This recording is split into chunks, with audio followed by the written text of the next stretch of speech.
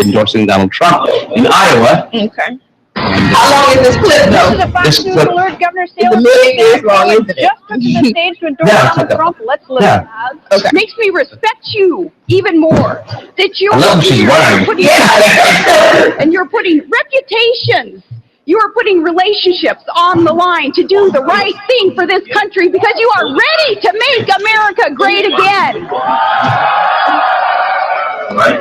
But America was great already. Well, I am here because, like you, I know that it is now or never.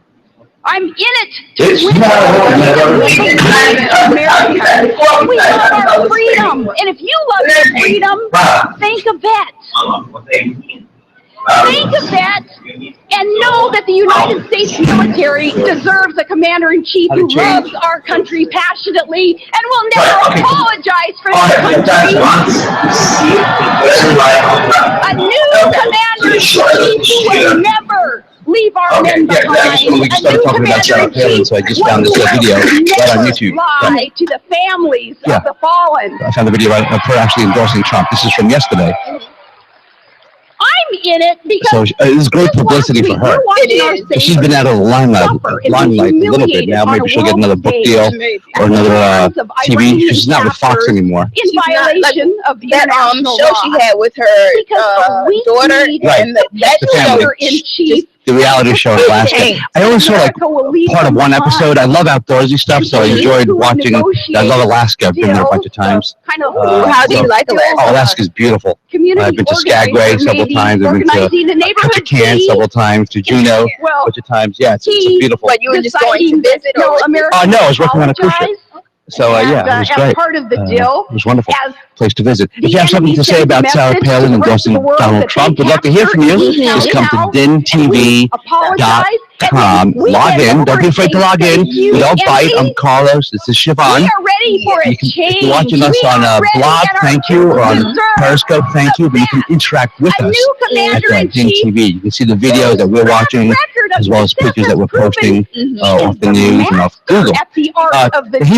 Now, she said something today also. She was in Oklahoma today, again, giving the same kind of speech she's giving now. And she said something. She said that she said we need a president who's going to let the troops do what they do best and let them go to ISIS. Let them go to Syria and kick ISIS butt. I'm using a nice word. She said she used a more profane word. She's just talking too much. I'm clearing her. Right, clear her. She said, let our U.S. troops do what they do best. Let them go to Syria and kick ISIS butt. And everybody applauded. All right.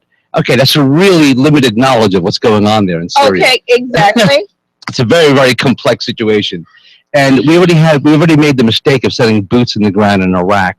And we lost over 5,000 U.S. troops. And so many families go without their family members that they trusted the government with. No, yes. Exactly. We don't need any more casualties, Sarah. Yeah. Here's what I'd like to know from Sarah Palin. If you didn't know about this, I guess you didn't hear about her son. She has a son named Track, who's 26 years old. Track, that's an interesting name. Yes. She named him because her and her husband both like running. And he was born. No, that's why she named him. They both like running. Okay. And he was born during the spring when track season was in, so they named him Track. But besides that, he was just arrested on a Monday night. The day before she made this announcement. This is Tuesday. So Monday night he was arrested in Wasilla, Texas for, he got drunk, he had a fight with his girlfriend, and he threatened her with a gun. Yes. So he got arrested. Okay. He's 26 years old. So if Sarah is so intent on sending U.S. troops to Syria to kick ISIS butt, like you said, I want to know, when is her son Track going to enlist? He's good with guns, apparently, and he's 26 years old. He's of age. So is it a good war? Is it good enough to send your son to, or is it only a good war if someone else's kid is fighting it? The people who preach for the troops to go all over the place and fight are the kind of people who usually don't want to send their own family members. I got a nephew in the Marine Corps right now. He's in his second year. He would go. If they go to Syria, he's stationed in Camp Lejeune, North Carolina. Those are usually the first units to go. And I don't want him going to Syria. Of course not. And Lord, we don't even know. We don't even know what we're fighting really with, like, guerrilla warfare kind of people. If they are going to fight with, like, children coming out with bombs and then they don't even know why. I don't feel like ISIS has a real reason to fight us or target us. Well, they hate us. But no, that's not a good enough reason to me. Yes, but they want to establish their own caliphate, their own part of Iraq and Syria. They want it for their own. Give it to them. Let them have it. And then what? They can establish their own nation. I know, but then America is still going to want to have some like paternalistic feature and then go have their hand in it because we're interventionists. If we're going to fight Syria, if we're going to fight ISIS, it's with boots on the ground. It's got to be a lot of the other moderate Mideast countries like Saudi Arabia and the Mideast. I'm sorry, and Jordan, Egypt, Iraq. They all have to contribute troops to contain them. It shouldn't be just the U.S. It could be. But I'm sure we are already. We're providing lots of satellite intelligence for the airstrikes that were conducted by the French and the British. They're using our intelligence because we have very sophisticated satellites. So their targets are coming from us. They're targeting solutions.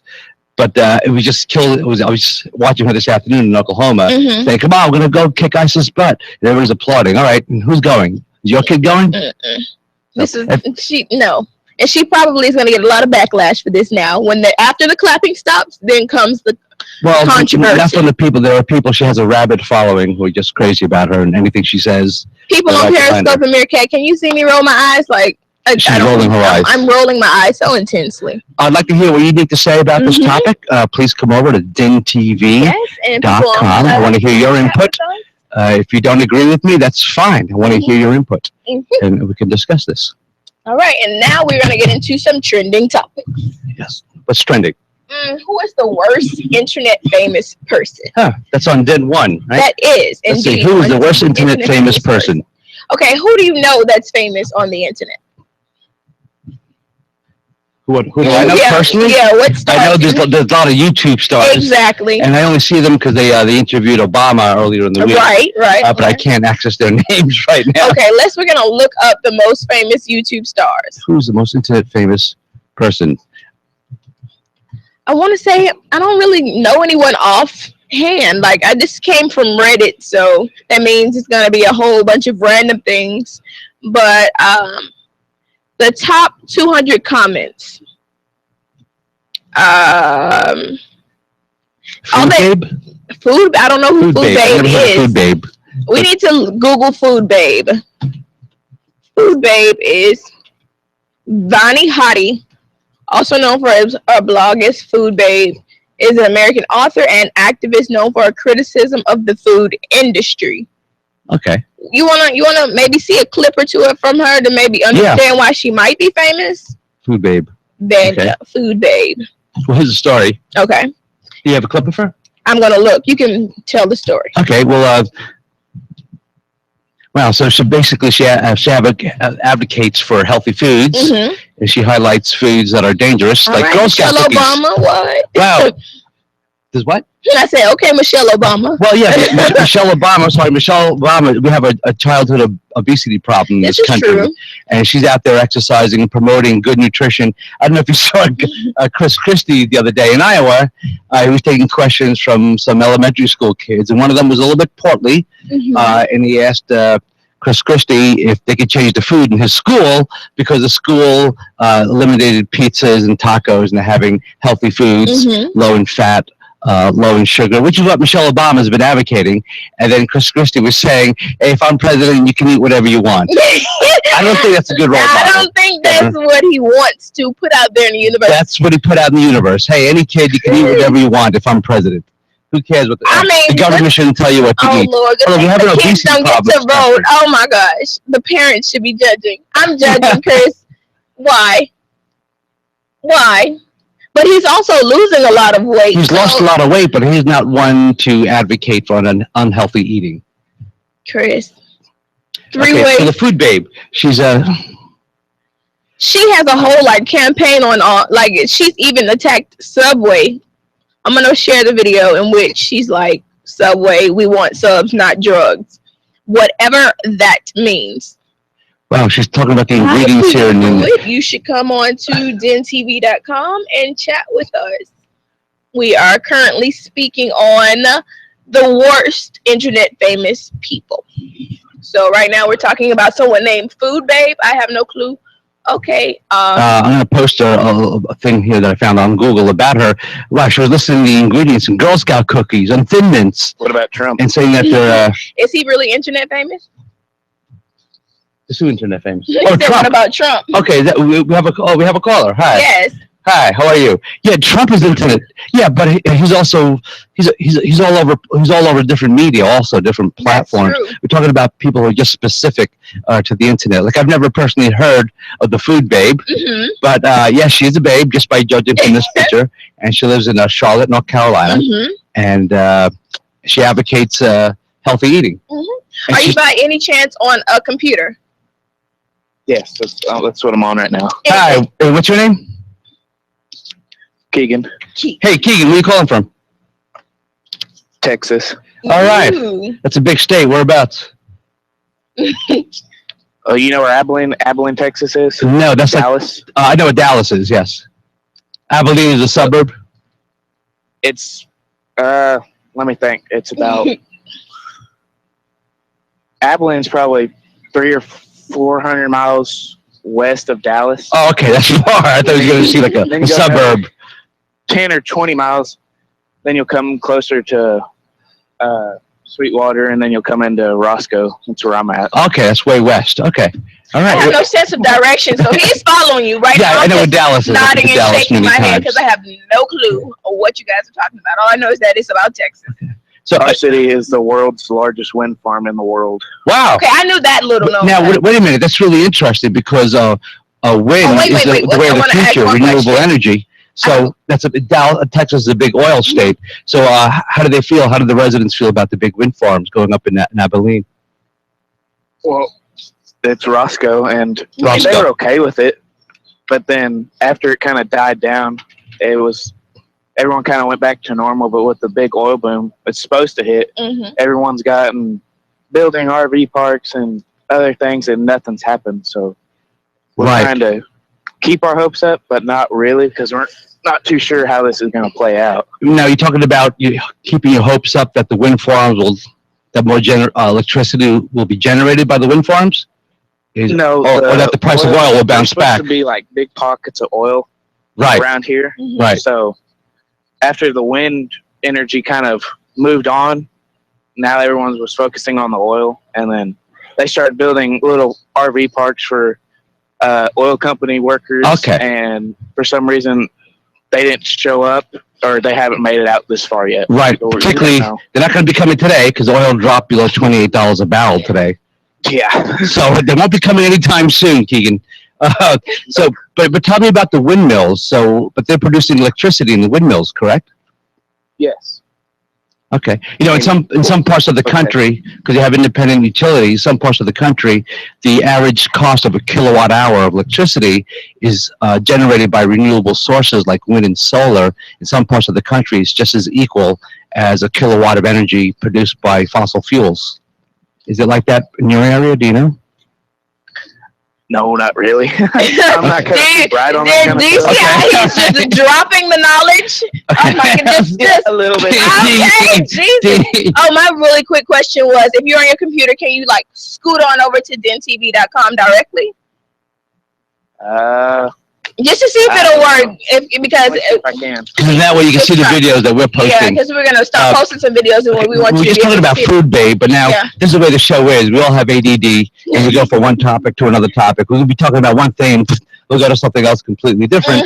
And now I want to Google an article now about Roscoe and the windmills, because just politically, because oil is so entrenched in Texas. It's such a fossil fuel state. There's so much oil there, and so much industry, so much revenue generated by oil. So it's interesting to me that there's a wind farm in Texas, which is the way of the future. Yeah. You see that?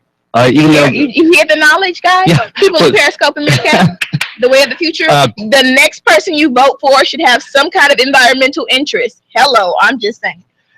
Exactly. And there's a move in Texas because, with the fossil fuel industry, because the renewable industry gets government subsidies. And of course, the lobbyists for the fossil fuel companies that are in Congress want to eliminate the subsidies for the renewable energy. It's a nascent industry, too. It's still somewhat new, yet oil companies are still getting subsidies from the government that they've had for decades, but they want to deny that to the renewable energy industry because that's competition. Yep. But that's the way of the future. I mean, Denmark. Everyone's always competing. Yeah. Everyone wants to work together. Exactly. Whereas you could take the workers that work in, of course, the big thing is money and jobs. You could take the same workers that are working on the oil industry, Just transfer them over, and teach them the new skills to work in the renewable energy sector, solar, wind, and the price per kilowatt hour is coming down because like everything else, the technology is increasing. So how do you feel about that living in Texas? And I love it. I've lived here my whole life pretty much, and here in my hometown, kind of rely on the fuel because volunteer firefighter. All right. So, well, thank you for your service. I've had to learn you work together. You can't just go on your own. In our department, everyone's a family, so you don't go at anything alone. So that's what made you decide to become a volunteer firefighter? Well, pretty much as soon as I was born, probably when I got old enough, my dad started taking me down there, and it kind of just got. Is that what he does? Pitched in. Yeah. Okay. We're all volunteer. There's no pay, so everyone has their own job, and we go and we be sitting at home, and call could come out, and we have to jump up and leave. Have to leave our families, and then he's been chief. He was chief for 28 years. Wow. And then he's been assistant chief for about 10. He joined in 89. So this is interesting. Reading on Wikipedia about how Roscoe, where you're calling from, they have the largest wind farms in Texas, and it's providing thousands of jobs for workers in Central Texas. Because you do have wind there, might as well harness it, and it's free. Okay. I can't look. No more about the wind farm. Okay. No more about the wind farms. Do you know of an internet famous person who is like the worst? Obama. Lord Jesus. No, but are you just gonna be calling out random politicians? But wait a minute. We're talking about, he's not specific to the internet. Again, he's over all platforms of media. We're talking about someone who's just internet specific. Like some of the people that interviewed Obama, there was somebody on a girl, I forget her name, a couple of months ago, and it was somewhat controversial that he was giving his time to a YouTube star to interview him. But that's how you get the millennials, people in their 20s. I'd never heard that. I didn't know. No. Let a YouTuber interview him. Yes, he let his guard down. For him. No, and it was actually somewhat controversial because why is he giving his time to these YouTube people? It was because that's how you reach the millennials. Because a lot of people, my son included, I have a son who's 21. He doesn't. He goes to college in Dallas, incidentally, and he doesn't watch. He doesn't have cable TV. I've got cable TV. He watches like everyone else's age. Everything's on Netflix. He watches everything through his computer, and he doesn't have a landline. Pretty much, if that's the only thing you got, that's the only thing you need to do, I guess. Right. I don't even need my cable. I don't know why I'm paying. I'm paying a lot of money every month for cable. Oh, we got to switch subjects now. That's not cute. Oh, I'm sorry. We didn't get much. I didn't even get to post about Food Babe. Oh, I'm sorry. You, Food Babe, if you're out there. And Keegan want to talk about. You see how you guys doing? I had this whole thing about Girl Scout cookies. No, it's too late now. It's over. I don't want to read it because I love Girl Scout cookies. It's over. So I don't want to read about how bad the Thin Mints, what's in them. Heart. Yeah. Did you try to get onto TheMTV.com? No, I couldn't. My internet's kind of wigging out on me. So Lord, it's that solar power, it's that wind power in Texas. It's not a windy day today, folks. Sorry. Shockingly not. Usually it is. Okay. So what else is trending here? What do we have on our board? Right now, it's changed to Stacey Dash. Stacey Dash. Do you know anything about Stacey Dash, Keegan? No, I never heard of that. And she's on. It's a woman, by the way. Well, I'm not too tech savvy. The only thing I really keep up with is political and all sorts of stuff that's changing. Right. I'm not too big into Stacey Dash.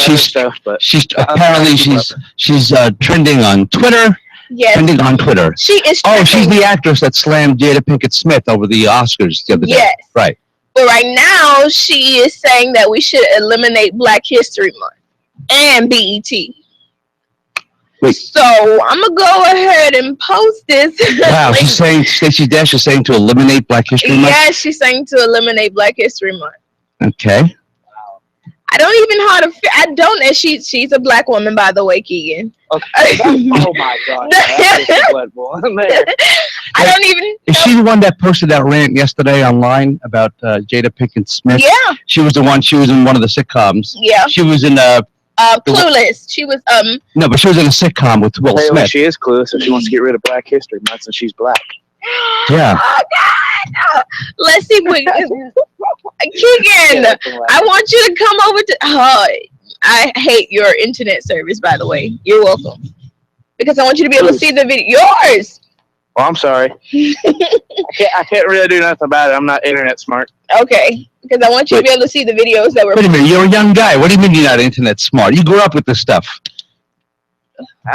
No, not really. I just never got. He doesn't identify as a millennial. It depends. Okay. If it's a phone, yeah, I can work on it. But computers and internet. Yeah, if it's a phone with a rotary dial, no problem. Is that what you're saying? Yeah. Okay. If it's got a cord on it, I can do it.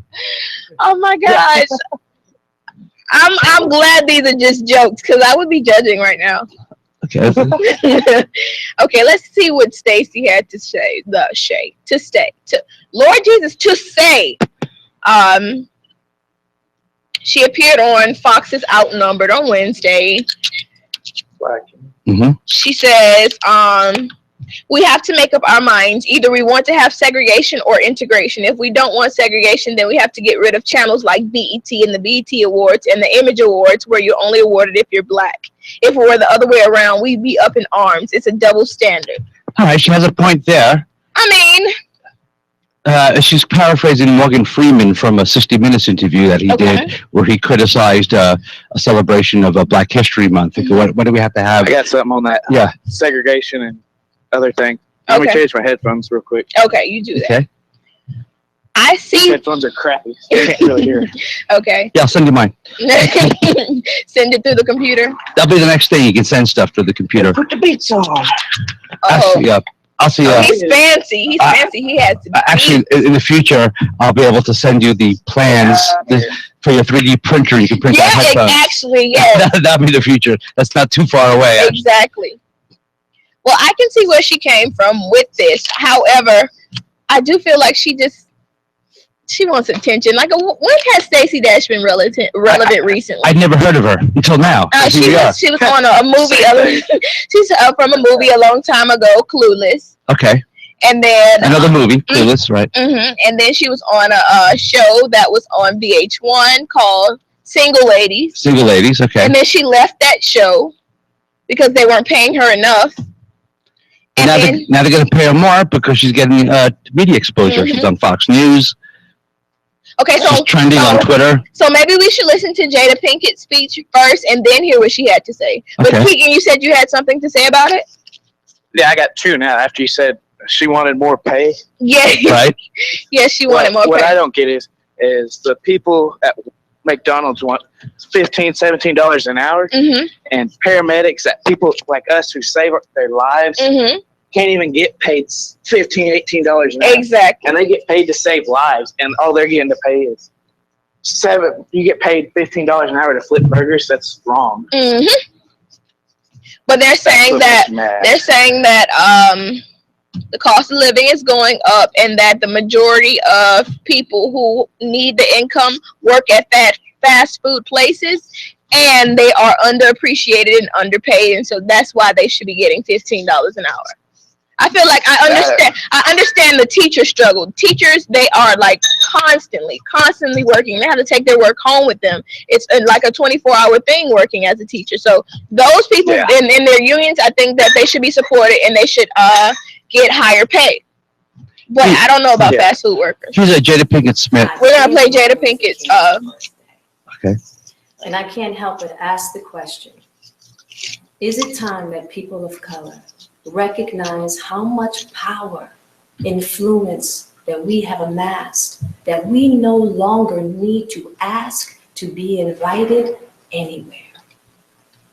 I ask the question, have we now come to a new time and place where we recognize that we can no longer beg for love, acknowledgement. And this was after so many black movies were apparently like shorted at the Oscars. Right, because it's the second year in a row. Yeah.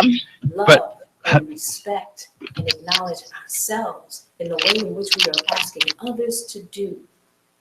That is the place of Ooh, her skin looks so glowy though. Ooh, I just want to touch her. simply She's a beautiful lady. she's just glowing. Mm. The Academy has the right to acknowledge whomever they choose, to invite whomever they choose. And now I think that it's our responsibility now to make the change.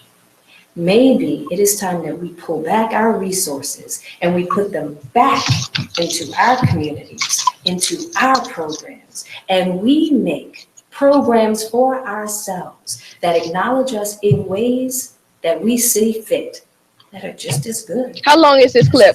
It's about 2 minutes. Okay, we're gonna let her talk. Okay, We're yeah, gonna let her speak. yeah, about another 40 seconds.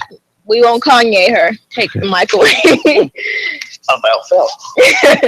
you better keep it together over there. Or even asking diminishes dignity and diminishes power. And we are a dignified people, and we are powerful. And let's not forget it. Well, you know, Let's let the Academy do that with all grace and love. And let's do us differently. I got nothing but love. Hey, Chris. And she said this I all cannot like be very at the Academy. calmly. very calm. Exactly. She's not like But, I can't think of a better man. Outraged. Exactly. Than you, my friend. Good luck. And to the rest of you, it's a little didactic, a little preachy, but it's okay because it was Yeah. all calm. It wasn't angry. And I haven't seen all the films that are being nominated for the Oscars. Right. Like right. I haven't seen Straight Out of Compton. I Right. haven't seen that. So I don't know if it's a good movie, whether it's black or white, no matter what color Exactly. it is. Is it a good movie? Are the actors Oscar worthy? Exactly that. With And I want to despite say the color of Creed. the I skin. haven't seen these movies, so I can't even say that she's right or she's Right. wrong. I haven't seen Creed. Supposedly exactly. Stallone is great, Mhm. and the actor who's opposite him is Yeah. great. So I haven't been able to judge. Michael B. Jordan. So Mhm. and but other Samuel Jackson in the Quentin Tarantino movie. Django. Yeah, not Django. That was last year. Oh, there's a new Quentin Tarantino. Oh, yes, there is. I Right. can't. 8. There you go. There you Eight? go. No, but I think there's more to the title. Hagen, do you know the name of the new Quentin Tarantino movie? No.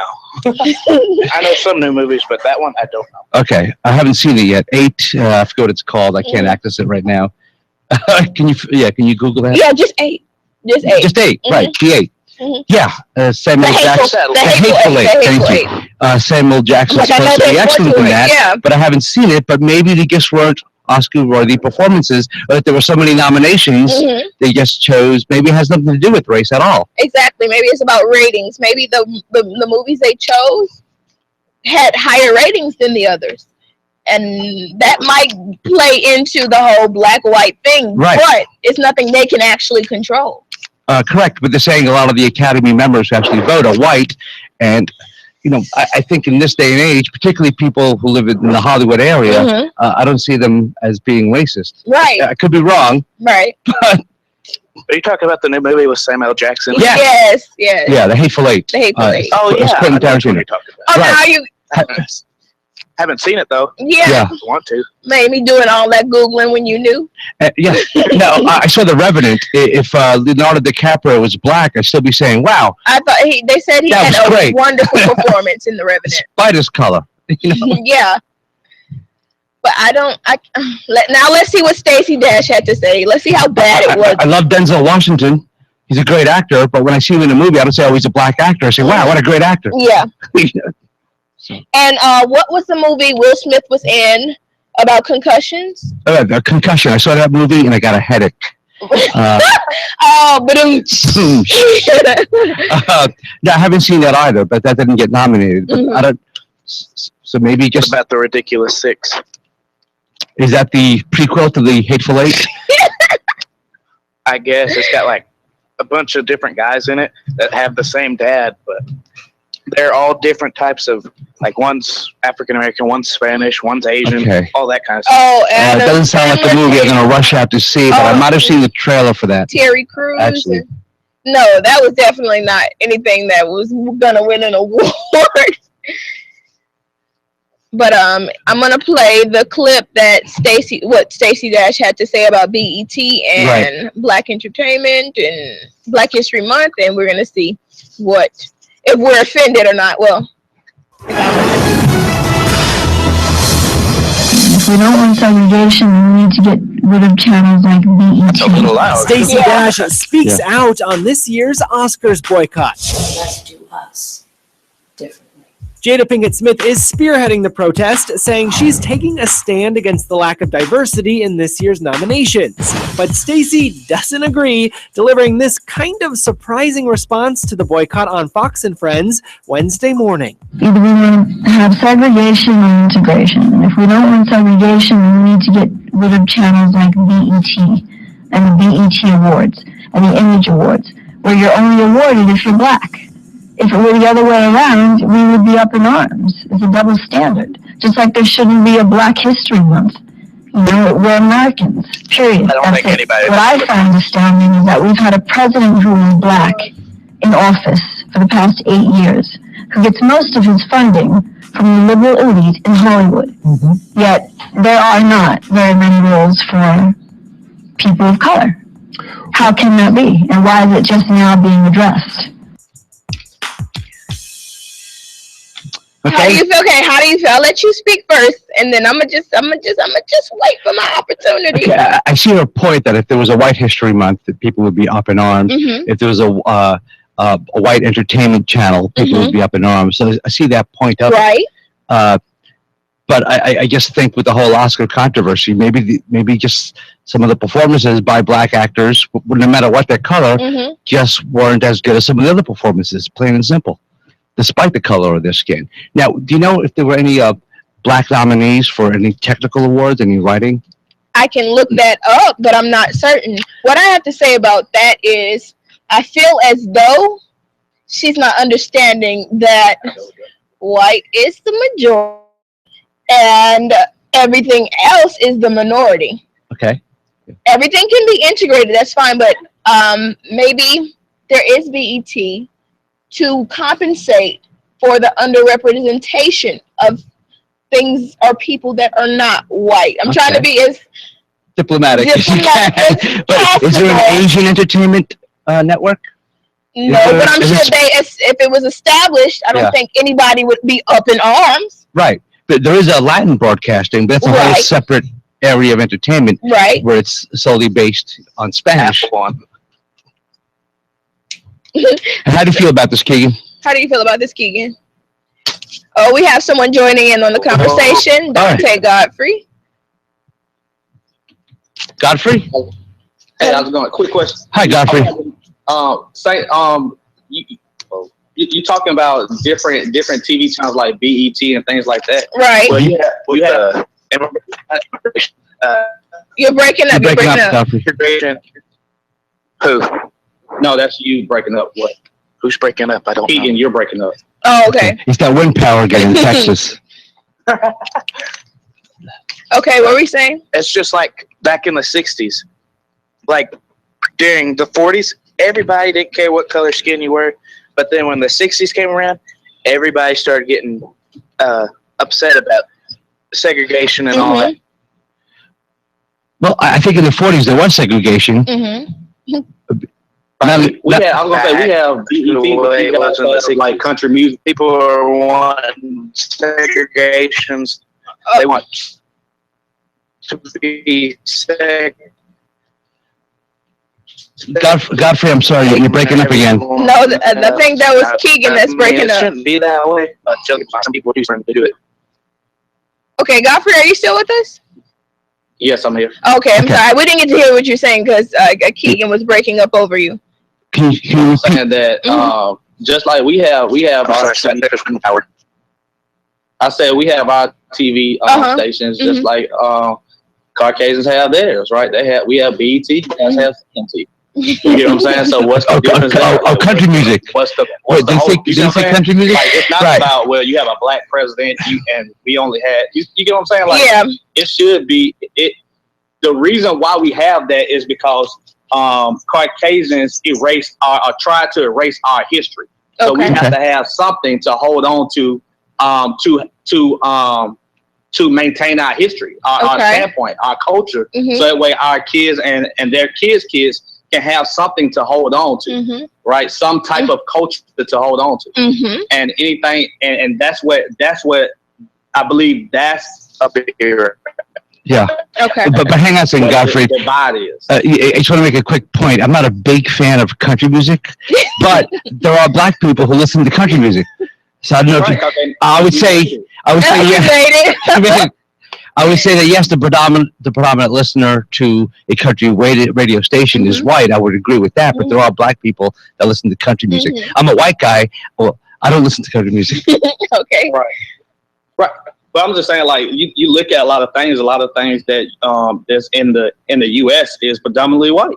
It just is. Yeah. Even though we invented a lot of it, you get what I'm saying? Why is it predominantly on the front end white? You get what I'm saying? When you got different TV shows and things that come on, the hit show is a black show, and then the next year after that is not a black show ever. You get what I'm saying? Like, and as majority family issue shows that they show to boost the ratings first, and once they boost the ratings, they don't have a black family on there anymore.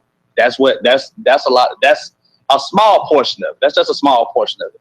And you just look around and you start to see these trends happening over and over and over and over. Right now, it's just the information age, and we see it more. We've been exposed to it more as of lately. Like back in the day, you couldn't look on the internet and get anything because we didn't have the internet back in the day. Right. You couldn't get information as quick as you can now and react to it at the same time. So now we're just getting the full blunt of it, and people are pretty much getting sick of it. That's all. Well, also because that's what we're seeing right now. You think because there's greater bandwidth now, and you have so many providers of entertainment and information, you have to fill that time. So now everything's become segmented. Whereas 30 years ago, there were only 3 networks. If you had a TV set, you had ABC, NBC, CBS, and maybe 2 regional stations. So you had access to 5 channels, and that was it. And then the technology came along, and we had cable. Now you have over 500 channels you can access just on your cable, not including the internet. So that's why it's all become very segmented in a niche marketing to a very specific demographic. Exactly. I want programming to just target albino midgets. And then there's probably someone who's got an internet show dedicated, geared towards that niche. Yeah, and they actually do. Like I used to work for multiple cable companies, and different cable companies got different niche markets, right? Correct. Just like the Dish Network, they cater to Mexicans. They cater to Hispanics. A Dish Network? And majority of people that's overseas. I see. What they cater to. That's how they make their money. You're saying in the U.S. that Dish Network... Excuse me? I'm sorry, you're saying that in the U.S. the Dish Network caters to Latins? Okay. Is it because they pick up a lot of South American and Mexican programming? Is that why? No, it's because they have satellites, and satellites they can reach a lot more channels. Okay, right. So you're talking about overseas. With AT&T and Comcast and all the other, those are just regular cable companies that can't pick up the signals like direct TV or Dish. Right, I see. So you have someone, let's say in the U.S. you'll have a Spanish household where they speak limited English, so they want the Dish TV so they can pick up satellite programs, something that's happening in Argentina. Right. So correct. Like Argentina channels, Japanese channels, Korean channels. Well, if you're Spanish, I don't know if you're going to be listening to a Japanese channel if you're Spanish, but I see what you're saying, right? If you're Japanese, you can pick up Japanese you have certain stations. packages that you can buy. Okay. To get those type of channels. Right, I didn't know that. Yeah, I have cable, right. so I didn't know that. But here in the U.S., we still carry Hispanic channels like Telemundo. Right, Univision. Those are the 2 big ones. Things like that, right? So right, and those are the TV channels that we carry. And they in turn do rebroadcast programming from Mexico City, from Venezuela. But I see what you're saying with Dish TV. You can actually key into a specific program. If you're from Ecuador, La Paz, Ecuador, Right. La Paz, Bolivia, you can go to the home station in La Paz, Bolivia with your Dish network and pick up that Right. specific You can get satellite. you can get certain channels based on a specific package that you pay for. Okay, got it. Now we have to move topics because that was our topic change music we Yeah, just got. but my quick question Stay on. was, We're just going to change topics. Go ahead. but my quick question was, do you support Stacey Dash and what she's saying, or are you with Jada Pinkett? Yeah, I support Jada Pinkett all the way. Okay. The reason why I say is because you're saying segregate, but you gotta look at the past, like what happened 40 years ago or even 20 years ago. To actually, let's say 40 years or 30 years ago. Back today, that's not that old. You know what I'm saying? That's not old at all. You still have people that is from that age group that still carry those mindsets, right? And they carry those mindsets with children that they've had, right? Yeah. And so that knowledge that they have is getting passed on to their children, and it's just changed, and the racism of it has just changed over a little bit. It just, the game has just changed a little bit. That's all. It's still there. The game just changed. Okay. You know what I'm saying? They're just not saying nothing. And it's more action based than anything. Okay, with these movies, I'm sorry, I wanted to, with the movies that have been nominated, have you seen any of the quote unquote white movies that have been nominated? I can pull up a list of the movies that have been nominated. Yeah, there's The Martian, there's the Revenant. Those are the only two I've seen, actually. There's Joy. So. And have you seen like Straight Outta Compton? No. Okay, that have like been snubbed. Like I haven't seen any of these movies. Like Carlos and I were saying, we haven't seen enough of these movies to determine whether or not that black people were snubbed. It's just kind of funny that there are no black people. You won't see him. You won't see him. I haven't seen. I saw Mad Max. I haven't seen Spotlight, but Spotlight takes place in Boston, and it investigates the Catholic Church in Boston. So if there's no black actors in that, maybe it's because the people involved, because it is based, it's nonfiction. Maybe the people involved were white people, so that's why there's no black people in the movie Spotlight. I can understand that. Okay. Particularly if they're portraying actual journalists and actual members of the church at that time. And yeah, but even if you look at a lot of movies, let's look at movies about Egypt and stuff. What was that movie that they had that was from Egypt? Right, white actors. Exactly. Yeah. Right. Exactly. We know. That doesn't make any sense. They had on Broadway where Martin Luther King was going to be white. Like who? Are you serious? Okay, I never heard of that. I never heard of. That's not. You see what I'm saying? You looking at the entertainment industry as a whole. These people know each other. Everybody knows each other in the entertainment industry. When you're dealing with acting, when you're dealing with movies, because they network, right? So, and they all have that same. They all have that same mentality because you see the same thing over and over and over again. And it's becoming a habit. It's the culture now. It's the culture. Okay, it's not the culture now. It's always been the culture. Can you just repeat what you said about there was going to be a Broadway play with a white Martin Luther King? I know there's a Black Hamilton on Broadway now with Thomas Jefferson. Everybody's black. I was talking about a Broadway play with Martin Luther King, right? And they wanted the guy to be white. Okay, now was that being said sarcastically because there's a Black Hamilton on Broadway right now and a Black Thomas Jefferson? No. No, okay. No, it's called The Mountaintop, and it was going to be with a white Martin Luther King. Okay, that's right. That's wrong. That was like a pretty much a spit in the face. You get what I'm saying? Yeah, I agree. I agree. This is the first I'm hearing of this.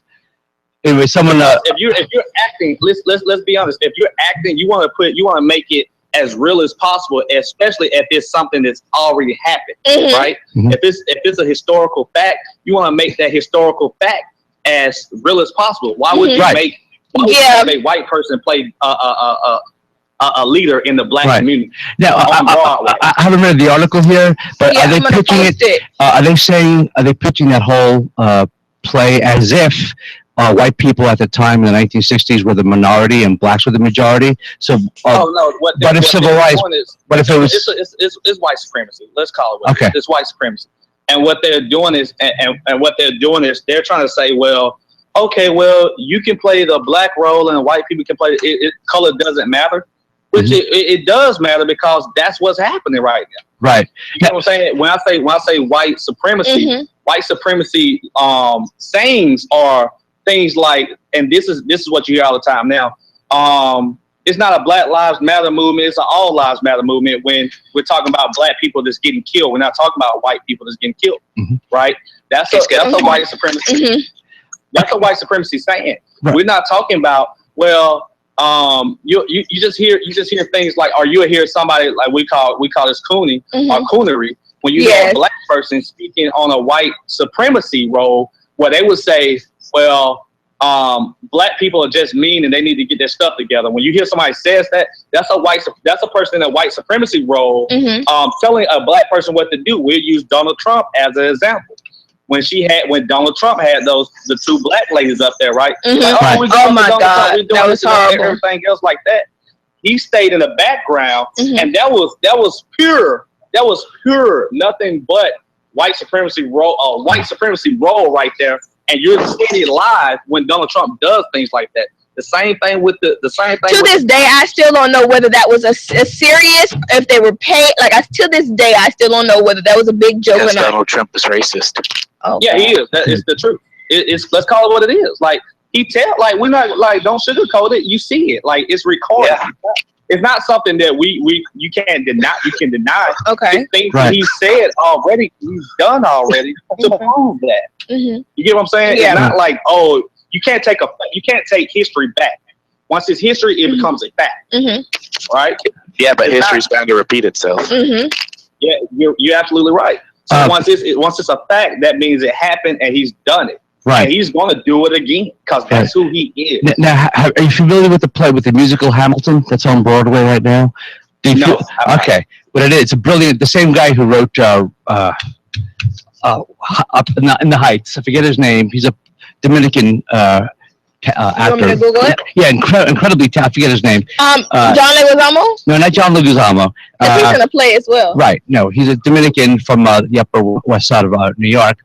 He's a really talented guy. He wrote In the Heights, but he also wrote a new play called Hamilton, which is it's the hottest ticket to get right now on Broadway. It's the hardest show to see because it's booked way in advance. It's a story about Alexander Hamilton, who was white. Miranda? Yeah, that him. Yeah, that's it. Yes. Yeah, and he's Dominican Republic, and he's portraying Alexander Hamilton, and he has other actors. He has a black actor portraying Thomas Jefferson. So it's kind of the same thing with MLK being done by a white cast. It's not. It's totally not. Okay. The reason why I say that is because you're dealing with a black leader. Hamilton wasn't a black leader. You get what I'm saying? Right, he was a white leader, but he's being portrayed by a Dominican. Racist. So I'm saying I'm from Atlanta, so I grew up right by it. I grew up right by where he stays, Dr. Martin Luther King. Right. About the church and stuff. So I know the history behind it. I know the hardships that he felt. I know I know the history. I know what he went through at that time. Hamilton didn't go through any of that. That was fictional. That didn't even matter. No, it doesn't even matter because it wasn't in the U.S. Right, but the play stuff that happened in the U.S. That deals with racism. Right. Okay. You know what I'm saying? Okay. You know, when you change that person up and discredit that guy, discredit Martin Luther King, and turns him to a white person, that he was fighting against white people. That's exactly what he was doing. He was fighting against. He wanted segregation to stop, and Caucasians. Then I'm gonna stop saying white, but Caucasians then wanted it to happen. And that's what he was fighting against, right? He wanted all people to be equal, but he was ultimately fighting against the white supremacy. Okay. But in a peaceful manner. Okay, here's how they justified. Okay, what were we going to say? Well, because with Alexander Hamilton, it's not fiction, it's nonfiction, because that actually happened. Alexander Hamilton, he was an historic character. He was the first Secretary of State who wanted to be president, but he couldn't because he was born in the Caribbean, the island of Nevis. But the play explores the conflicts that he had with his contemporaries. He had conflicts with Thomas Jefferson. He had conflicts with Aaron Burr, who was the sitting vice president, who killed him at the time. So, but he had nothing to do with racism. For the U.S. side of things, when we talk about racism, Right. He wasn't doing. Right. I get that. No, you know what I'm saying? So it's totally different. Right. I get that. I'm just telling you that Alexander Hamilton was not is a nonfiction. He's a real person. He's a okay, I'm going to say this is how he they had nothing to do with justify it. racism. This is how they justify it. It said there's nothing against non-traditional casting. He said, I didn't think there was a problem. I wanted to see if a white actor or a light-skinned actor had the same cultural buy-in and could portray Dr. King. Dr. King is not just a prominent African-American, he's a prominent American. Why can't an American play another prominent American? Oh, okay. All right. So that was his perspective on it. They were not trying to spit in the face of black people. Okay. It's like we can cast who we want to because everybody can just be. Okay. I didn't read the article, but I was wondering if they were doing it from the perspective of what if the shoe was the other You're foot. it off a true person. You need to do it by the. It would seem that way, but they're like, this is our play. We can cast who we want because he was a prominent American, not a prominent. Also, they did that after. They came out with that after. Okay, you're saying this was like an afterthought. They're trying to find a way to justify it, so that's what they were trying to cover it up. Yeah. Okay. Well, also, from a business perspective, producing any kind of a show is an expensive endeavor. Mm-hmm. So you need publicity. I'm sure that generated a lot of free publicity by having a white actor cast as MLK. I agree. I definitely agree with that. Good. So we had to change topics. Stay with us. We're going to change topics. Keegan, you're still here, right? Mm-hmm. Yeah, I'm still here. Okay, good. Folks, if you're watching us on Meerkat or Periscope or Blab I Am, come on over to DINTV, DINTV.com. Log in, sign up. You can interact with us. Sure can. We're posting videos, pictures, and we don't bite. I'm Carlos. This is Siobhan. We're nice people. Sometimes. You just want to talk. I mean, yes, they are. Yes. Keegan, have we bitten you at all? No, we have not bitten Keegan. Or Godfrey. He's calling you from Atlanta. Do we call you Dante or do we call you by your last name? Dante. Dante, I'm sorry. Do you happen to have a computer in which you can come directly to DINTV.com? To me? Yes, you. DINTV.com. Mm-hmm. Check you out. Please do. This lighting is okay. Who is ever giving us props over here? Okay, thank you so much. U.S. Army is trending. Thank you for all the props, Keegan. U.S. Army is trending. We're going to go to DIN 1. Okay. The U.S. Army is trending. And see, why is the U.S. Army trending? Okay. Wow, how about this? What happened now? This is Keegan. This is a story that relates to you. The U.S. Army is trending because in Fort Hood, which is in Texas, the U.S. Army bought 65 megawatts of wind and solar power. Lord, are we really talking about the environment? Yes, we're back to windmills. We're already talking about wind. We already talked about the environment. Wow, yeah, they're going to provide 65 megawatts of solar and wind energy at the Fort Hood Army base in Texas. It's a 30-year contract with a company called Apex Technology, Apex Clean Energy. This is the way of the future, folks. We have to get away from the fossil fuels. It's a finite resource, whereas wind and solar is infinite. So this is actually good news. This is the future. Okay, can we not? Okay, I know you don't want to talk about renewable energy sources. Else then. Okay. What else is trending?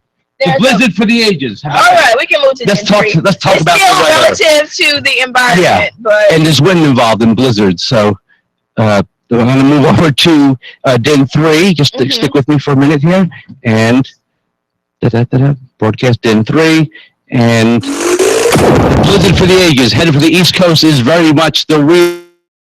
And I caught the weather update this morning. It's going to be a nor'easter, which is a very the northeast, because it's a low pressure system, which means the wind is coming from the east, whether it's rain or if it's snow, then it mixes with the moisture over the Atlantic, so you get a heavy snowstorm. You get ice, not snow. How do you feel about snow in general or ice in Texas? I don't like it because when people here in Texas, they don't know how to drive on ice. So when they get on, very scary. It's stupid. I live in the South now. We're in Florida, but I grew up in New York State, and I actually went to college upstate New York, and very icy. Driving on ice is very, very scary. There's separate techniques. But it could be fun, special too. tiles. It's fun if you're alone in the parking lot, but if you're in traffic on the highway, it's very treacherous. You have to go real slow. You have to have Actually, I drive down city streets just spinning tires, and that's about the funnest thing you can do. Oh, okay. Wow, remind me to go to These Roscoe. must be some real empty streets. You can't just be spinning tires like that. Yeah, you can't do that in Only Atlanta. when it's icy. Anytime else we can't. Oh, but it's acceptable then. No. You are supposed to be safe, Mr. Volunteer Fireman. Even got the shirt on. How about you, Dante? How do you feel about snow? He's in another world right now. Can we hear him? Dante? Hello? Can you hear me? Oh, yeah, I can hear you. Okay. I said I like it, but our city shuts down when it snows or when it's iced over. So it can. What do you, by shut down you mean? Shut down. By shut down you mean? In Atlanta, I'm from Atlanta. But by shut down you mean what? Like no one goes to work, no one goes to school, or like? Yeah, that's pretty much it. Right. It sounds pretty awesome to me. I'm trying to not go to work. I'm trying not to go to school. I'm trying not to do anything. See, we're in South Florida. We get upset when there's it was 52 degrees this morning when I woke up. Yeah, that's why I have on this sweater today. It's, I mean, to you, it's probably nothing. 70 degrees out there. That's why you had on the sweater. Well, now it's in the 70s. But this morning was in the low 50s. It was beautiful. They wear sweaters when it's 70. It's 49 here, and I'm walking around in a t-shirt and jeans. Are you picking on me? I feel like I'm being attacked. Is there a problem? I'm not picking on you. That's what I feel. This is a no-judge zone. Yeah.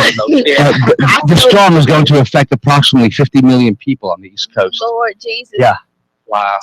What is like the scope of a blizzard? What happens besides having to shovel and stay inside? And like, how bad is a blizzard? Cabin fever, whiteouts, electricity could go out. You have a lot of car accidents. People go out in their car. I want to see the snow. I got to go out and get the milk and the bread. And then you get driving car accidents. It's like the frozen version of our hurricanes. Like and then pipes can freeze over, can burst. There's a lot of stuff that happen. Your car can get snow over, like literally like snow. You have to dig your car out. Oh, I don't want any parts of that. Later on, the lights go out. Lights go out. It can have a roof can cave in because the snow is very heavy, so it can pile up on your roof, and people's roofs can cave in. The first day, it's a lot of fun. You can go out if you're a kid. You throw snowballs, build a fort, and then it gets dirty. How do you feel? What do you feel like is the worst natural disaster? Do you think it's blizzards? Do you think it's hurricanes, tsunami? Like, what's the worst? I think an earthquake because you don't know when they're coming. Okay. I mean, if a hurricane's coming, we can track it for 6 days, 7 days. You can prepare. Yeah, but you're in Florida, so you always know when it hurts. Right, but you can track it. You have a lot of notice. But with a hurricane, an earthquake, I've been through 2 or 3 minor, small, like 4.0s, and they were really scary. Have you guys ever been through an earthquake? The town to the north of us has had earthquakes, and we never felt them here. So, really? Well, it depends where the epicenter is, as relative to your location. What about tornadoes? How deep it is, and how we have those sometimes. Yeah, tornadoes are really scary, also, because you can have a little bit of warning, a couple of minutes. But you're breaking up. Both of them. No. I'm here. Oh, you're back. You're still here. I can hear you. I can hear your audio, but you're visually gone. Well, I can still see you. Okay, that's okay. All right. But you're saying in Miami? Yes, we are in Miami. Yes, we are. Right.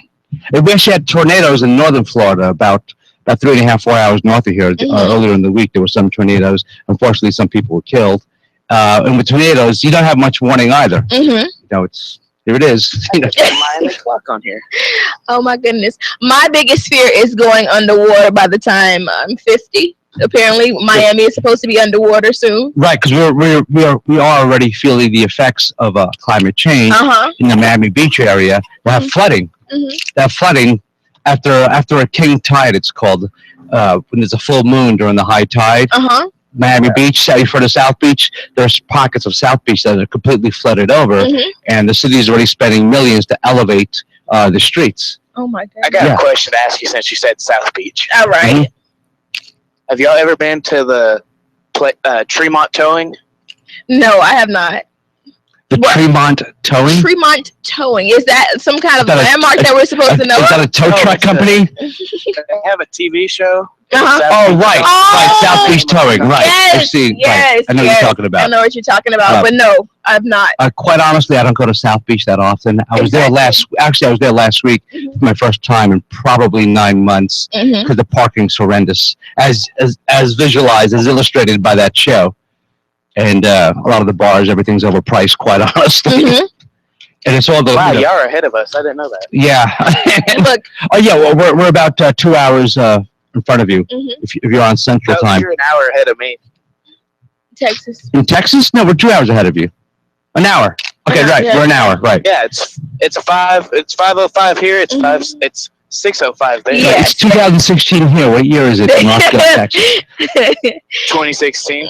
Okay, wow, all right. He's a comedian. I'm joking with He's you. a legitimate comedian. Like, this is not a game. This is what he does. No, I'm joking with you. But That's good. Oh, we got to change topics again. Can we talk about the blizzard? If you're living up in the Northeast, come to us at DINTV, DINTV.com. Yes. Let us know what you're doing in preparation for the storm. What I was going to say quickly is that there's a big misconception about Miami. We are not all about South Beach. Most of us don't even frequent South Beach. I just want to put that out there. I live 10 miles north of South Beach, and like I said, I was there last week for the first time in about 9 months.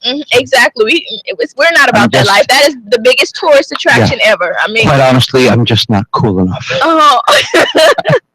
You have to wear black too. Whenever you go to South Beach. What does that even mean? Because you're supposed to be looking yes, you got to be chic and cool. Look at me. I am in South Beach. I am cool. Yes, I pay $20 for a beer because I am cool. Oh, and I sit outside and get a tan. Don't worry, we have a bar down here. Yeah. $20 a beer. $20 a beer. Wow. Yeah. For a concert. Okay, well, concert prices are another horrible thing that we have to deal with. And I walked past. It depends on the band too. I walked past the club. There were 5 bouncers outside the club. There was no line yet because it was early for South Beach. It was only about 9 o'clock, which is incredibly early on a Friday night for South Beach. You know, that's all. That's really early. Didn't even start happening until about 11 o'clock, 12 o'clock. Yes. Yeah, I got to clear this media right here. Okay. Because we have moved on from the blizzard. Right, Yes. from the blizzard. Thank you. And there were 5 bouncers outside the club waiting for the line to form at 9 p.m. And to me, it was just intimidating. I would not go to any place where there's 5 bouncers outside. And not only that, I would never wait online to go to any club. Okay, see, I had this conversation with Kayla the other day.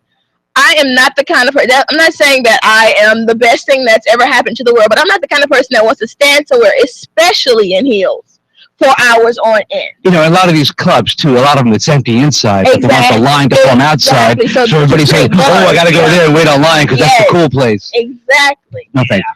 And so I'm waiting outside for a good hour to get in this club because I'm there to celebrate someone's graduation. And my feet are killing me.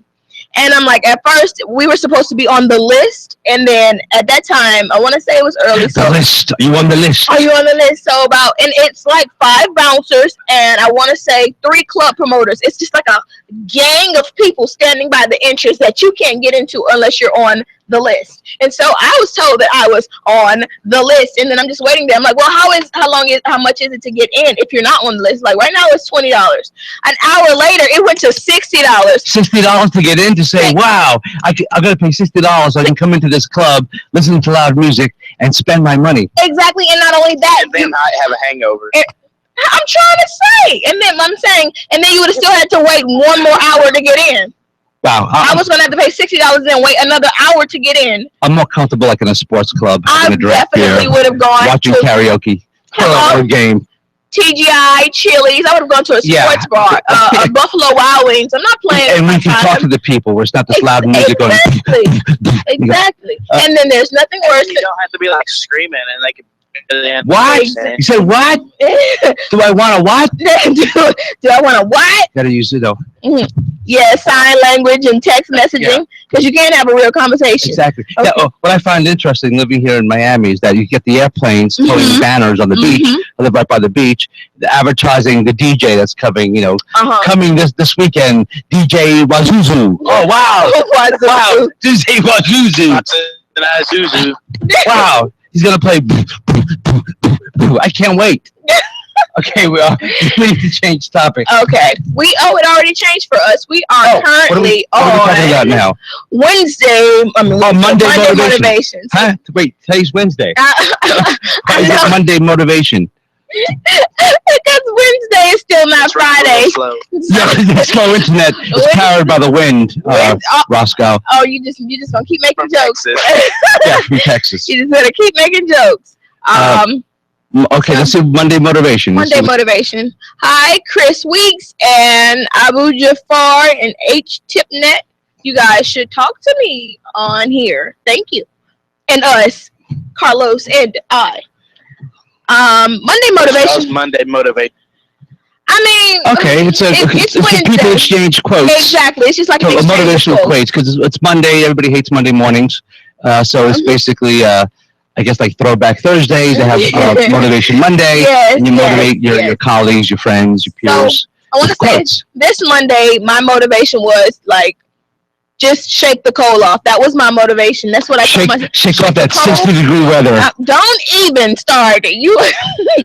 It's because he's a New Yorker and he's already used to cold. No, you know what? I've been here for 21 years from New York, and it's cold. Okay, yeah, I got thin skin now. Okay, it's cold. Thin blood. Cold. I know, but I used to make fun of the people. I used to come down here on vacation during the winter to visit my folks. I would make fun of the locals who were all like, "Oh my gosh, it's 60 degrees." I would laugh at them. T-shirts, shorts. Yeah, and then you come down. You live here for a while. I went cycling on the beach. It was 60-degree weather. I made sure I was bundled up a little bit, the windbreaker. But there were a lot of Canadians because this is the Canadian season down here in South Florida. I don't even know Canadians rollerblading in shorts. What does it's Canadian season mean? It's open season on Canadians. That's what it means. I got my license and everything. And everything. Bag me 2 Canadians this week. He goes out in a boat.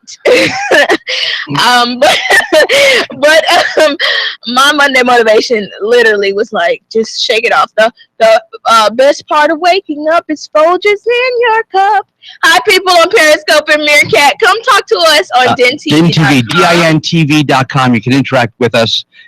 Just as Dante and Roscoe from Texas. And now we have right now. Hassan Farah. He's going to speak to us hopefully at some point. Who? Hassan. Hot stuff. No, hot stuff. Really? No, I couldn't see who you said. But you guys should come talk to us. We are currently talking about Monday motivation, even though it's Wednesday. So come chat with us. I usually have on my phone. I have some quotes that I keep, motivational quotes that I kind of look at in the mornings, most mornings, not every morning, kind of to get me going. All having to do with positivity, positive energy. It helps me set a proper framework for my day. Okay. And how did you get out of the bed this morning? The cold. No, I like to get up early. Okay. And then I have a dog, so she wakes me up because she wants to go for her morning walk. I guess it's like typical of dogs. So at a certain time, it's like they're your clock. Right. She's my clock. She knows I wake up, and then she's looking at me. Okay, let's go. And then that gets me going. I take her out, take her for a walk. But I like to get up before dawn. Usually, just at the crack of dawn. Just at the crack of dawn. And I like to sleep until at least 10 o'clock. Wow. So I like to miss most of the morning. Okay. I'll do that on a Sunday. Sunday's the only day I don't set an alarm. Sunday I'll wake up unless I have something pressing to do. I'll only do that on Sundays. We have a viewer named Ben Time here, and I would really hope that Ben would access his camera or his mic and speak with us. Ben, you're like this ghost right now, and we'd like to hear from you. Please talk to us. I'm too proud to beg. You're not gonna join in? Oh, you're just gonna let me sing this song by myself? Yeah, another song you're singing. But I was gonna go through my list of quotes here.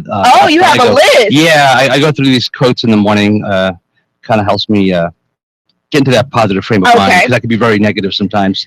Normally, when we see this whole Monday motivation thing, we like to go to DJ Khaled because he is the most motivational hairy man that you will ever find. DJ Khaled? DJ Khaled. You know about DJ Khaled? No. The guy who's always saying, another one. Another one. Okay. You don't. Yeah, you are hurting my heart, Carlos. No, I don't know. You are hurting my heart. One of my favorite quotes. If opportunity doesn't knock, build a door. Yes. You know who said that? Who? Milton Berle, who's the popular comedian from the 50s and 60s and 70s. Okay, I have no frame of reference for him. Yeah, he was one of the first comedians on television. He had his own show back in the 1950s. But I love that quote. If opportunity doesn't knock, build your own door. Yes. What else do you have for me? I have, let me see, this is a Buddhist saying, surrender to what is, let go of what was, and have faith in what will be. I love that. Yeah, surrender to what is, let go of what was, and have faith in what will be. I really like that. Yeah, that's a Buddhist saying, actually. And then another one. Oh, this is another one. Success is not final. Failure is not fatal. It is the courage to continue that counts. That was said by Winston Churchill, who went through some real adversity in his life when he was Assistant Secretary of Defense of England during World War I. Do any of you guys have a favorite quote that gets you going in the morning? On Periscope and Meerkat. Come on over. Ben TV, tell us what your favorite quote is pertaining to positivity, something that gets you motivated in the mornings, whether it's Monday, Wednesday, or Thursday. Where did Keegan go? Keegan, are you with us?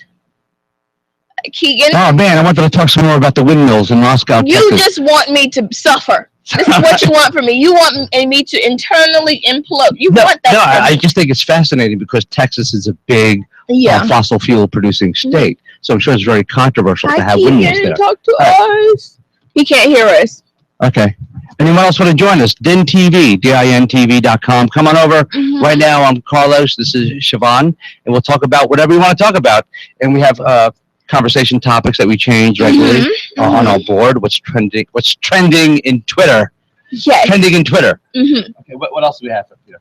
He says he can't hear us, but we're not muted, so... Oh, Planet 9. That's all you. Let's talk about Planet 9, because there's another planet. You lied to me. After Uranus was said to not be a planet, I'm over it. Well, the ninth planet has always been Pluto, but it got decommissioned, if you will. Okay. An astronomer said that it's not really, doesn't meet the qualifications for the planet. Is that? So the same astronomer has discovered another planet, and right now he's calling it Planet 9. Oh my gosh, it's Roscoe. Is that Roscoe? No. No. Okay. Hi, how are you? What's your name? Ben, how you going? Ben, hi, thank you for joining us, Ben. I've been here the whole time, I don't know. I know, I'm like... Oh, you're the mysterious ghost person. I'm like, he asked if we were live, and I'm like, maybe he will activate his camera now. All right, thank you, Ben. Where are you calling from? Where are you from? Australia. What? Australia. Australia, hello, mate. Oh my gosh. Do you get that a lot? Wow. Do you get hello, mate a lot?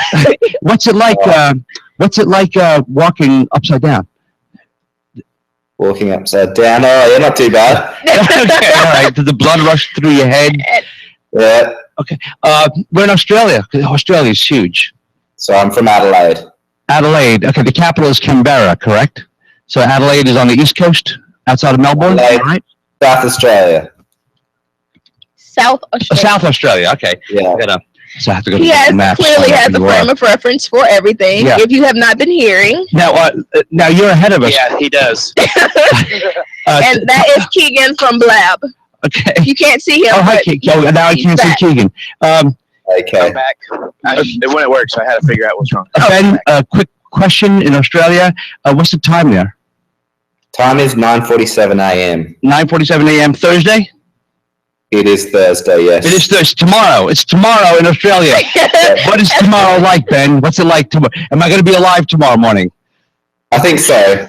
Why are you Ben, messing with Ben? I'm so sorry I made you activate your camera for this. I'm just... Ben, I got a quick question, a quick favor to ask, because you are ahead of us. You're calling from Australia. It's Thursday. It's tomorrow, 9:47 a.m. If you have a newspaper, if you go online, can you please tell me what tonight's Powerball numbers are? I didn't know that. It's Wednesday afternoon here. It's Wednesday, 6:15 East Coast time, Eastern Standard Time. I cannot. He is on a whole nother level today. I don't even know what to do with him. So, what do you do in Australia? What do I do in Australia? I'm a teacher. Oh, yeah, cool. What do you think? Really? Yay. Did you hear my spiel for teachers to get raises? Did you hear that? What did you say? I said, did you hear my spiel about teachers needing more pay or higher pay? I don't think I missed that. Okay, but I definitely said it. It was said. She did. But he's a teacher. What do you teach? Well, I'm a relief teacher. So I teach everything from in primary school, high school. Okay. Right. Any specific subject? Math, history? IT, English. Okay. Okay. He's a tech savvy. Keegan, he would help you because he said IT. Oh, yeah. I always need an IT teacher. I don't take computers at my high school. I didn't sign up for that class. What? Someone here wants to know if you know the show Neighbors. No. Yes. Huh? I You said yes? do, yeah. Yep. He said yes, Kevin. He just wanted to know because it's a soap and it's Australian. Yeah, What's it about, Neighbors? What is it about? It's a soap. It's about neighbors. Yeah, it's about basically they all live on the same street and they all get involved in each other's lives, pretty much. All right.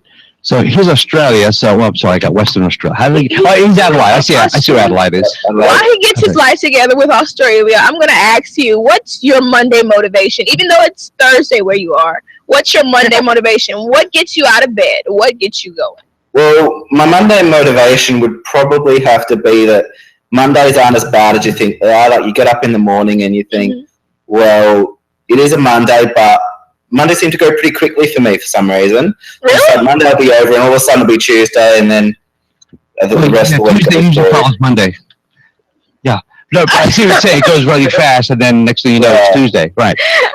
It's weird. As you get older, the days go by so much faster. So do the weeks, so do the months, and so do the years. Everything gets Yes, they do. compressed. I'm only 16, and I've already figured that out. All right. Yeah. And then it you gets die. even worse as you get Clearly. older. It gets so fast. I don't even know what to do with this information. Yeah, Perth is way on the west coast there. I've always wanted to go to Melbourne into Sydney, but Brisbane is the capital, correct? Brisbane is the capital. Brisbane of Queensland. Yes, Queensland. Okay. All right. Hey, now, what's interesting? How similar is how similar is the Australian dialect to the British dialect? Like I know, for instance, in England, in America, we call sneakers. The shoes that you work out in, we call them sneakers, and in England they call trainers. What are they called in Australia? we call them sneakers. We call them sneakers. Okay. What did you say, Keegan? Snockers. Snockers. Sneakers and snockers, you guys.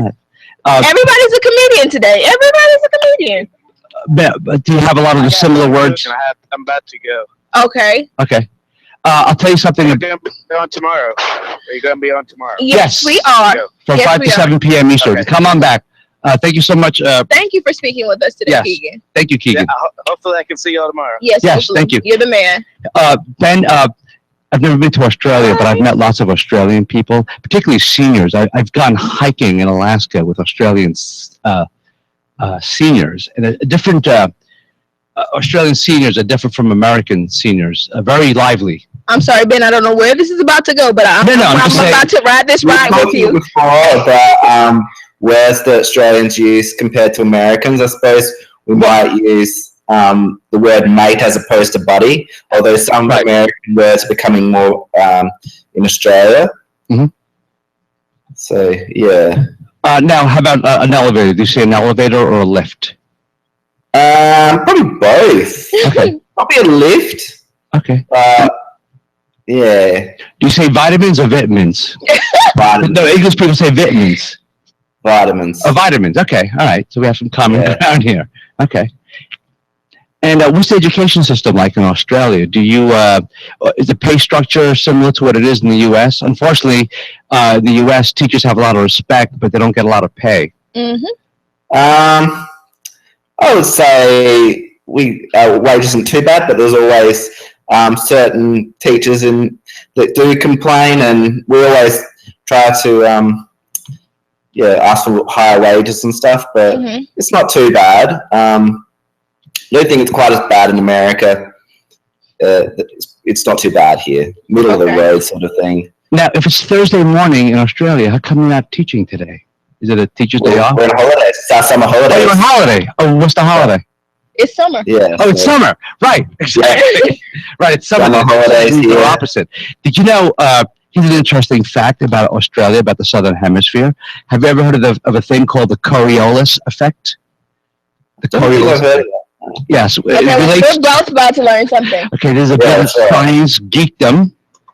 Let's Google, my dear. What is it? Let's Google. The Coriolis effect has to do with whirlpools. So in the Northern Hemisphere, a natural whirlpool, if you flush our toilets, they spin clockwise. In the Southern Hemisphere, we flush a toilet, it spins counterclockwise. How to spell it, Carlos? Coriolis, Coriolis effect. I have a video on it. We can watch it for about 2 minutes, And then Really, yeah, it has to do with the rotation of the Earth. And but where did that come from? From the rotation of the Earth. No, I'm saying the topic. Where did that come from? No, because he lives in Australia. From Australia. From Mars. It came from that ninth planet we didn't get to talk about. Right, from the ninth planet. No, because we're talking to someone from Australia. They just hit me. Right, they have their whirlpools turn clockwise. An object in motion appears to be deflected from its course, as if a force is pulling it sideways. To demonstrate this point, let's imagine a game of catch being played by two people on a merry-go-round that spins like the Earth, but is flat.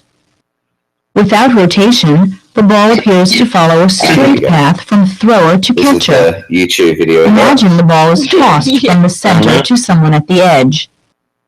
With rotation, the ball still travels in a straight line in space, but because the catcher is moving, the ball misses. From the vantage point of the catcher, the ball appears to curve away.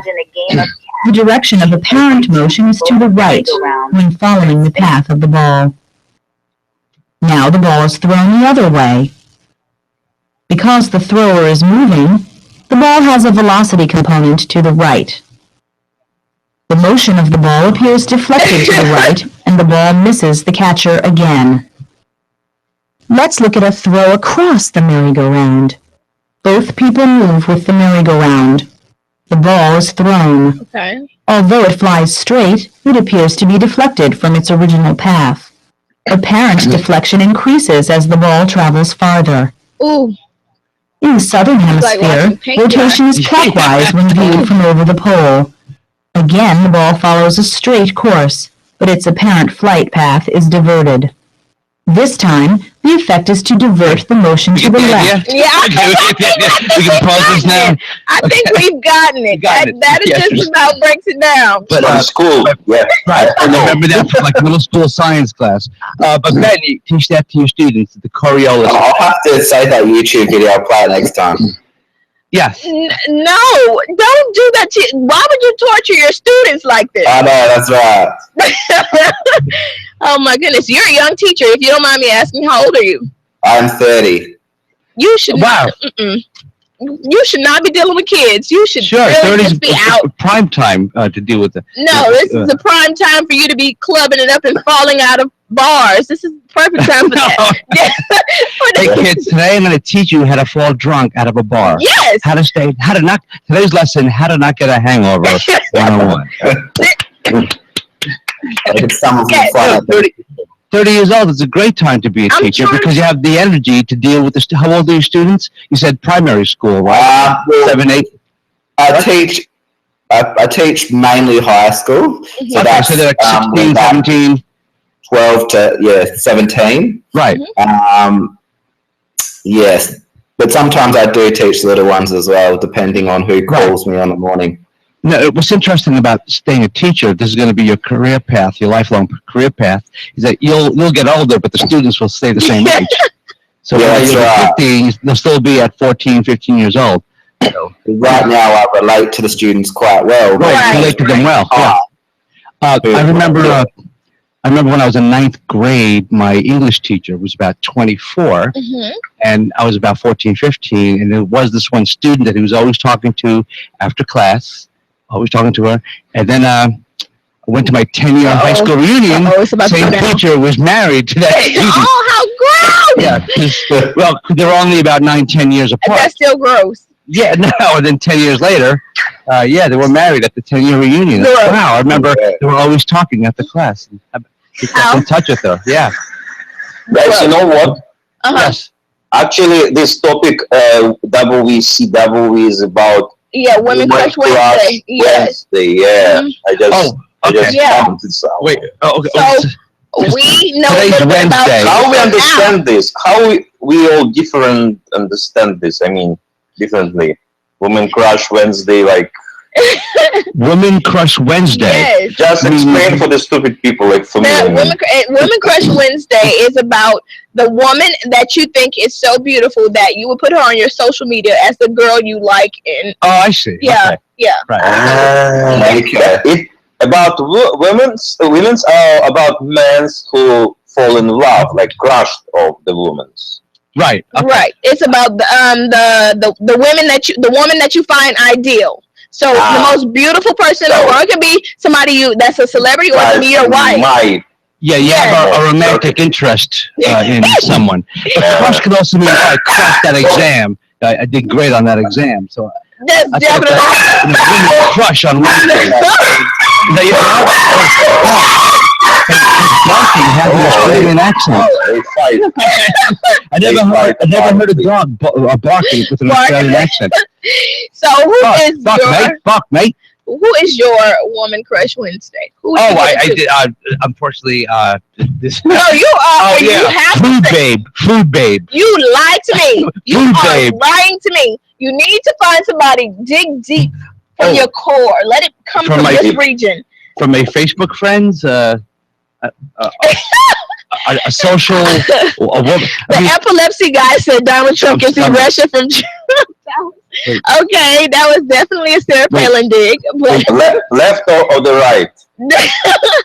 Okay, let's see.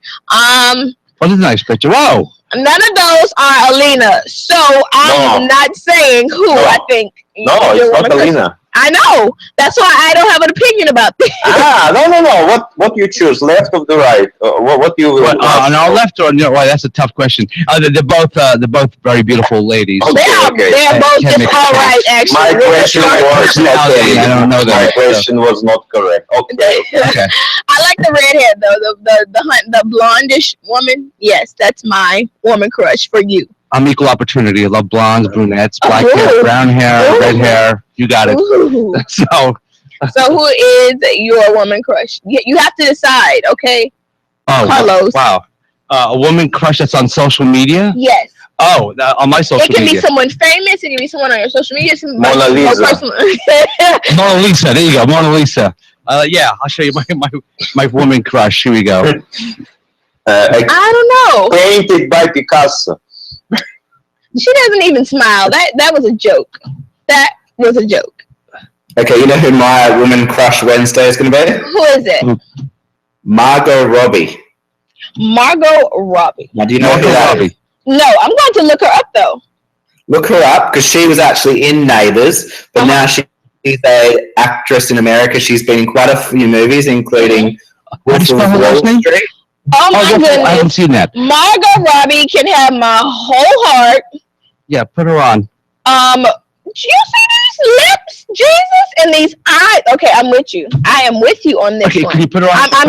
I'm. It's happening. Oh yeah, I'm with you, Ben. Yeah, that's this year. That's my. No, you can't. You can't have his. Okay, I can't have his Wednesday social media crush. You have to have your own. Oh, Food Babe was cute. Wow, she looks almost like a mannequin. Oh my goodness. You know. That's just too much pretty. Like now I'm a little uncomfortable by the pretty. Like wow, she's like stunningly pretty. You just a little. She needs to tone down the pretty. Like, is there a way to turn this off? Like. No, she's very pretty. Yeah. Who is that supermodel? The Australian supermodel who's got a show again? Not Jennifer Hawkins.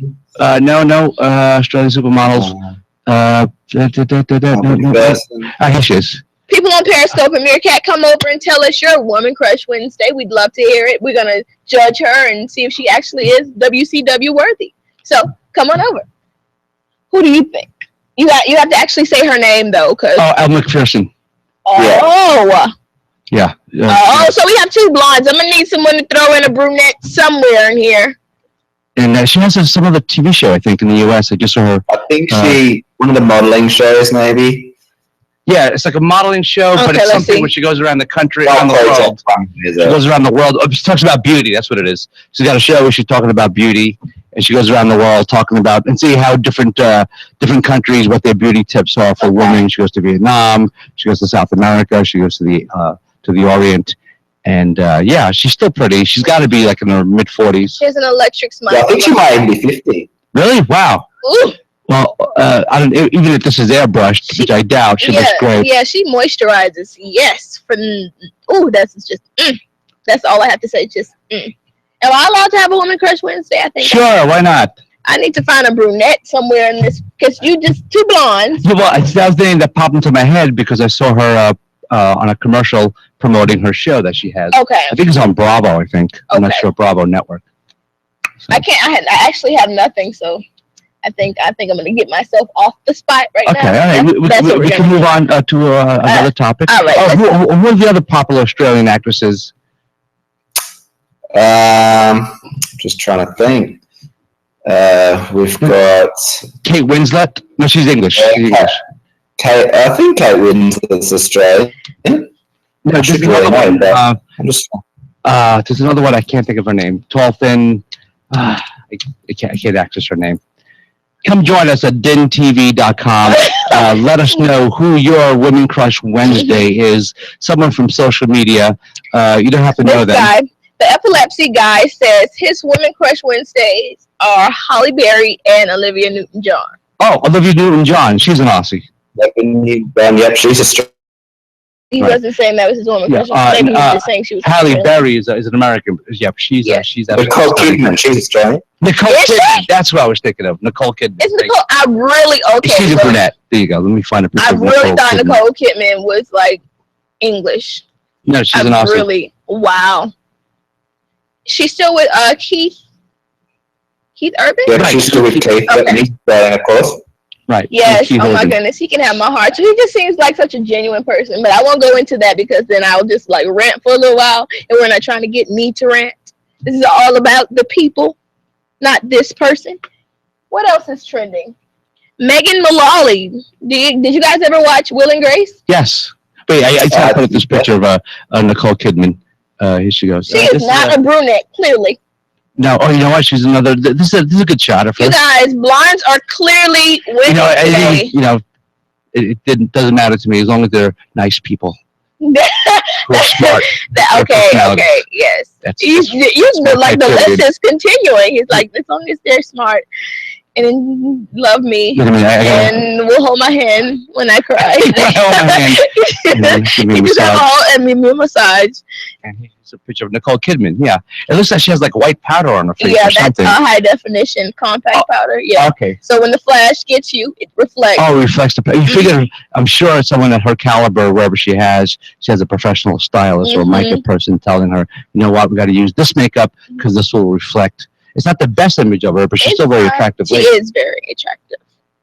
So are we moving then now? Yes. We are going to Megan Mullally from Megan Will and Mullally. Grace. I love her voice. Right. She's an actress. What din is she on? She is Din 4. Din 4. We're moving to Din 4. Yes, we are. Because Megan Mullally is trending on Twitter right now. Yes. And why is she trending? I don't know. Hopefully it's her voice. Megan Mullally. Please don't let it be anything bad because she seems like such an upbeat person. Oh, she's getting married to Brian. Oh.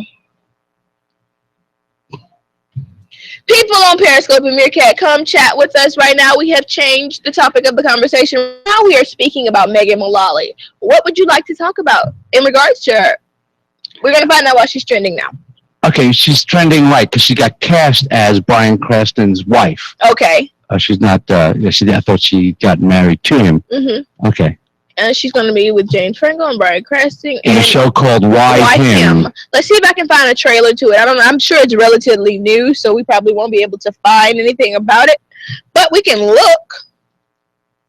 Why Him? We can at least find out the premise of the movie. I'm going to put up a picture of her right now. Make a hopping. And my mouse is a little bit slow here. Here it is. Megan Mullally. Megan Mullally. That's. Let's see. What happened to Who is on the laptop? What happened to Ben? Ben is trying to log back in. Okay. Ben and Douglas are trying to get in, but Douglas can't seem to get in either. Douglas, we missed you. Douglas, come on, come back. Activate your camera, Douglas. Okay. Welcome back, Ben. Ben's back. Hi, Ben. Put you back in. And hi, Douglas. Come and join us. Yes. Don't be shy. So Megan Mullally, she was in Will and Grace. She's a popular American actress. In Australia, you get a lot of the American syndicated shows, correct? We do, yes. Yeah. What's the most popular show, American show in Australia? An old show, maybe that's in syndication, like Friends. Big Bang Theory is probably Big Bang Theory. Yeah, it's pretty popular. It's actually it's a funny show. I don't watch it. You don't like it? No, it's not that I don't like it. I just don't watch it. Okay, I've seen lots of it, And yeah, it's actually a very funny show. Yeah. Very well written. And I'm a bit of a science geek, so I really like some of the science things. That they A lot of people Go watch figure. Mr. Coriolis. Which one? Game of Thrones. I love Game of Thrones. Yeah. It's off the air until April on HBO. Here's another conversation I can't be a part of because I don't watch it. Everybody watches Game of Thrones. Everybody has seen Star Wars. I didn't. No, I actually don't watch Game of Thrones. A lot of people Nothing. do. Okay. I know nothing about it, unfortunately. Game of Thrones? Oh, it's a great dragons, such as the throne with swords. Yes, but nothing else, unfortunately. Okay. No, it's not unfortunate. I didn't know. I need to find it. It's a cross between The Hobbit, The Godfather, and a porno movie. That's right. Wow. Lord of the Rings. Yeah. It's like Lord of the Rings. Is that good, Ben? He said he doesn't watch, so.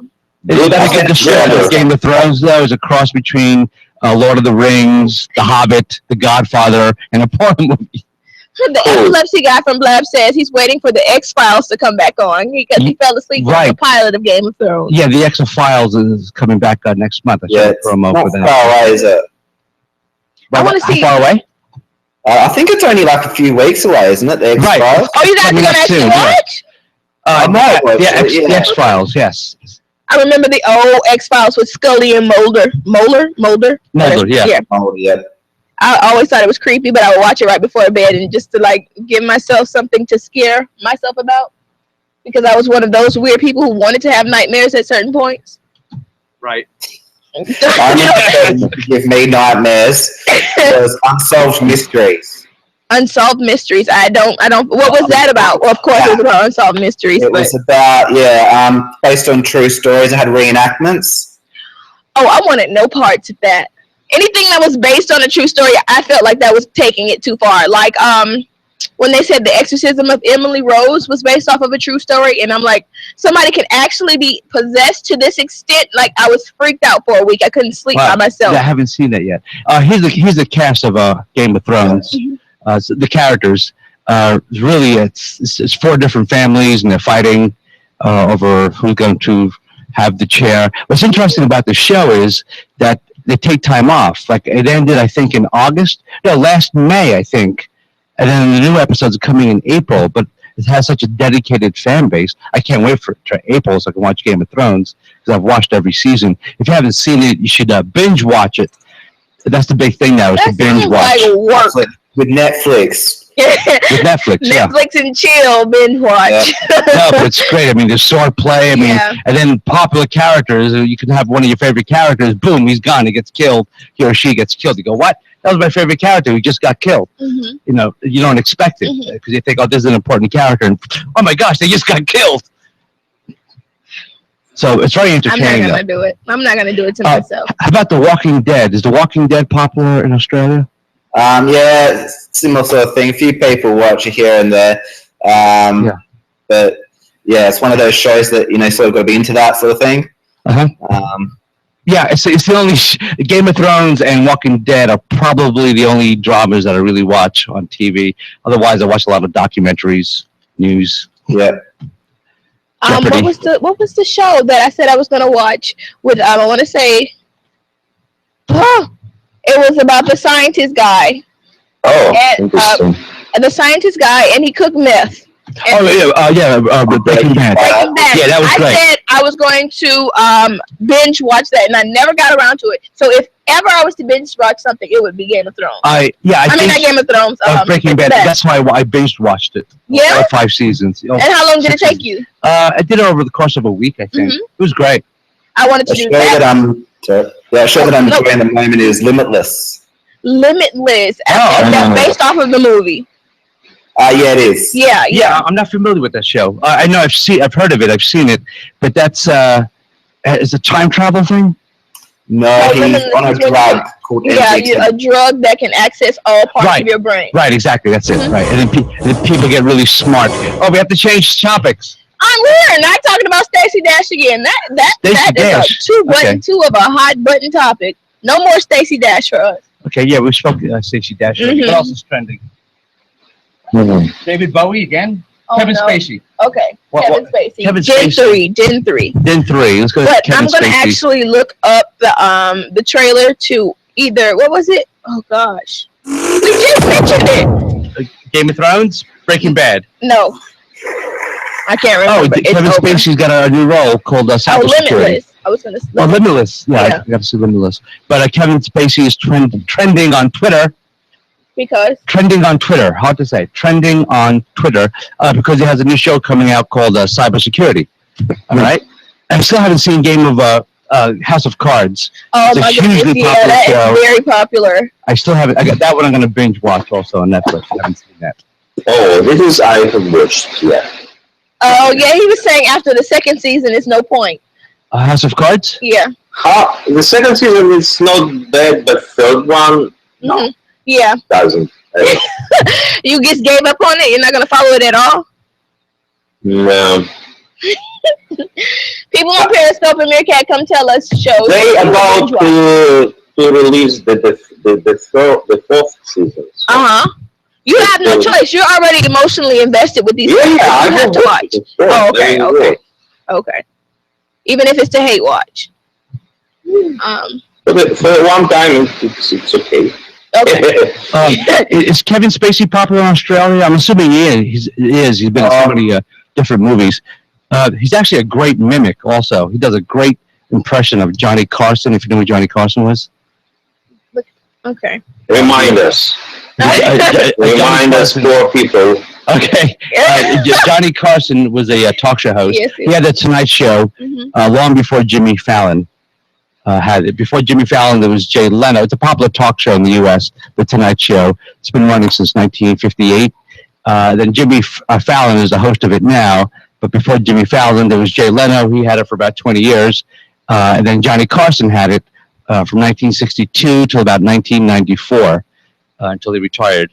But he had I'm gonna post his impersonations because apparently he impersonates everyone. He just he's a great really mimic. good. Okay, Yeah, so he's really good you at guys particularly Johnny Carson. tell me if you like it. If you're not feeling it, we will cut it. Cut. Cut it. Oh, right. He did this for the Tonight Show with Jimmy Fallon. How it works here is That's the most you can afford. This is the Is that the whole wheel? this controls the wheels. Oh, it controls the wheel. Bluetooth technology. Where's the wheel itself? It's in Denver. Now it's in iCloud.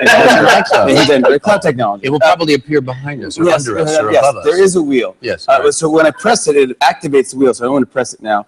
Okay. It activates the impression generator. Okay. Okay. And then it'll land on one random celebrity, one randam topic. Okay. But whoever's turn it is has to do an impression of that celebrity talking about that topic. Oh. Hear this tap. Until you hear this. What? It's a lot of bell ringing. That's Like on Game TV. Now all the celebrities are ones that we can sort of do impressions of. I put that. That's They're both excellent mimics. Halloween. All the topics are Halloween themed. I love what comedians can mimic. Well, anyone Okay. can mimic. It's really hard to do. It's a special talent. I find that they're really good at singing as well when they can trick their voice. Yeah. Okay, Johnny Carson, and you have to talk about costume parties. It's like Game TV, you see, we're getting topics. I've never seen this clip. I love a good costume party. It's Halloween. A lot of people are dressing up, of course, as ghosts and witches and goblins and vampires. But this year, I've decided I'm going as the scariest creature in the world, my ex-wife. If you know Johnny Carson, that's an excellent impression of Johnny Carson. He had like 3 or 4 ex-wives. That was great. Okay, scare the kids too. Scare. Do I press the button now, or do you press the button? You can press the button. You see, like, it's like your show or something. You can press the button. All right, Here we go. press the button. Here we go. All right. Celebrity is Dr. Phil. Dr. Phil, the popular talk show host also. Dr. Phil Frankenstein. Dr. Phil Frankenstein. Now, Frank, listen to me. Now, deep down, you're not a monster. You're only a monster when you're drunk. That's why you're a monster. It's like a... I didn't know what to do. All right, let's go. All right. Kevin, you were up. Here we go. Ready? Oh, God. Sorry for my laugh on Blab. I'm sorry. No, we wanted to laugh. It's supposed to be an entertaining show. Christopher Walken, popular in Australia, he's a popular actor. Trick-or-treating or anything. Played Captain Hook. Trick or treat. Smell my feet. Oh God, I'm gonna leave the clip of what we're watching here. If you don't, oh no, I don't care. I'll put down your underwear.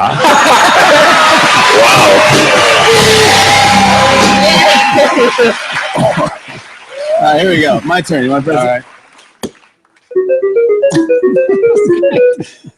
Michael Caine. Michael Caine. Talking He's about popular in Australia.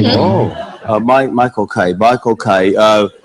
You got the little pieces of the candy corn. The yellow, the orange yellow one. You got the candy with the corn there. Michael Caine is a popular British actor in every movie. No, it's a candy corn. Saving me with the bell. Can't do Michael Caine. I can do Michael Caine. That's right. Michael Caine, we asked him once, how do you go about choosing a movie? And he said, well, what I do is I sit in a nice, comfortable chair, and I read a script they want me to consider. I read the first page, and then I read the last page. And if the part they want me to play is on both pages, I do the picture. So many movies. Yeah. The movie. You say that? Yeah. Oh, that's great. All right, here we go, Kevin. One more. I've dropped the F-bomb a couple of times, haven't I? No. Okay. We'll be able to use like 3 seconds of this interview. Okay, good. Here we go. Oh. Bill Clinton. He has to talk about Ghostbusters. Bill Clinton doing Ghostbusters. When there's something strange in the neighborhood, who are you gonna call? That's right, Ghostbusters.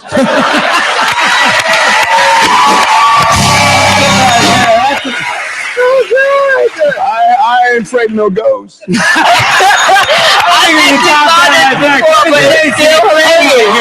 very funny. It's still He's an excellent mimic, Kevin Spacey. It made my whole I'm going to show that show, The Tonight Show, that first starred an actor named Steve Allen, and then there was another guy who, I forget his name, Arthur Godfrey? No, he quit, and then Johnny Carson took over in 1962. So here's a picture of Johnny Carson. This is probably, I would say, late 80s, early 90s, because he retired in 94, so this is probably 1990 approximately. Okay. But he was a dapper guy. He was really smart. He was really into astronomy. Excuse me. Yeah, he was really into astronomy, and he was a very quiet guy also when he wasn't working. And he would have weekly card games at his house in Malibu with Steve Martin. Really? Chevy Chase would come over for a regular card game every week. Yeah. I wouldn't pair the two in my head. I don't feel like that match because you said he was quiet, and I feel like Steve Martin is more like an outspoken kind of. No, Steve Martin's very quiet off stage. Really? Yeah, he's a very quiet, erudite, very smart. Is that typical man. of like people in the media? A lot of comedians, particularly comedians, are very on stage or one person, off stage, or a little more. Most comedians that I know, a little more reticent, a little quiet. Okay.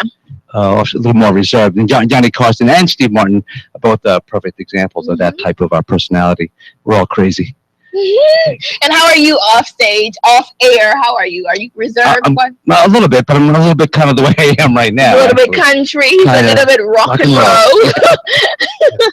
Okay, well, we have spoken about Kevin Spacey. Right, what else is trending now? Anything you want to talk about, Ben? If you want to join us, DIN TV, DIN TV. Come on over from Meerkat. Come on over from Blab or from Periscope. Yes, come talk. Anything I want to talk about? I'm going to the cricket tonight. Cricket! Wow! You know, that cricket. Wait a minute. Wait. The cricket? Or are you going to play cricket? No, I'm going to the cricket. Oh, the cricket is what? A club or a place? What? It's a sport played in certain countries, not so much in America. Oh, okay. Right. Okay, Nick, you said the cricket, so it sounded, I thought you were referring to the sport cricket, but you said the cricket, so I thought, well, maybe it's a popular club in Adelaide, Australia.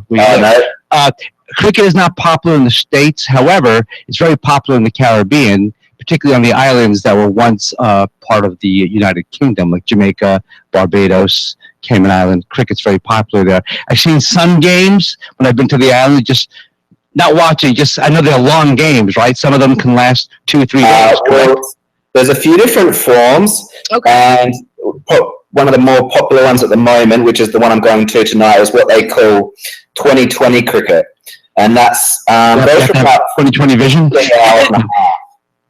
3.5 hours. Yeah, that's a short game. That's the short game. There's also a longer form which goes for 5 days. Oh my God! And there's also a version that goes for just the 1 day. Wow. Now it's the similar to baseball a little bit. You have a guy with a bat. With a bat. There's some similarities to baseball, but the biggest thing about cricket, which always amazes me, is that when they have the long games, they actually stop to have cucumber sandwiches, correct? They do. They have what you call a lunch break and a tea break. Okay. So all up on the 5-day matches, it goes for 6 hours a day. So they have 2 hours, and they'll have a lunch break for 40 minutes, another 2 hours, and a tea break for 20 minutes. Tea. It's time for tea. Yeah, the tea. And why is this interesting to you? Why would you go watch cricket? It's actually because the epilepsy guy on Blab says 5 days are for the seniors. Takes them that long to lift a cricket bat. Oh, for the seniors. Right. No, young men play this. It's a very popular sport in the UK and in Australia and New Zealand. And there's a ball thrown at you very fast. It's a small ball, and you have to hit it with a bat. You have to wear a helmet. I have a picture of it. And there's a referee. There's an umpire in the back without any kind of protection. And how many players are there? 10? Okay, so you've got 11 players per side, so you're pretty close. And basically, the bowler bowls the ball. Top speeds would be about 100 miles an hour. Wow, so American baseball is about 80, 90, yeah. And basically, they look at getting as many runs as they can, sort of. There's 4 bases, including home. They run around the bases. There's no bases. There's no bases. Wickets. Say again. They have wickets. So the bowler aims to hit the wickets. Although there's 10 different modes of dismissal, or it might be 11. I'm not sure. And so you can get caught. You can get caught behind. You can they can hit the wickets. You can get LBW, which is called leg before wicket. Right. Yeah. Okay. So a wicket is not the bat. It's what you call a hit. It's called a wicket. When they get out. When you get out. And how many outs are there? Are there innings? This is so, a foreign language to me, clearly. In a test match, each side has 2 innings. Okay. So every player goes up. Oh my God! Until they get out. Like get 3 outs. Inning. And generally, you have 6 specialist batsmen and a wicket keeper. Wicket keeper tends to be a pretty good batsman as well. And then the bowlers, which are mainly bowlers, and they'll give it a go, but generally wouldn't expect a big score from the bowlers. Right. Okay. In their innings, and then the bowlers will, and then you'll field. And then so you try to get the other team out. And I know it's a very intricate game, and there's fans are rabid about cricket. Yeah, it's a very traditional game, in particular the test matches. Yeah. Hi, Star. By the way, we see you down there. Hi. Hi, Star. Hello. We're talking about cricket, and now when they have lunch, is it a catered lunch, or people just bring their own lunch and they go out? I believe it is catered to the players, yes. It's catered by the players, right? It's like a picnic. Then they have lunch, and then later on they have tea with cucumber sandwiches, correct? I wouldn't be surprised, yeah. Yeah. They're so cucumber sandwiches with the crust cut off. It's a traditional thing in the UK. Well, we have a good YouTube video to look up. It was recently quite a big story in Australia, in Cricketing Nations. It was an interview between Chris Gale and a female journalist. Have you heard of it? Chris Gale, the artist? No, he's a cricketer. Oh, he's a cricketer. A cricketer. Is that Kevin? Okay. Yeah, that is Kevin. Hey, boo, what's up? Hi, Kevin. Yeah. Anyway, Ben. I'm mad at you. You haven't been on forever. I'm so mad at You see how they just come in our conversation? Just rude. Rude. Our shift ends at 7 p.m. But stay here. If you're watching us through Blab or Periscope, stay on board. We have 2 other hosts coming on. Yes, 2 Tony amazing people. and Andre coming out. So stick around. Okay. Ben, it was a great time. Thank you for hanging out with us. It was nice chatting with you. And Star and I sent you for like 5 seconds. We're going to be going. Stay up. We have 2 hosts coming on. You need the cricket. Thank you.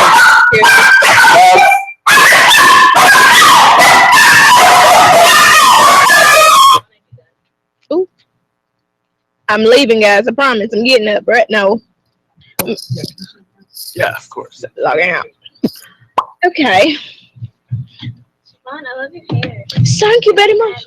I mean, it's not for sale. It's Hello. wonderful. I love them. Hey guys. It's my queen rose. Shall we? Introductions? Hello. Hey guys on DIN TV, Periscope Meerkat. Hello. Right over there. My name is Andres. As introduced before, Victoria. this is Victoria. Everybody, welcome to DIN TV. Sorry, I'm a slowpoke. I don't know how to use the Gmail, the Google. The internet is not my forte in terms of study, so I'm just gonna breeze through this as quickly and painlessly as possible. So what's your name? Mine, it's Kinley, but everybody calls me Star. Kinley or Star? Ooh, I was like just told to ask who's Daniel. Who is Daniel? who is this? Just the giggles. Oh no. Oh no. Who told you to ask that? Did I give somebody an inappropriate shout out just now? No. Who told you to ask that? What are you telling us to say? Oh, he yeah, was a pretty one. My sister had a crush on him. Was it her? What kind of coach was he? What sport, for instance? Old host. Oh, the host. Like you Oh, goofball. I heard coach. Oh, okay. Well, in that case, now we know who Daniel is. So, what were you guys talking about before I don't know. I just got on here. we jumped on? All right. Well, it looks like the topic is David Bowie. Do you know anything about him? I know he was a singer and he died.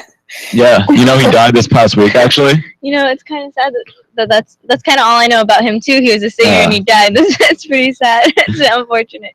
I bet you he lived a great life. Yeah, no, he's a pretty good guy. And if you don't really know much about him, you know about the whole like lesbian LGBT. Yeah, I know that. Gay pride and all that. He was kind of one of the pioneers for it because him, Jimi Hendrix, all them when they were during their time in like the 80s and whatever, they would wear skin tight clothes to make it seem as though they were comfortable with wearing With who they were. feminine clothing or androgynous stuff, and they didn't care. And David Bowie is a huge pioneer for the lesbian and gays. The LGBT community. Yeah, the LGBT community, simply because The community. It's weird to say that. I mean, they're people. Like, we're just all people. yeah, but people saw him as kind of being the pioneer for that movement because he was the first celebrity and rock star out there, as a matter of fact, who actually Star. I'm a rock star. expressed himself in that way. Yeah. Sorry, what's your name again? Mine, they call me Kinley, but everybody there calls me Star because They call me Star. What do you rather go by? Kinley or I don't Star? care. It doesn't She's matter. a star, so we should call her Star. Because they call me Star because the little emoji by my name is from my Twitter. And so I was wondering. I was like, normally I can just read people's usernames, and I was like, what is that? That's not a username. That's a star. I was about to start calling her some extremely random things, just saying, hi, sunshine. Hi, sunshine. Hi, starlight. Hi, twinkle, twinkle. No. Little star. I think we'll just go with Star for now. Is that okay? that's fine. All right. So where are you calling from? Me, I'm from Texas. Ooh, we were just talking about Texas yesterday. We've had a lot of Texas people on here. Oh. What part of Texas, for instance? I live, I don't know, did you hear about the part that got tornadoes? No, I don't think I Okay, well, it's in Rowlett. I live in like Rowlett, Garland, over there by Dallas. Ooh. Up there. Is it hot over there usually? What's the Oh my coldest it's God. ever gotten in Texas? Like, I don't know. I'm not gonna picture it, but which means Right. it's changed. Yeah. Right now, it is. Hold on.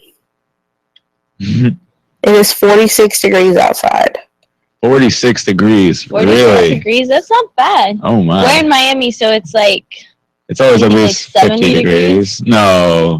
It's still a little cold. It's like 65. Still a little cold. Tomorrow, we're supposed to get up to 74.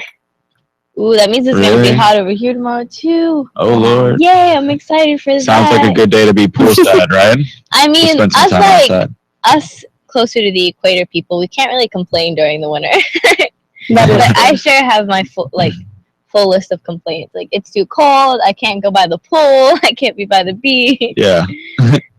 Oh, goodness. People go, stop crying. At least it's not snowing there.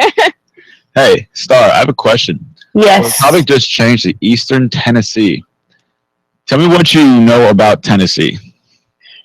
Do you I know, know about Tennessee. aside of the name being excruciatingly long for no reason? I know that a lot of country people live in Tennessee, like country singers. Country I know people. that. Because country people don't live in Texas. No, There's not no at all. such thing. as country people. No, not at all. I'm just kidding. There's no country people in Dallas, Texas. Oh, literally, you're right about that. That's something you're right about. There's no country people. I mean, okay, Country to be people from honest, Dallas is the people- fake Texas. the little town that I live in, people actually ride horses to school. People ride horses to school? It's my dream. I would love to ride it. It's your dream? You'll be down. Yeah, it's Wow. nature. It's like I like it. I used to like how to say practice this.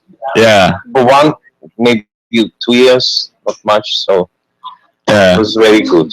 I think it'll be the experience. Yeah. That sounds like a great idea. The other day, I was driving home from school, and on the freeway, we saw this guy. There was like a wreck, and then the guy was on the service road. He was riding a horse down the service road.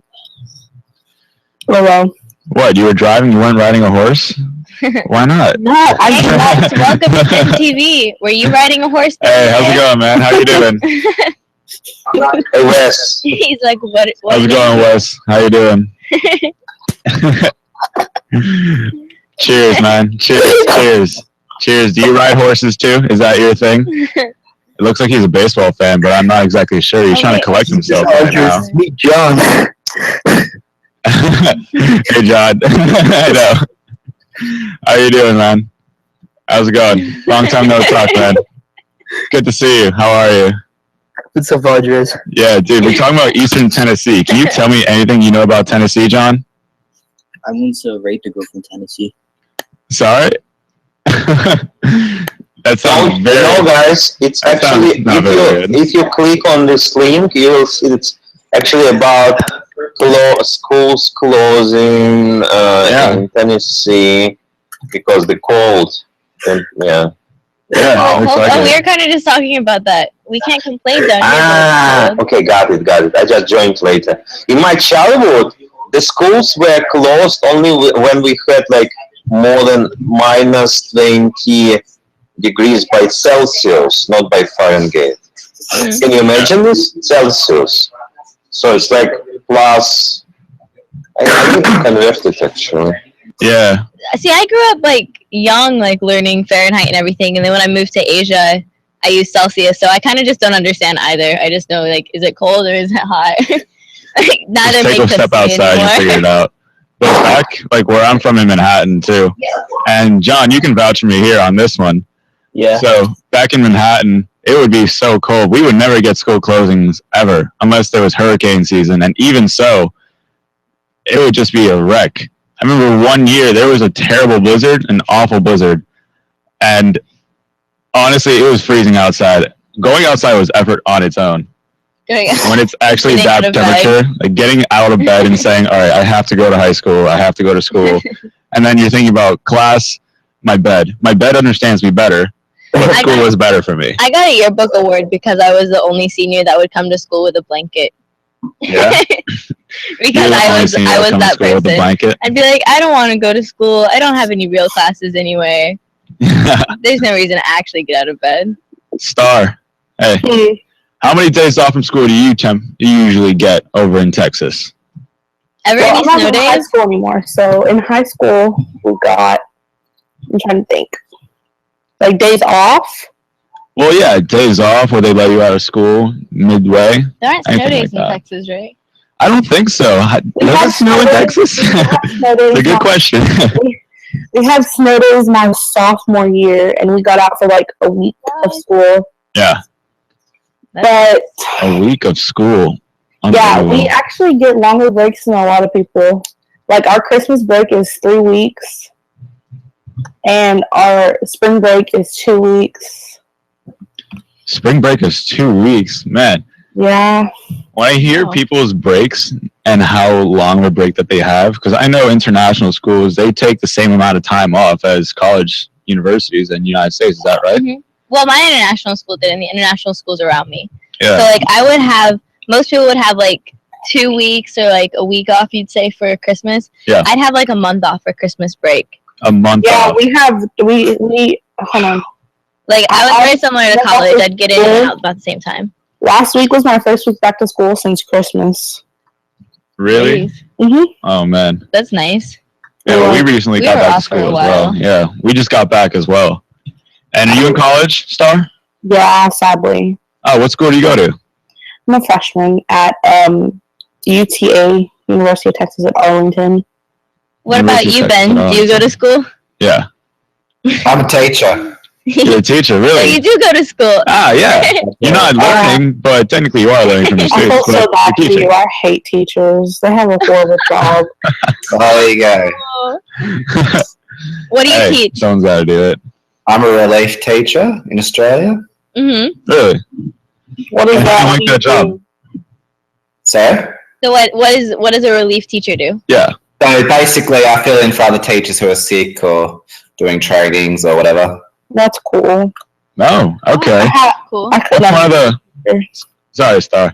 What's one of the craziest things that you've seen happen in a classroom as a relief teacher? Ben. Oh. I can see you're thinking about it a little bit. There must be a couple of things that come to mind. Well, there's too many to put my to Too think many of one. to bring name to just one. Think of the most recent one then. Most recent, most outrageous thing that has ever happened. I had one student try to use a hairdryer in class. Really?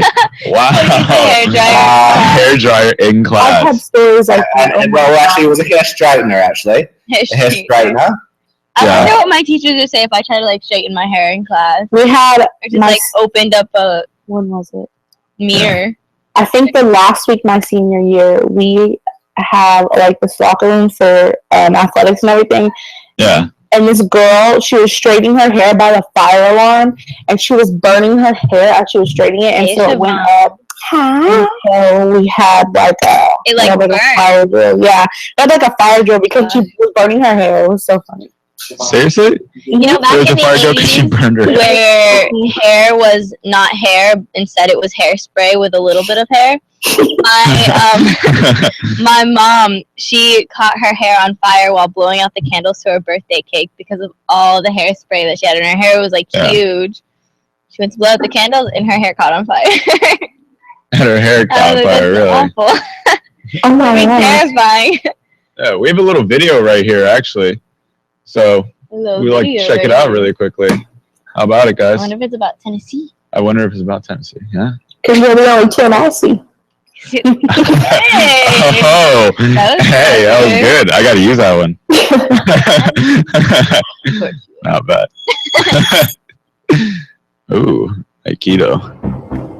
Sounds foreign. That's funny. I like the graffiti thus far. It kind of looks like Indonesia, actually. Yeah, could be. I've never been there, but Mangsara. could be something along the lines. 12 o'clock, turn to 2 o'clock. Yeah. Yeah. Yep. Got it. Are they gonna rob him? I'm not entirely sure. Do 10 more seconds and figure it out. This guy's gonna be a ninja, you know. He's gonna turn around like go crazy.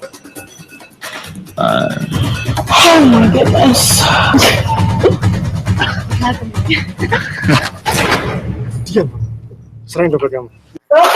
I could have predicted that one coming. Yeah, I thought it was gonna be like a surprise ending though. Yeah, I could have saw that one coming. Who posted that? It was from admin, actually. Who's admin? Huh? Okay. Yeah, it was just posted by admin. It was a video that was just there. And I thought it was pretty interesting, so I took a look at it. It's pretty cool.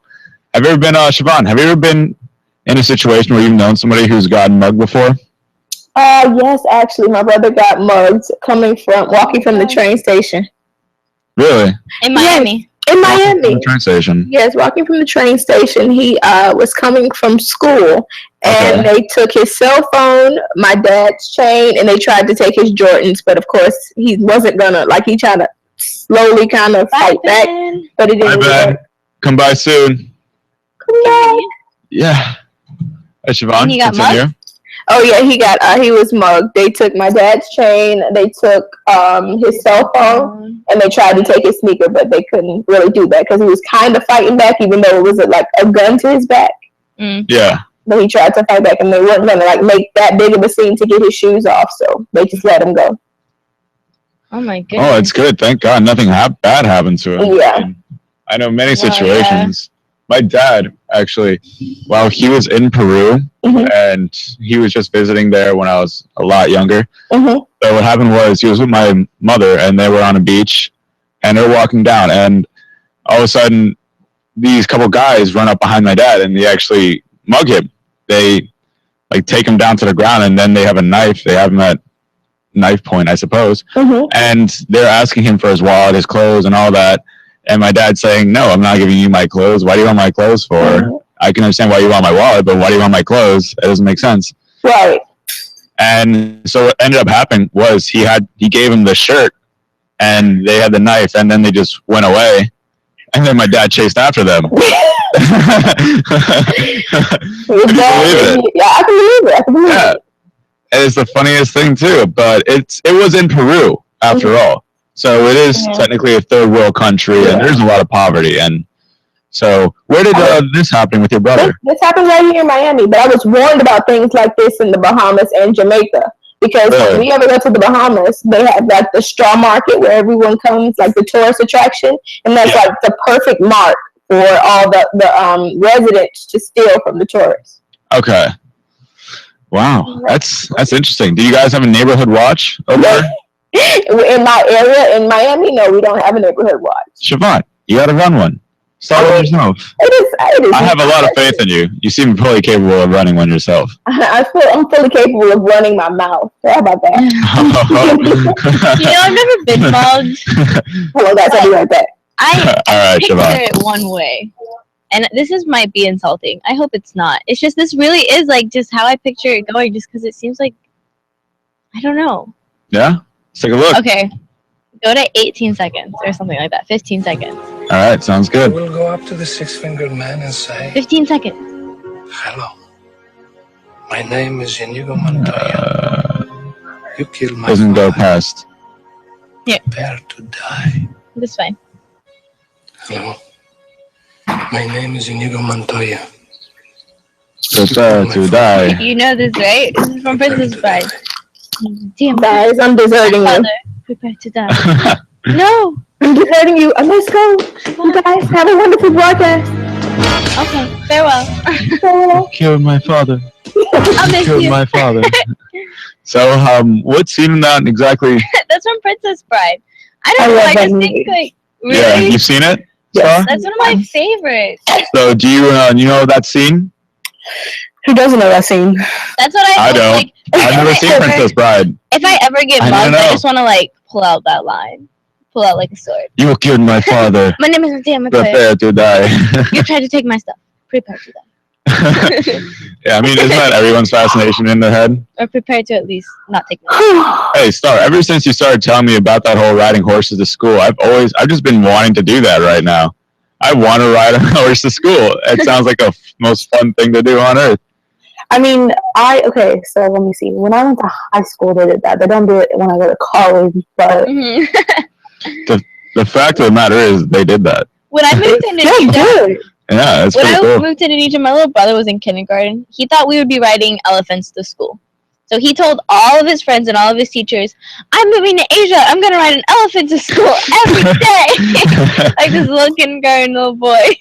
It was pretty cute, but he was pretty heartbroken when we got there and we're like, no, you're not right. You're not going to ride elephants to school, buddy. You're walking to school. Yeah, you're walking actually. You're walking and or you're riding a bike to school. There are no elephants and or horses for you.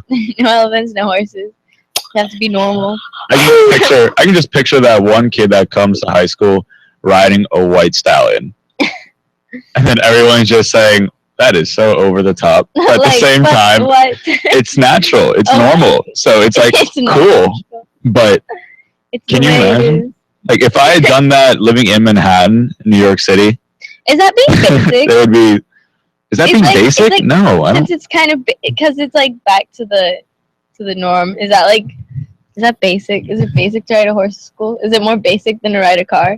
Star, what do you think? I'm do what? I'm writing a paper while listening to y'all. Is riding a horse to school Writing a paper. more basic than Riding a horse to school more than basic. driving a car? Since technically it came first. I mean, Yeah. I mean, technically, yeah, but not really. Because more kids drive cars to school.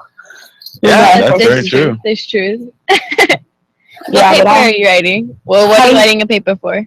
Yeah. for speech class. For your speech class, really? I'm doing an informative speech. As a matter of fact. What kind of speech? An informative speech. Oh, really?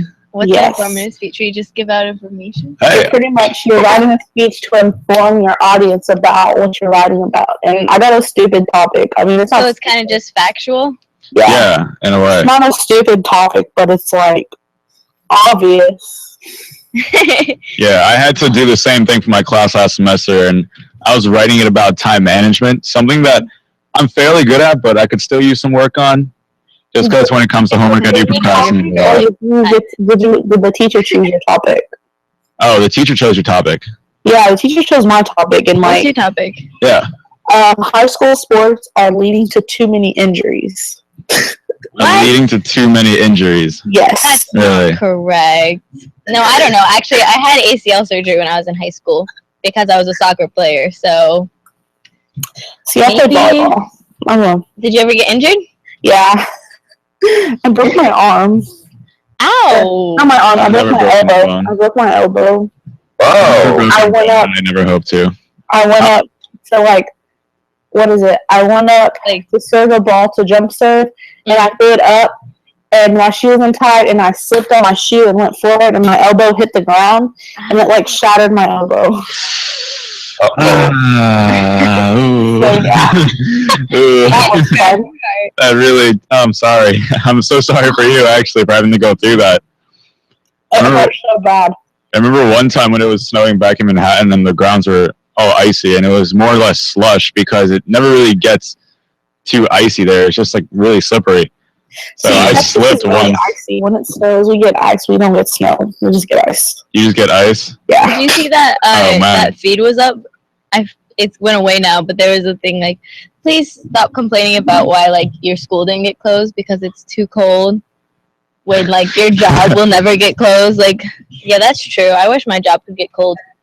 What? Get closed because it's too cold. The other day there was a tornado warning, and everyone got left out of class, and I was sitting at work, and one of my bosses went to her like boss person, like the manager went to the whatever, you know, and she was like, "There's a tornado warning. Do we get out? All the students get out." Like, no. Like, oh, okay. Well, we get to go down with the school. Well, then again, if you're living in Miami or even in Texas too, you're not really going to get that many school closings, like, particularly as a result of snow, I would think.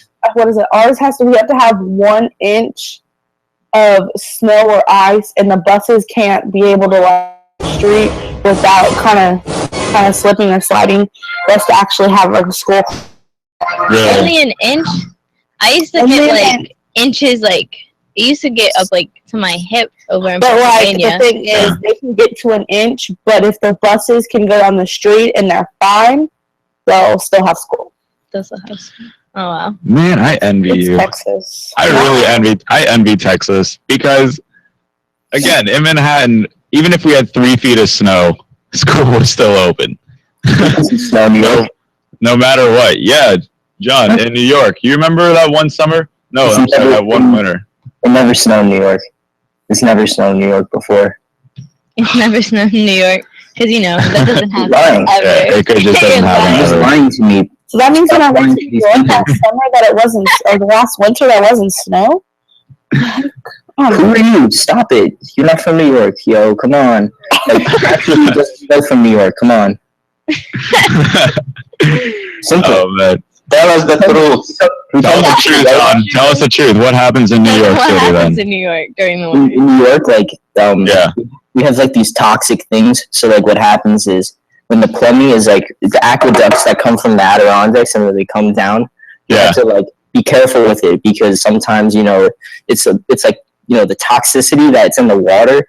You just have to be careful because sometimes the aqueducts from the Adirondacks, they come down and they get destroyed by El Nino because that happens. You know what I mean? What does this have to do with snow, by the way? Just wondering. Calm down, yo. Everybody just calm down. So anyway, the snow, it's a whole thing, and it is not snow, okay? That's just the basic. It's not snow. It's more just acid rain. What are you trying to get at, for instance? It's how, like, back in the times, like the Coliseum, they used to have, like, be able to, like, have those, like, boat fights because they could flood the Coliseum. He knows what I'm talking about. Kirill Elizabeth. Yeah. So he knows what I'm talking about. In the Coliseum, you were able to flood it, and then you can have all those boat fights and shit. It's amazing. Yeah. And they found, like, sailor quarters in, like, the Coliseum when they were excavating, and they're like, "What is this?" And it's because they were having those fights. Sailor quarters, really? I've never actually heard of this. This is new to me. Have you ever heard of Let's this? Google it. Let's Google it. Yeah, let's take a look. Maybe we can find something. Coliseum. Sailors flooding the Coliseum, having boat fights. They did it. It's all there. Check the history. Check your tablets.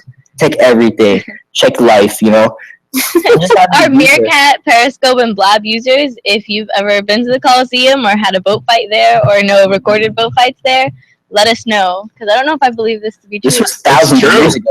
No, it's true. It's true. Look at this. Come on TV.com anyway and join our conversation. Yeah, for all audiences on Periscope, Meerkat, I'm about to post it up right now. For all our audiences on Periscope, Meerkat, take a look, guys.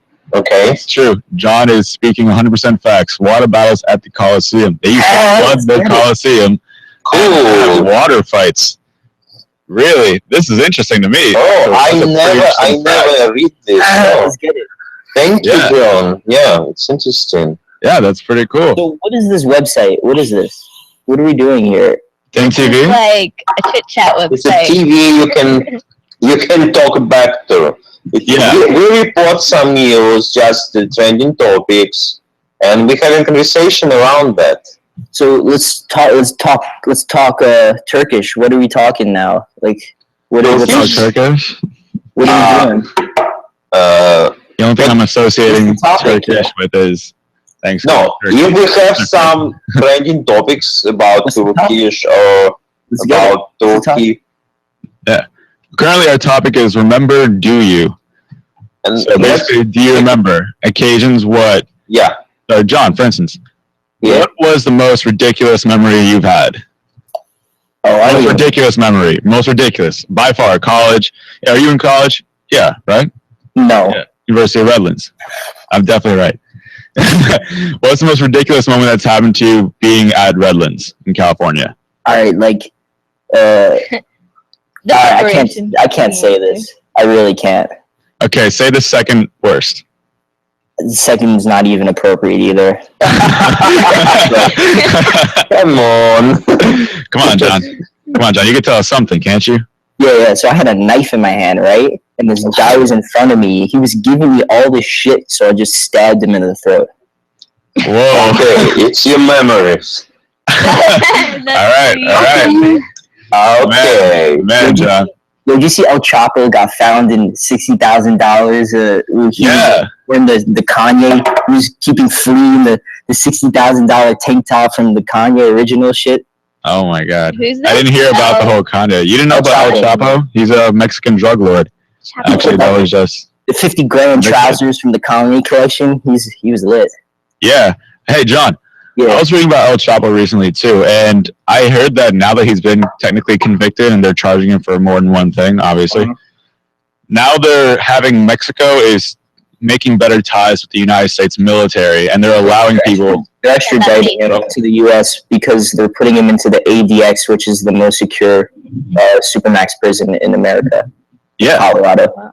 Yeah, and so what's your take on the United States implementing their soldiers into Mexico and Mexico being okay with it? Do you think it's a form of working together, or do you think it's just a scam of some sorts? I don't think it's a scam because the beginning of the year, I started studying at NAFTA, which is a trade agreement that Mexico and America and Canada actually entered. And one of the things that the trade agreement was supposed to do was heal U.S. relations with Mexico. So I think that it's not a scam. I think it's just furthering Mexican connections with America. Yeah. Yeah, it makes a lot of sense too, because there's been a lot of rough ties so far. I mean, we've done this with a bunch. This is not the first time people have been extradited to the U.S. It happened with Mark Emery when he got arrested for his legalized marijuana program and stuff like that. He got extradited from Canada and sent to the U.S. Mark Emery, I feel like I've heard of that person. Was there a movie ever made after him? I'm sure there's documentaries on him because he was one of the biggest weed advocates of the 21st century. Really? Yeah. Wow. Have you ever seen the movie Kid Cannabis? I have, yeah. Yeah. What's your take on that movie? It's kind of along the lines of Mark Emery in a way. Yeah, I just didn't like it. It was a cheesier movie. It was more along the lines of Superbad in those senses. It was a little outrageous, to be quite honest. What was the movie about? I don't know anything about this. Yeah, so John, along the lines of Mark Emery. Wait, but what was Kid Cannabis about? Kid Cannabis? Oh. Not important. It's Kid Cannabis is about, as you can see on the screen, a man. He is from, I think he was an actor from Project X. And his role is, he is a student, and he's doing pizza delivery services with his best friend. And then they come up with the idea of getting marijuana from Canada and bringing it down into the United States and selling it for a lot more than what they get in Canada. Like what it's actually worth. Yeah, so they end up kind of just smuggling it across the border in a way. Pushing the limits and everything. Well, the topic right now is Remember Do You? We haven't covered that yet. So here's a link for it if you guys want to click it. And it says, like, I love it. I still cringe at and delete my super edgy statuses written 7 years ago.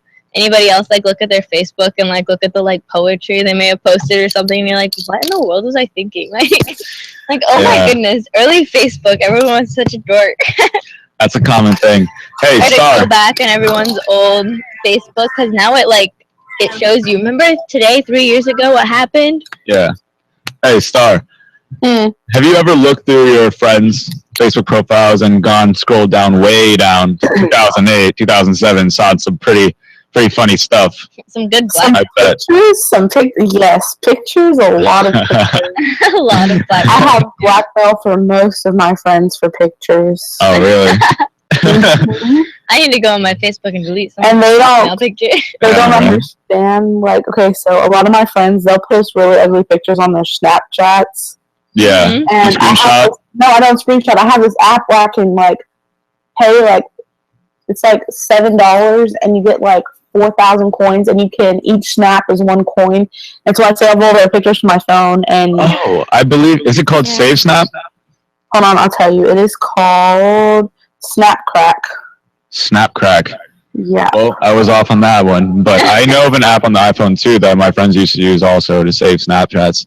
But it was called Save Snap. And they're like, how did you get this? Because this is not a screenshot. How did you get this? I was like, none of your business. I have my ways. I'm a secret. But it's funny because they post ugly pictures up there, and they're like, nobody's going to take a screenshot because I can know when someone takes a screenshot. But with this, nobody knows if you take a screenshot or not. Yeah. And it's kind of cool too. You can now you can replay Snapchats too, just in case you miss it the first time around. Yeah, that's what's your take on that? Snapchats are safe. When they're really not, like, no real social media is safe. It's shameless. I'll save a girl's picture no matter what. Mm-hmm. Yeah. Like, she put it on there. It's there for a reason. She got the ass out. Like I'll take a screenshot of it. I don't care. That's true though. Like people don't realize like yeah, I put it on to get attention, but I don't want people like getting this information. Like no, you can be found on a hoe page. Yeah. Like, I have like people don't realize that they Joey Megan's got her ass out. Like I'm gonna take a screenshot of that. Joey Megan. Oh man. And now with replaying the Snapchat stories and just replaying the Snapchats in general, people are now able to just, you can look over it and it's not the whole idea about it. Huh? Sorry? There's a lot of catfishes on Snapchat. Yeah. Catfishing is so fun. Oh my god, I love Have you that. seen the show, Catfish? Yeah, on MTV? Yeah. To be honest, I mean, I catfished somebody when I was in high school, but that was like a long time ago. I was told Snapchat was actually created for sexting. Catfishing? Is that true? Wait, I'm not entirely sure. Sexting. I've heard rumors that that's kind of how it started, but according to the way companies start up, there's a different innovation towards it. All people do on Snapchat is send nudes, like, to be honest. So yeah, was it actually created for that? Like something that popular? I mean, it's not necessarily just for that. Like I know like little kids who will like take little silly Snapchats. I'm like, look, I'm doing my homework. My 7-year-old silly faces. Do you have a Snapchat? Do you have a Snapchat? Yeah, I have a Snapchat. No, I'm talking to the Star Girl. Does she have a Snapchat? Yeah, I have a Snapchat. Then why do you know that Snapchat's not used for? I'm saying some people, like, I know people that's all they use it for, but like, that's all they use it for me? No, what the heck, no. No. This is making me upset. That's all. I'm just making me upset. That's all. I'm just saying, like, a lot of people. I personally know a lot of people. That is true. That use it just for that. Like, even for their. I personally know a lot of people that don't use it for that. Okay, then we're not fighting about this because it's two different opinions. I'm fighting with you right now. Let's fight. Well, I gotta take both sides in this situation because I do know people that have used it for that reason. But I do know people that just use Snapchat just to have people stay updated on what they're doing. I know some of the most innocent, protected, sheltered people that use Snapchat and would be like forever blown away if they even knew that people use it for sexting. Yeah, I mean, it's an idea, you can use it, but in a way, sexting is meant, I suppose, given sexting is like a take on texting, except just sexual. Like, you can just do that through texting. Why would you need Snapchat to do something like that? Snapchat because you can't save it. Yeah, a lot of people think that people can't save it. But they think that people wouldn't, like, no one would screenshot. And then your parents can't tell you, and your parents can't tell who you're talking to on Snapchat unless they have your Snapchat stuff. Do your parents look at everyone you're talking to, though? Star? I mean, when I was in high school, yeah, I mean, they were like, let me see who you're talking to. Hi, Kevin. Hey, Kevin. Kevin. Oh my gosh. Kevin, that's my best friend, you guys. Let's go, Kevin. Do you think more people use Snapchat for sexting or just to be normal? Wait, what? For funny. Snapchat. Do you think the purpose is, do you use it for sexting, Kevin? Please give me some understanding. What means to be normal or for sexting? Snapchatting normal is just saying, like, of what you're doing. Like, yes, if I was to put a picture on Snapchat right now, like that, I'm saying, hey. So, for normal texting, we have a messenger or WhatsApp or. No, like Snapchat. Both are on Snapchat.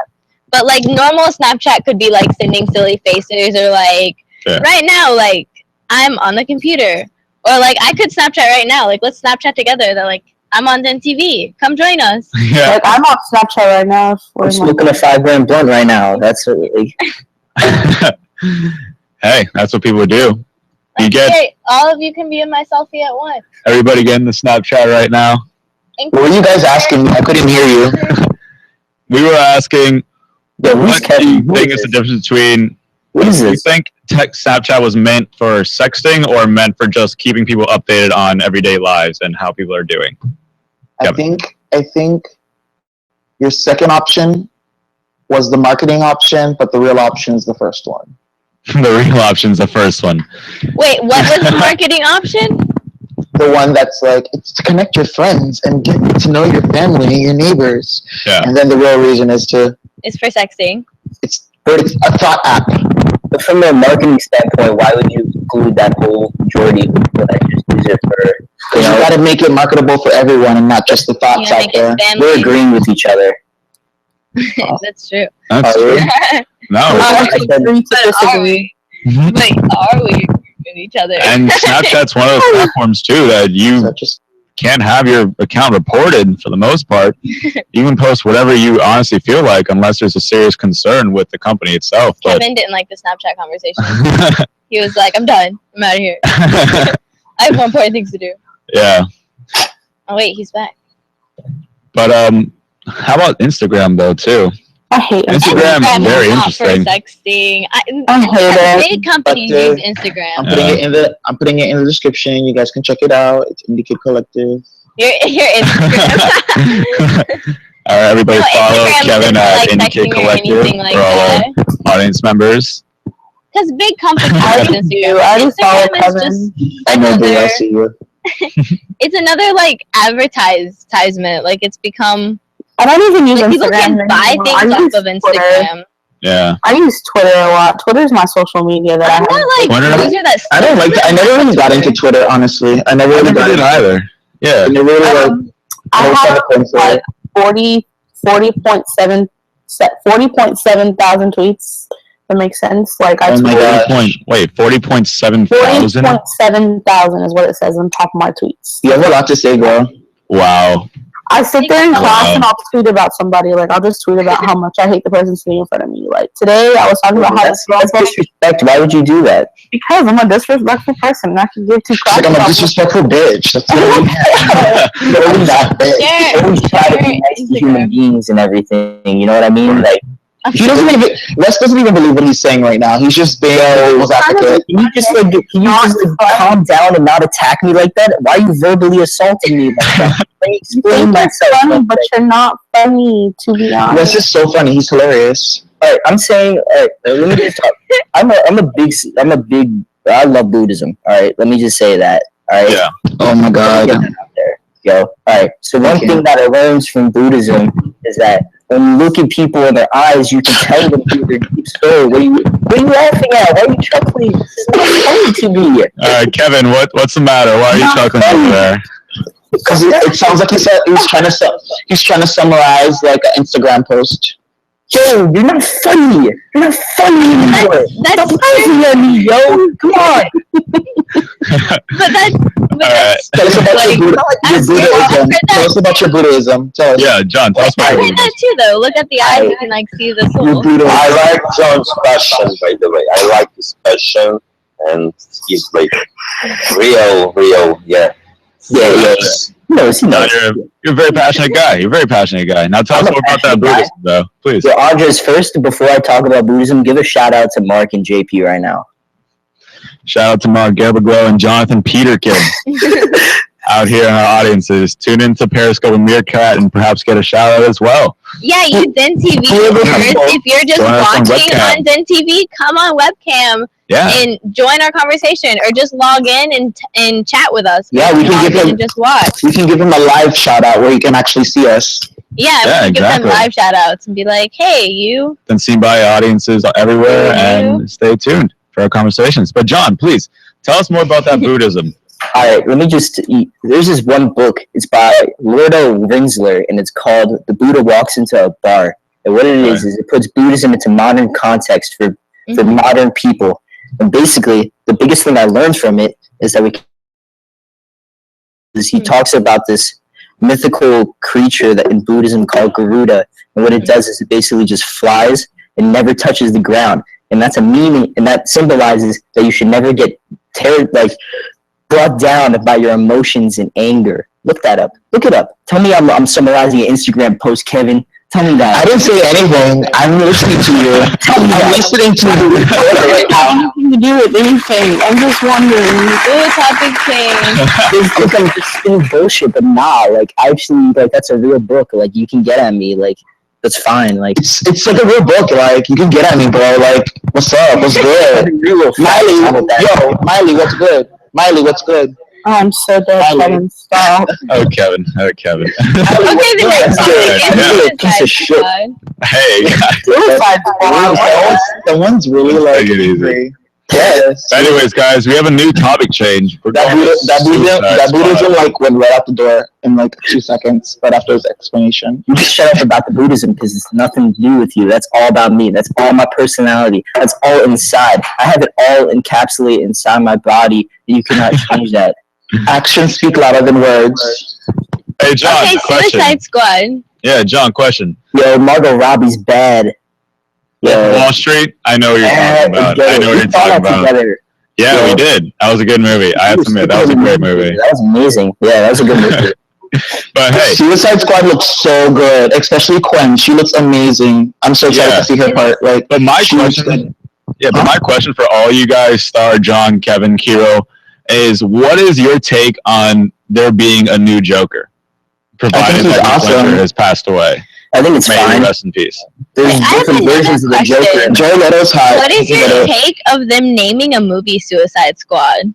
I don't Like, think is that that is okay? I don't think that is okay. I don't think that's okay Shut the either. fuck Like, like, Who said that? Be nice. Be Who nice. said that? Star, get them together, please. Get Miley together, please. you know, it's actually like you can get arrested if you, as a group of people, are planning for suicide. It's an attempt of murder. Yeah, it's illegal to kill yourself. Can you believe that? Like, you'll get arrested. Like, I don't think suicide squads in themselves are okay, and I don't think it's okay to promote it. Like, they could have come up with a better name that's less insulting, less harsh, less what it is. It's just gonna hurt a lot of people's feelings, to be honest. For suicide squad's feelings, yo. Come on. This is like, I swear to God, now everyone is just, who cares if you're offended? Literally.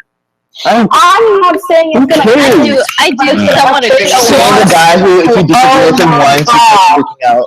I don't know who you are, Kevin. I don't know who your life is. You know my name, though. But I do agree that people are very sensitive, and maybe they shouldn't be so sensitive. But I do definitely I do kind of have a problem with this name. Pressed. I ain't feeling nothing. Now you get him out jumping, Miley. Calm down. Miley, good. Whoa. Miley is really good. Let's take it easy. Let's take it easy.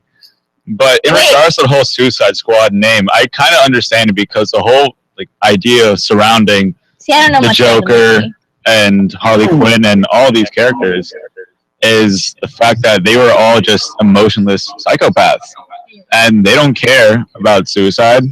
They don't care about killing themselves. They do what they want to do because they like to bring pain to others. They're not committing suicide. Like, they're not bringing pain to themselves. They're bringing pain to others, and they're getting joy out of bringing pain to others. Are they not bringing pain to themselves inadvertently, though? But yeah, could be. But that kind of belittles the idea of suicide. Suicide isn't like people like doing it to like hurt other people. Yeah.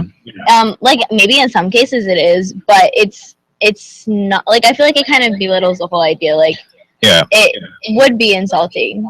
And from what the movie shows too, John and Star and Kirill, and for all our members, audiences watching on all different platforms, the movie's premise is also about how they gather together a group of just bad guys and just villains, and now they're working together.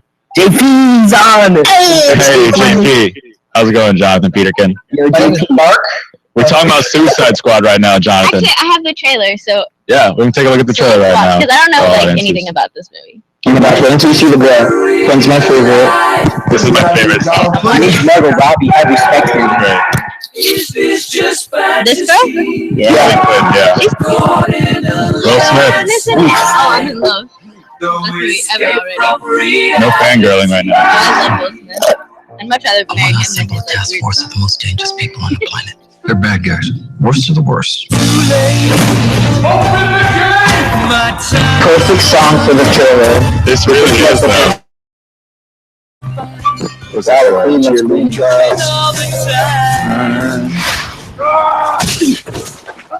Dang. Hi, boys. Good job. Guy shoots people. He's a crocodile. He eats people. Burns people.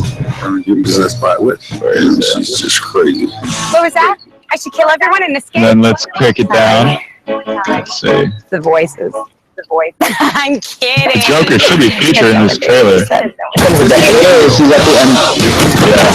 You're going somewhere. Oh, I kind of watch this like 10 times. Do something that'll get you. He should be at the end of it. No, I guess not. Guess we just save the world. Take your pick one. I can't wait to see 1 hour 40. It looks like it. Yeah, it's just hard from the bottom. It don't matter. It's an interesting way to close out of it. Like, I understand the love what all this Buddhism things tell us a religion, like philosophy, tells us about suicide and all this. What does it tell about suicide? Yeah. Buddhism does not support suicide. I'll tell you that much. Yeah. All right. Obviously. That's not like a life-changing question. And John, have you ever been to any countries in Asia, for Buddhism instance? is like life. I've been to France. Okay. That's not in Asia. That's not in Asia. You actually passed high school. Did you get? You need to go back to high school. Ooh, the same. I had to say that I take offense to that. I grew up in Asia. I'm an honorary Asian. Honorary Asian, France Indonesia. is not in Asia. Let me tell you something, Star. How many guys have you slept with? Oh my God! What is that validating? What is Does it have anything to do with what we're talking about? It shows I'm a better person than you. That's what it shows. I'm so virgin. All right, I don't know if you can consider it that along those lines. Hey, JP, over here. I see you over there. Disrespectful. Jonathan Peterkin, tell us, what do you know about Buddhism, and what's your take on Suicide Squad, the new movie coming out? All I know is that Buddhism is hot shit. I don't know. Let's do tag team. Tag team, JP. Tag team. Let's go. What does that mean? Who are we tag teaming? I don't think there's any tag teaming going on. But JP, what do you think? Let me know. About Suicide Squad?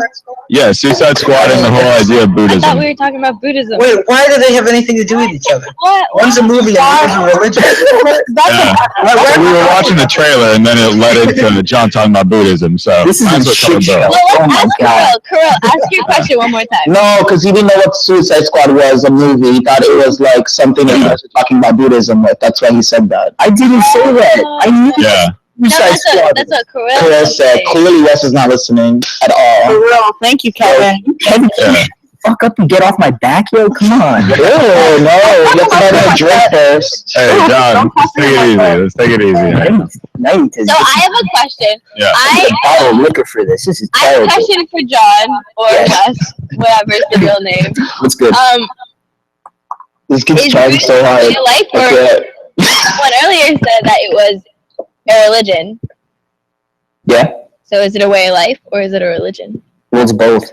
Do you How so? how do you identify How it? do you identify it though? Yeah. What is I it don't. to you? I wouldn't say it's a religion for me. It's not, because it's a way of life. Because it's more about how you just control yourself and how you live. It Life. teaches you how to live better.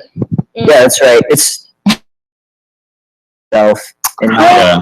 yeah. And I was reading a book actually similar to the whole topic of Buddhism too. It's called The Art of Power. I've actually read that. You've read it as well, John? Yeah, it's a really good book. It's by a Buddhist monk named Thich Nhat Hanh, I believe. And it talks about how you can gain energy and power using the stress from your days, and how you can meditate and just concentrating all your focus and all your hate on this world and use it towards more productive things. Just That's passion. goals. Passion is passion, no matter what, and anger is passion in most cases. So Yeah. It I'm a is. slave to passion, let me tell you. Are you, JP? Please tell me. When was an occasion where you were the slave to passion? Every day, Andres. Every day. I wake up and I just... he said, woke up. Oh, too much Slave to passion. passion. So I'm guessing when you get a bowl of cereal and you pour the milk in, you just say, "Ah." I only eat my cereal with water. So Really?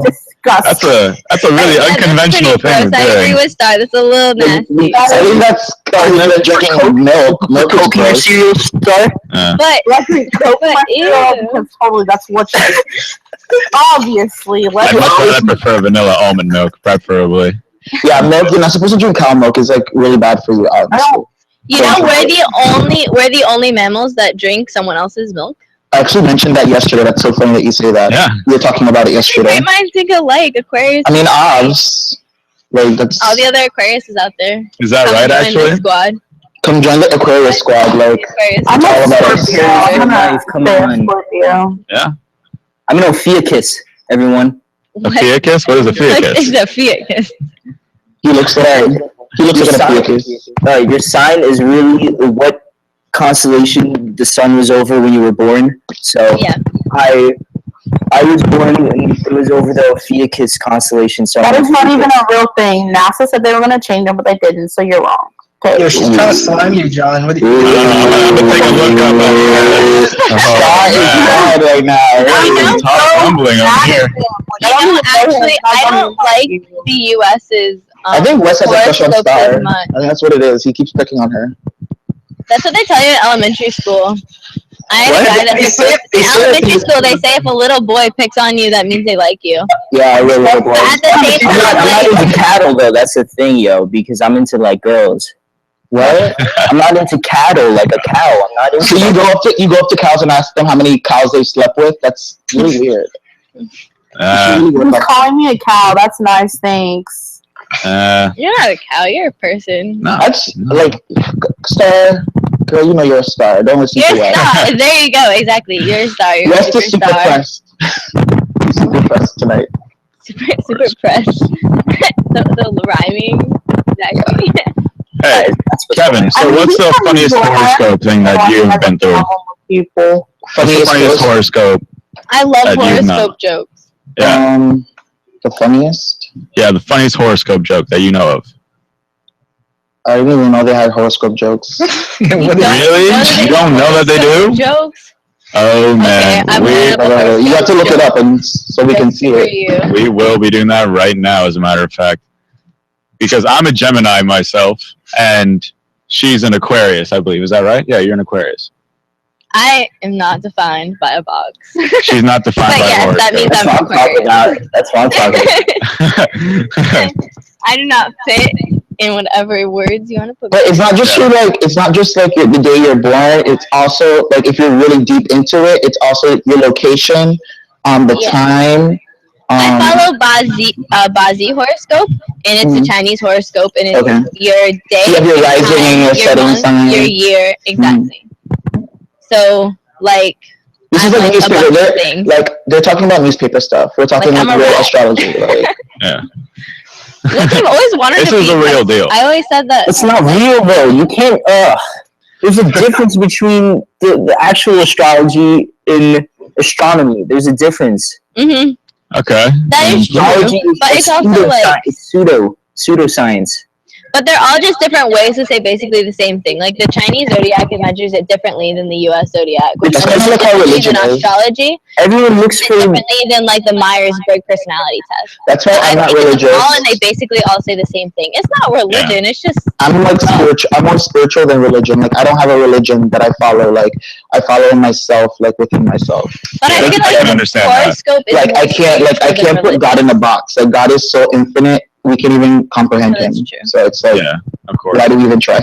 Wait, but I think horoscopes are more spiritual than religious because they open it up. I don't think like not a horoscope. Like I don't follow like my daily horoscope because I know people who write the little things in the Chinese cookies. Like I don't believe that those are true, and they're pretty generic on purpose. But I do think like I don't know the ideas behind it.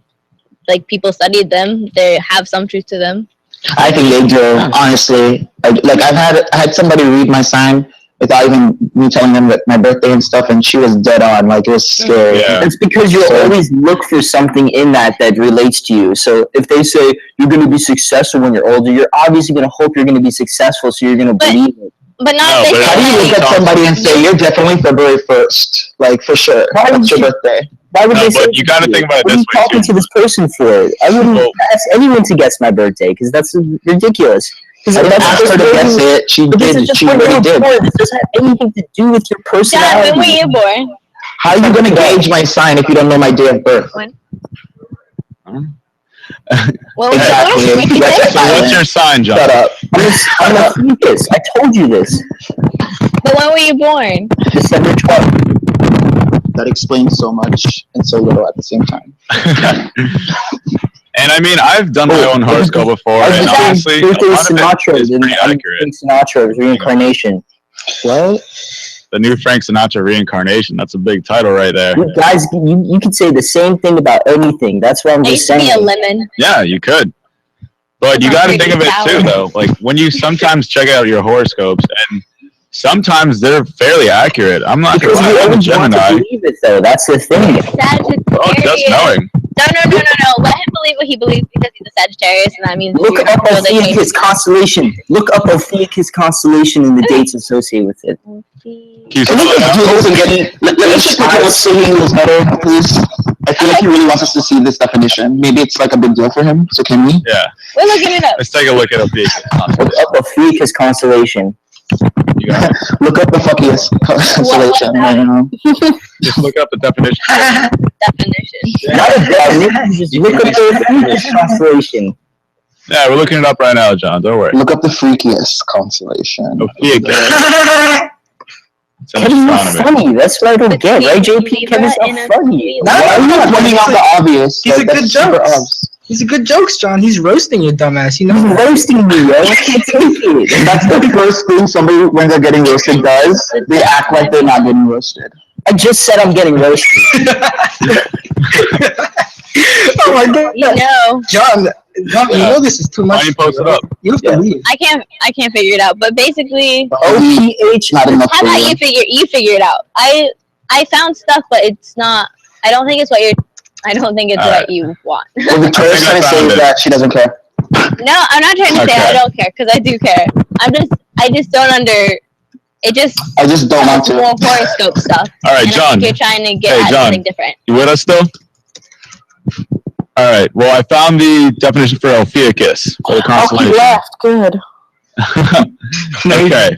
Well, for all the people that don't know, and we were constantly on that, Ophiuchus is a large constellation located around the celestial equator. Its name is from the Greek serpent bearer, and it is commonly represented as a man grasping the snake, as represented by a constellation Serpens. It's one of the 40. Dangerous. Yeah, it's one of the 48 constellations listed by the 2nd century astronomer Ptolemy, and it remains one of the 88 modern constellations. You see, I never really heard that much about the Ophiuchus constellation. I don't know It's why. not part of like the zodiac. It's just a constellation, just like the Orion That's constellation. what I said. I just said. This is, I never really heard too much about the constellation itself, though. Why do you think that is? Or is it just because like you're learning in a different atmosphere? I mean, something that you got to look up well in depth. It looks interesting, though. So, John, in regards to the Ophiuchus constellation, that's how you go by, you said? yeah, I'm December 12th. Oh my god. I'm in the cut. Look at me. I'm in the cut. Yeah, looks like you are. What? Speak up. Okay. No, can we not like let's not repeat that. Yeah. You can. I don't care. Do you know what hour you were born? Do you know what time you were born? Yeah, I know what I don't know time. my time I was born to. What time? 8:54 a.m. I have no idea when I was born. They just at like the same time. What time were you born? 8:41. I was born 8:54. 54 and 45. Those numbers always follow me everywhere. It's so freaky. In the morning. Star. You have a credit card? No. A debit card? Nope. Ah, shit. I was gonna ask you to show me so I could like just copy it, take a screenshot, and then buy it. That's great. Yeah. It's a valiant attempt, but I don't think that was going to work to You know start what out. I was gonna steal her identity real quick. He should have just like That's how I was born? Yeah, what time were you born? He just kept digging. No, Like, I don't think I know when I was born. He's more childish than the kids I go to school with. Okay, you guys believe that the I time like the you were, kids who go to I school, mean, man. that the like moment of your birth or something. My mom says that we were all born like how we are. Yeah. So like I was like a 36-hour labor. So she says I've always been stubborn as fuck, and I will continue to be as stubborn can be. Yeah. I agree with that. actually, It's funny, like when my mom found out she was pregnant, I came out the exact day the doctor told her I was going to come out on. Wow. So I was technically 10 months. Because that's how long you're technically pregnant for. So do you think that says anything about you? Like, do you think that's accurate to your personality, that you're on time, you're kind of... Yeah, I'm never late Is to this anything. a plan? You're there, you're reliable, kind of? When's your birthday, Star? November the 12th. November the 12th. Were you born by C-section? I was. By C-section? No. I didn't Natural? vaginal lips stretch C-section? that much. Natural birth. Weren't you born in... You, like, stop. You're Yes. You're like the worst Buddhist I've ever met in my life. Like, you need to go to a temple and just like shave your head off and just like. You know, like, I'll pray for you. I'm gonna put you in my prayers. I'm gonna put you on the first. I don't want you to pray for me. So I wait, want I'm gonna pray for you. were you guys born in a hospital? Because I know, like, Andres wasn't. I was an at-home birth, actually. Yeah. Hospitals are too mainstream for Anja. Yeah, it was too mainstream. For us all. I am. I'm different. I'm different. I respect it. I'm different. I'm okay with that. I bet he loves the fact that he was born in a house. Like he just he loves it. tells He's like, everybody guys, that. I was born in this house. I mean, better than that- all of you. Well, that could probably explain as to why I'm always just not wanting to get out of my room. Gosh. Or the internet. I'm always Or the internet. It's just like convenient where you are. You don't need to go anywhere else. I don't need to. I don't feel You the don't need need to to go do out of the so. way for you. Like, just do you. No, just whatever you feel like doing. That's always been my personality. I mean, it's for some people too. If you want to do what you want to do it. That much mind to it, you know? So you guys see they did a preliminary roast on Donald Trump. Oh, I'm so dead. Recently. Let's go ahead and take a look and see what that's about. It looks Yeah, pretty. actually, we were covering this a bit of yesterday as well. And one of the things that happened in UK's parliamentary, actually a soldier was beaten not 2 blocks away from where Donald Trump was located. And that soldier, I believe, was a Muslim follower. It was a Muslim, yeah. Oh my God! No, it was actually a Brit. Wasn't it a Brit? I don't know. I Let's have to watch it. believe. Let's watch it. Because I don't know anything about it. I know the video on here. It doesn't We're show learning. it, though. Wait, I'm pushing send. Why is Hey, you guys, we have the media. You can always put it in the DIN feed and we can share it and watch it. Yeah. Help I'm trying your to put it in friends out. the DIN feed. Yeah, of course. I'm putting it in the DIN feed now. Oh, here. Britain is good at roasting Make beef. it have noise. There is no noise. Oh, here we go.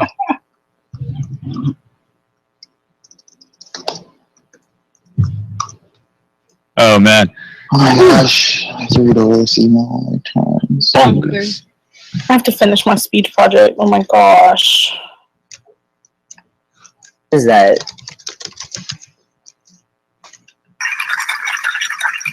Oh, man. Are there any like Trump supporters in here? It's so much funnier to hear a British person insult My somebody. dad. I'm sorry if you're British. Isn't the accent just that much better? I can try to talk in a British accent. It's so much more respect. Hello, my name's Kevin, and I work at DinTV.com.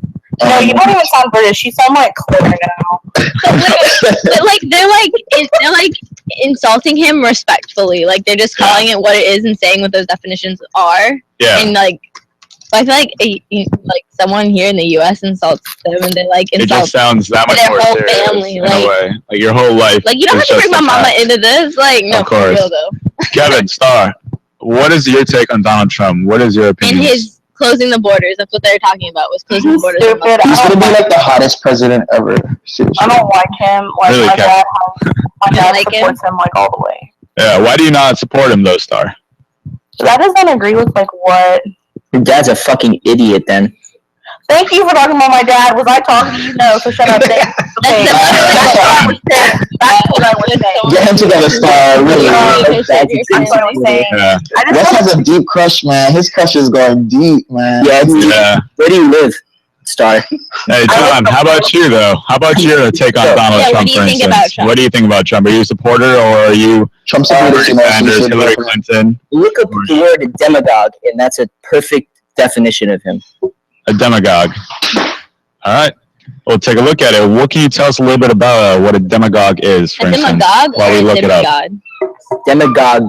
Demagogue. A Like demigod is a half demigod. god, half I person. know what a demigod is. Not a demigod. Is that what you're trying to say? Yeah. No, look up the fucking word, Kevin, before you start assaulting me like Did he that. say who's assaulting you? A demagogue is Why are you a so person, pressed? especially an orator This dude or a is so political emotional. leader. Hey, Kevin! I can't give you knowledge if you're not paying attention. Come on, Kevin. Come on, Kevin. Before you use that word in Miami, it has Hey, other hey. connotations. Demagogue means a person, especially an orator or political leader, who gains power and popularity by arousing the emotions, passions, and prejudices of the people. Yeah, I feel like that's accurate. Get out of here! Really Come accurate. on. That is good. What's the Drop the mic. Drop the mic and just walk away. That was actually pretty good, though. What's the pronunciation for it? No, a demagogue. Yeah, demagogue. Yeah. Like a synagogue? Demagogue. A demagogue. Look it up. Yeah. Hey, JP, I'm wondering, what is your take on Donald Trump then? Do you agree that he's more of a demagogue, or are you in support of what he's doing, closing the borders for Muslims? I mean, he's clearly an insane piece of shit, but I'm able to appreciate him because it's hilarious. Did y'all watch his video about like his Political leader who seeks support by. what is it called? His That is- like ass. This is the exact definition of this. Definition of Donald Trump. Yeah. We have someone here on Blab. Come join us on He was dentv.com. making fun of me when I'm the smartest. That says we should be hating on Clinton, not Trump. We should be hating I'm on more Clinton. smart. Yeah. I What do really you guys think? There's more hate, Hillary or Trump? What do you guys think? JP, do you think who deserves more hate, Hillary or Trump? None of them. Obviously, Donald Trump. Donald Trump, but Hillary's also scheming. Oh, wow. No, here's the thing. Hillary is way too much of a politician. That's Yeah. why. Oh my God. Like, Hillary's That's too what I'm deep in talking it. about. Yes. Listen, Hillary, you can't be in the game for that long and not get slimy. Yeah, that's true. And you know about how Donald Trump went through bankruptcy Yeah. a couple of years back, and how He actually tried to build the Taj Mahal in Atlantic City, and it did terribly. It was wow. a waste of money. However, I did hear we were talking to somebody yesterday who said that they learned the most that they learned about business by going belly up. So I mean, it wasn't long that he was bankrupt either. So at least he knows how to handle when things go wrong. Which is like, I mean, there's something to about everyone, I believe, for sure. Yeah, but like a really important part of business is like succeeding for the first time and like. But nobody succeeds for the first time. I mean, to be honest, who succeeds for the first time? Donald Trump get the try anytime. His family's money was crazy. That's why his dad was a slumlord in Queens, New York, and that's how he got all of his money. He would have made like a couple million extra dollars if he did literally nothing with his money instead of investing it in property. He would have more money if he just sit in the bank. Yeah, he just put it in a fucking bank. It's crazy. He could collect the interest. He did a lot better than his dad. His dad was a businessman and made millions, and now here's Trump with billions. Yeah, but that's the So thing. Like he- millions make millions. That's why. It's like once you get rich, it's hard to stop being rich unless you're an idiot. Yeah. Well, there's a lot of records of that happening. He himself wasn't very wealthy. Like, I don't think he was. I mean, like, yeah, his family comes from money. His family was, his dad was, but we had someone on here yesterday that was giving us like a bunch of facts, and we were looking him up about how he was actually like he did definitely grow his income like. That's all. You know, you're kind of right, I think, Victoria, because you know he started off with like a small $1 million loan. And Yeah, but that's true. But millions of dollars to billions of dollars, though, to us, like $1 million to $1 billion, because it's so big, is small. That's not small. Like that's a lot of money. 1 to 1,000, basically. Yeah, that's a lot of money for us. Yeah. Like that's a lot of money for Here's them. what I don't understand. Like, why or how could you ever be impressed with a rich person for being rich? It's like he was rich and now he's still rich. It's like that doesn't make him good. It's my guy JP on the microphone right now. And it looks like we got another guy on webcam right now. Jesse, is it? Jesse? Yeah? Yo, what's up, you guys? Yeah, What's up? where you from, Jesse? Chicago. Chi-town.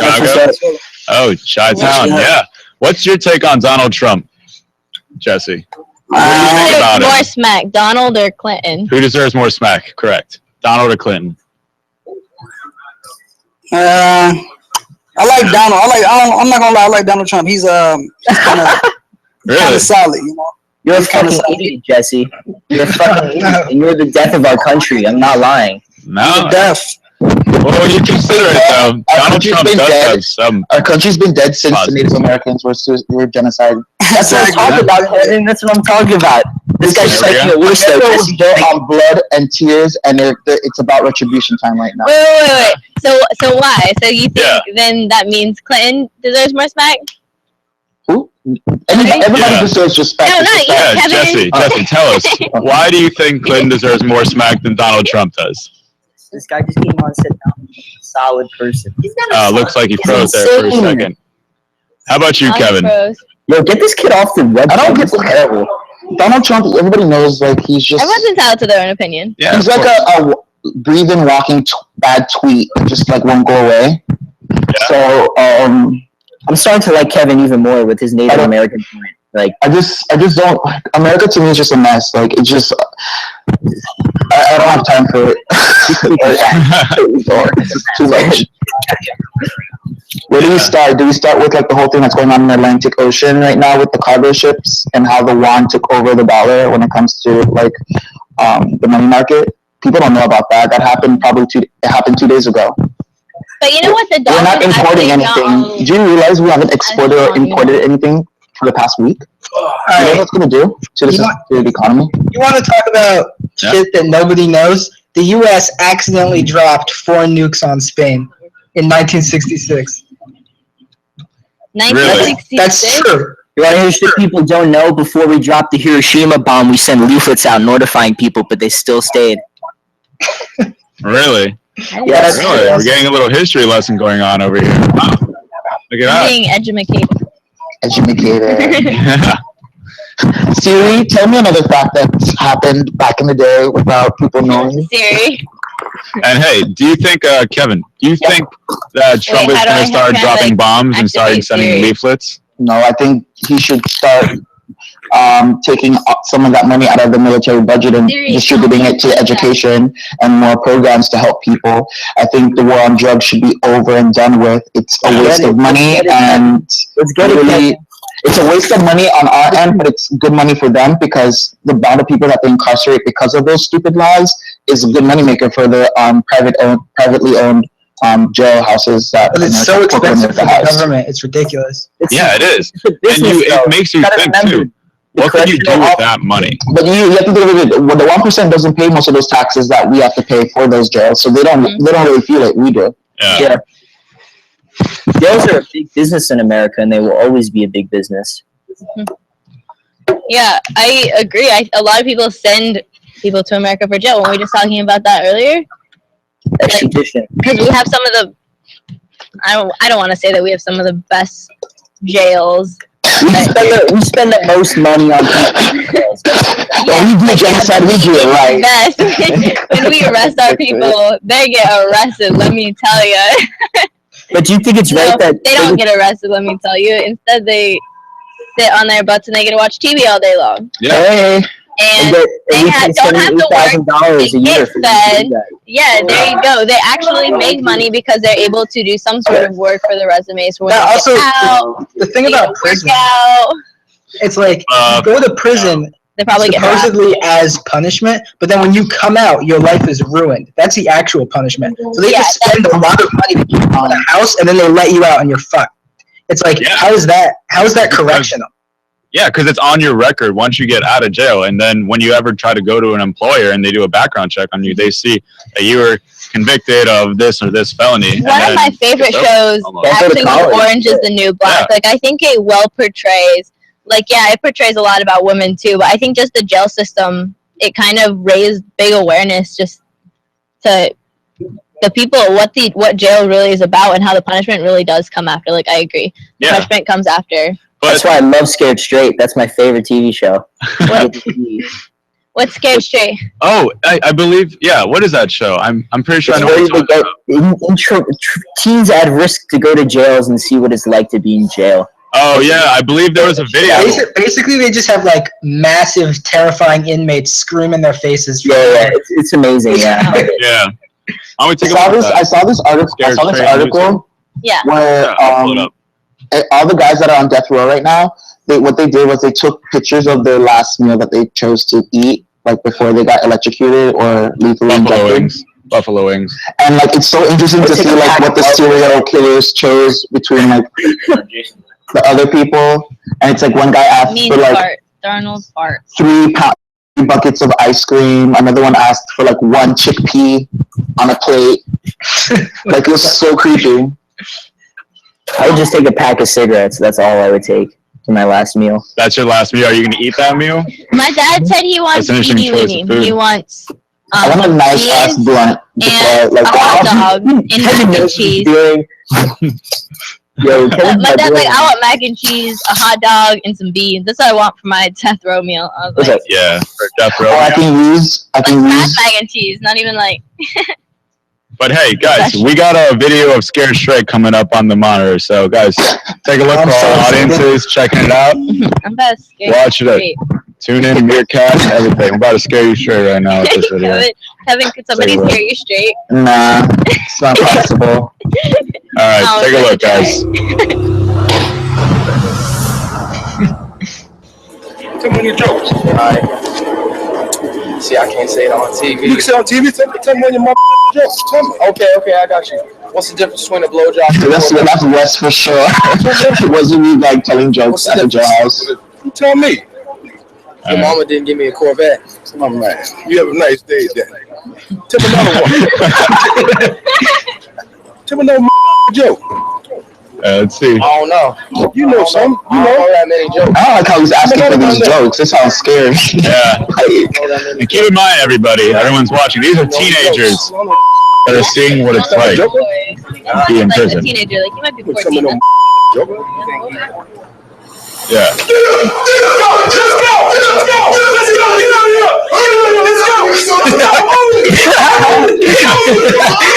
Oh, I feel so bad for him. You're sleeping in the prison. Watch out, boy. Stand up. Oh man. Make sure you are. You all right?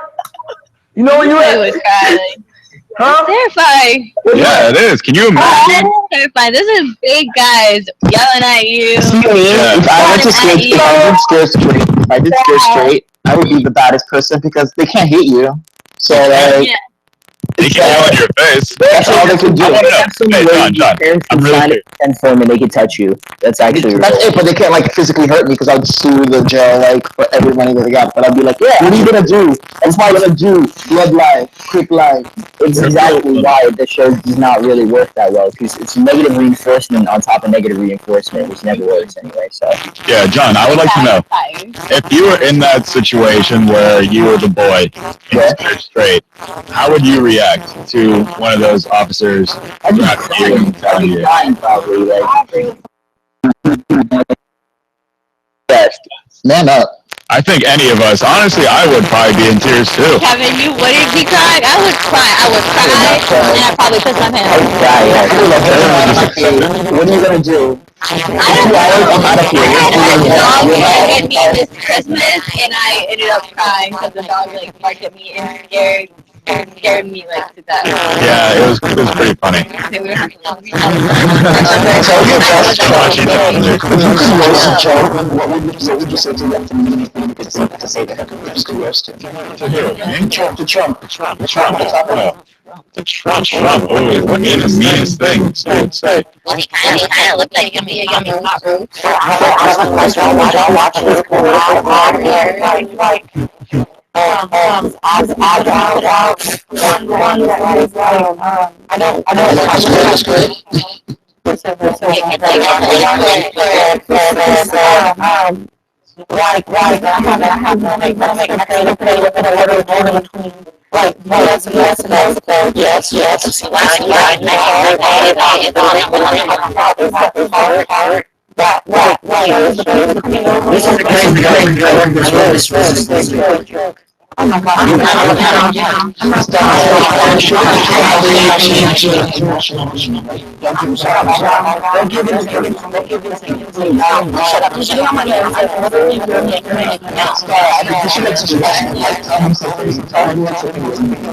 That's not what we're saying. No, I'm actually really interested. So like he wants the border in Mexico.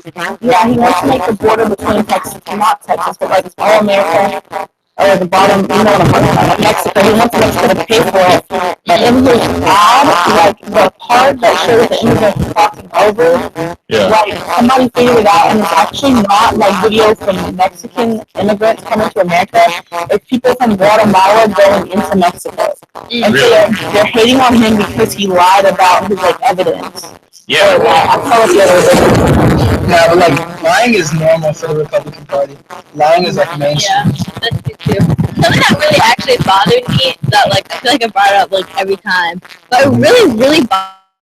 Trump came on and all he was doing was like, look how awful the whole Republican Party, look how awful the Democrats are, look how awful Hillary's doing. Like, they shouldn't be your president. But they didn't tell us why they should be president. Like, He just fearmongers. He's like, you're scared, you're like weak people, so vote for me.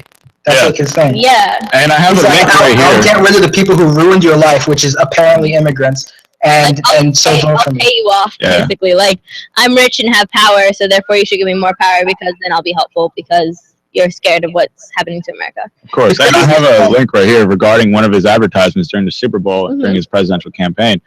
So let's just take a look at this really fast to see what he has to say as part of his campaign. One moment. Victoria, we know these two boys, What two boys? Wes and I haven't seen his name. JP. I'm I know them a little bit. They're his friends. Yeah, I met them once. Something else. I mean, obviously, I know Calls it radical Islamic terrorism. This is the ad he's talking For a about. temporary shutdown of Muslims in the United States until we can figure out what's going on. He'll quickly cut the head off ISIS and take their oil. And he'll stop illegal immigration by building a wall on our southern border That part right there, right here. That video. That's not from Mexico. Great again. What's it from? I'm Donald Trump, and I approve It's from Guatemala. Politicians It's can from the pretend it's something immigrants. else, but Donald Trump calls it radical Islamic terrorism. That's why he's calling for a temporary shutdown. Well, that advertisement is pretty ridiculous. Okay, it's honestly. from the people. Hey, welcome, Keegan. Yeah, we got it.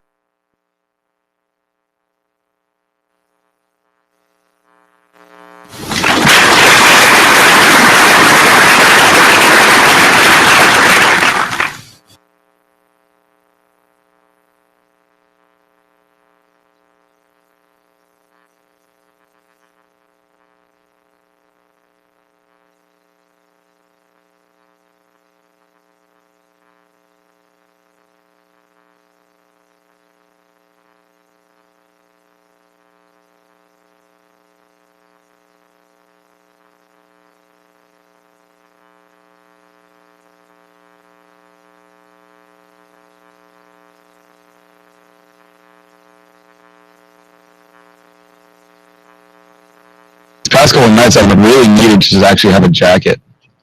Oh, we have Alina, Mark, Kiro, didn't mind. Yo, why am I keep getting banned and shit? What is that Sorry, about? right now there was a screen, the screen kind of crashed. Oh, okay. So we're just getting it all back up So there. everyone kind of is a little cray right now. Yeah. Gotcha. Wait, but it's just you. What happened to all the other people? Sorry, guys. Our screen went all diddly what. Diddly what? Could you define that for me? Because I don't know exactly what that means. Okay, I will. I'm sorry. Okay. Okay, well, our topic right now changed to Florida. Cool. If you guys can see that. What are some stuff that you know about Florida trending recently? Well, right now it's cold. Like you were saying, the Miami Dolphins captain changed. Yeah, the head coach of the team recently. I know people, one of the sororities at a school close to us helped out they did community service to help the Miami Dolphins. I don't know, how that counts as community service. Mark's throwing tomatoes at you guys. Oh. Yeah. Mark is You there? got me. Mark here? I got it. There's Alina. Hi, Alina. Hey, Alina. How's it going? Hi. Ask Wes to refresh his browser. Maybe that will work because before that I couldn't get in. Okay. Weston. Or John, refresh your browser. Is Wes his full name? It's not his full name. What's his full name? His full name is Leo Bronsworth. Leo Bronsworth. The topic is Florida. I love the topic actually. Are we playing music? Oh. We need to have this open then. Okay. Yeah, it's open. It's right here. It's open. Okay. I keep checking. The topic is great. Yo, Wes, you there? Okay, so what do you have to say about Florida, Alina? Florida. That's all I can say about the United States. I never tried to live anywhere else. Yeah. Have you ever been to Florida, Alina? Oh, that's such a question. I live in Florida.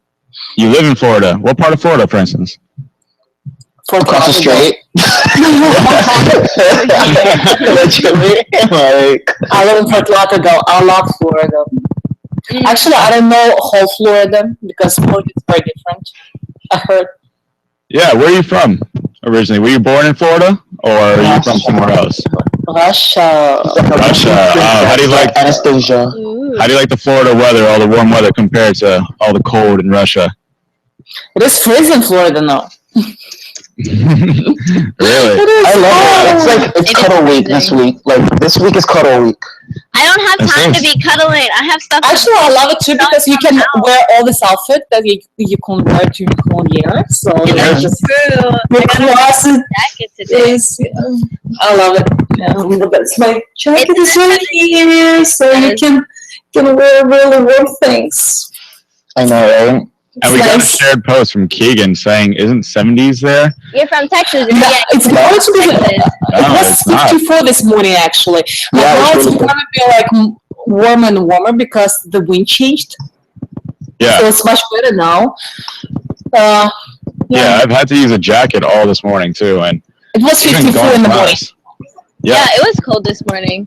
Yeah. I'm never able to just wear this sweater, whatever this is, It was in Florida. So it was kind of nice to pull it out, like you were saying. Actually, I was in the concert yesterday. It was Macklemore. What concert was it? It was Macklemore. It was a Macklemore concert, really? Yes. Wait, isn't that the he said that he loves Florida, he loves Miami, and his parents live in Miami. That's the thrift shop guy, right? That's the person who sings thrift shop? When you go in the bucket. I like that concert. One day when I was a gay. New topic.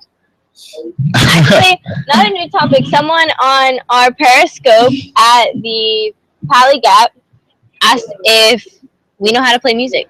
Do you play music? Do you know how to play music? Like, I play the ukulele. I can play the piano. I play the Oh, do you have a piano? I want to learn Play how to the play piano for us. I don't have it here. It's downstairs. I see. I like your hair in a ponytail. Who are you talking Yeah, to? Alexa. Yeah. I was complimenting you on your ponytail. It's in a half It ponytail. says it looks nice. So thanks. I'd love to live in I play the triangle. Hollywood. The triangle is my personal favorite, just because it's easy, and you can never really mess up at that. Yes, it is. Kevin, do you play any instruments? I play the trombone. Oh, really? You do? I think you're good at the trombone. I'm super good at it. I'm I like, think you're lying. I don't think you actually play. yeah, I'm really good at it. Real? Next time, bring it. Cool. I want to hear that. So hip. Let's make it dance. I'm going to play piano. Mark, do you play an instrument? JP, you play an instrument? No. Yeah. You don't play an instrument at all, JP? You ever been in a choir before? Have you ever tapped a stick against the wall before and it made a sound? I have done that. That's an instrument. That's an instrument right there. Well, there you go. I'm a Make it sound. Outside the box. Yeah. Yeah, it's a lot of fun, and they have this Florida marching band competition actually. Wait, we never asked John if he played the instrument. Oh yeah, of course. John, you play an instrument as well? Yes. What instrument do you play?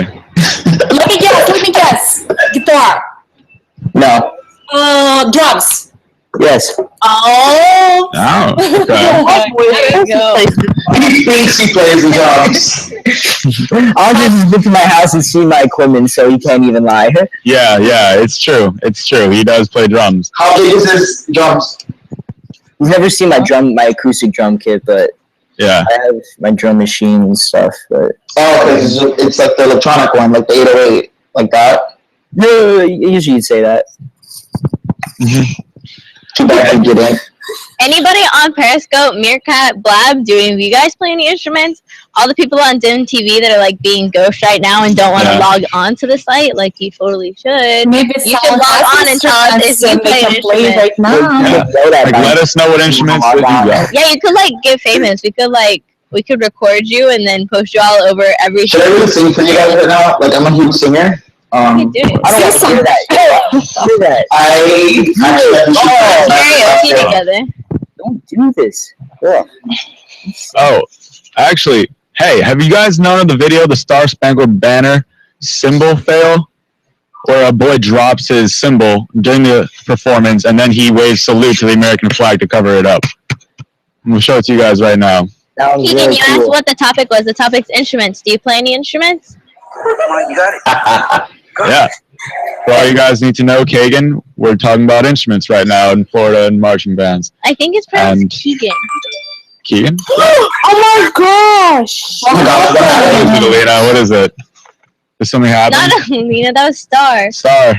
It just has a triple cheeseburger to McDonald's menu. Shut up, Wes. Okay. Why are you mad? Why are you mad at something new? Don't you have a girlfriend or something? Alright, anyways, guys, take a look at the cymbal fail. The Star Spangled Banner. Thank you so much for coming, everyone. We're about to get started. You can all please rise. I don't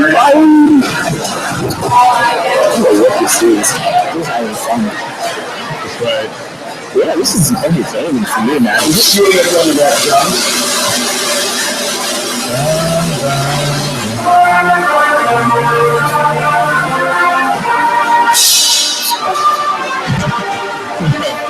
Wait for it.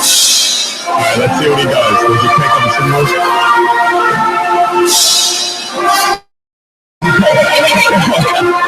That's great. Real picture right there. So what are your thoughts on that, Kevin? You didn't take So like he was playing the whatever those are called. Yeah. He dropped it, and then he just he didn't know what to do, so he put the other one down and just put his hand. Yeah. He just started saluting. I want to talk to this. Keegan. Hey, is Keegan here? Yo, I want to talk to this. Yeah, he was kid. on. Yeah. But hey, Star, what do you think of that video with a boy dropping his cymbal and then saluting the American flag to play it off? I wasn't paying attention. All right. Oh man. I had a very similar experience when I was a kid. Really? Yes. I played piano every day for like a couple hours, but I was really scared to play during performance, so I didn't want to perform. But my teacher forced me to do so. And I was begging, please don't put me on the list, please. I don't want to perform, please. Like we said before, the topic is and then, making a long story short, they forced me to do that, and I couldn't play well. So I made thousands of the mistakes, and I realized that I cannot play, and I stood up, and I just left in the middle of the performance. You left in the middle of the performance because you were embarrassed? I don't know, I was so shy, and I just nervous. Yeah, my teacher was Probably pretty upset, right? She was like, and I told her well, don't put me on the list. Why would you put me on the list? I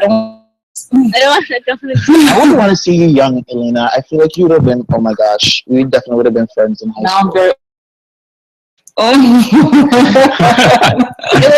ever had Thank you. Like when you had to perform on stage and people I don't know, got, were you ever nervous or anything? Yeah, well, in the past, I remember when I was in middle school, I was part of a school play, actually. It was fairly embarrassing, I must say. In the moment, I was kind of all about it, but then it turned into one of those things. Everyone was kind of just cheering on, but then I was just feeling like tight, awkward. Open your mouth. Have you guys ever been part of like a play or something where you felt embarrassed or really confident?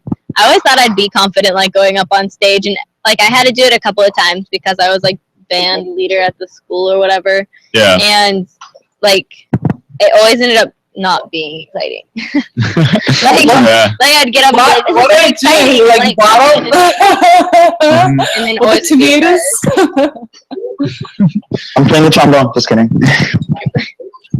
Bring the trombone next time. Andres, I gotta go, Andres. But I love you. All right, John. Love you too, man. Good to see you. It's good to see you. I don't know why you let me get a rise at all, y'all. You're terrible people. That's what you wanted, but you didn't get it. See you later, John. You literally like. I think he doesn't like the fact that he's so transparent to me at least. Yeah. That you can read them. Yeah, basically. You get it, Victoria, right? You get it? I get you. I get you. So transparent. Last time I met him, I was the same. I was like, I can dissect you. Oh my god. Mr. Tryhard. So fake. I cannot stand He's like Mr. Tryhard. It's cool though. Oh yeah, it just seemed as though he had a very, very strong opinion in regards to some things. But I feel so bad for you. I'm gonna pray for y'all. Can you dissect anybody when you see them, like you meet them and you feel like you can just read them? Yes. I only have that with some people. Well, you can. Depends on the personality, really. I did it when I met you. When we met, I was like, I get this guy. I know everything about you. I know all your secrets and everything. That you have like 7 toes on your left foot. 7 toes on my left foot. I do not have 7 toes on my left foot. I don't know where you're hearing this from, but I am pretty sure I am anatomically correct. What about I'm you? gonna keep it Do you that see way. anybody and you think, I don't know, like you can read them well? Yeah. Like they're easy to figure out to you? All that I am, Mm-hmm. I understand that people are unpredictable. Yeah. Yes, they are unpredictable. The more unpredictable people become. Yeah. Most of them are crazy. What about you, Keegan? Do you ever meet people and you like think that you can just understand them well? Just by first glance. Like you just get them, you can read them? Yeah. No. No, never. You think people are unpredictable, like Alina said? Yes. Yeah. How about the type of person, for instance? Do you base people off of stereotypes and kind of go through, like if they dress one way, you identify them as something, or do you not identify people as in that way? It just kind of depends. Yeah. First time, it's just how they look and act, and then it kind of just goes from there. Of course. And how about you, Keegan? Do you play an instrument? No. Do you play an instrument? What kind of music are you into? No, he said he doesn't play Pretty much country or anything. Texas, so. From Texas, oh, you're from Texas as well? Yep. Yeah, what part are you from in Texas? Roscoe.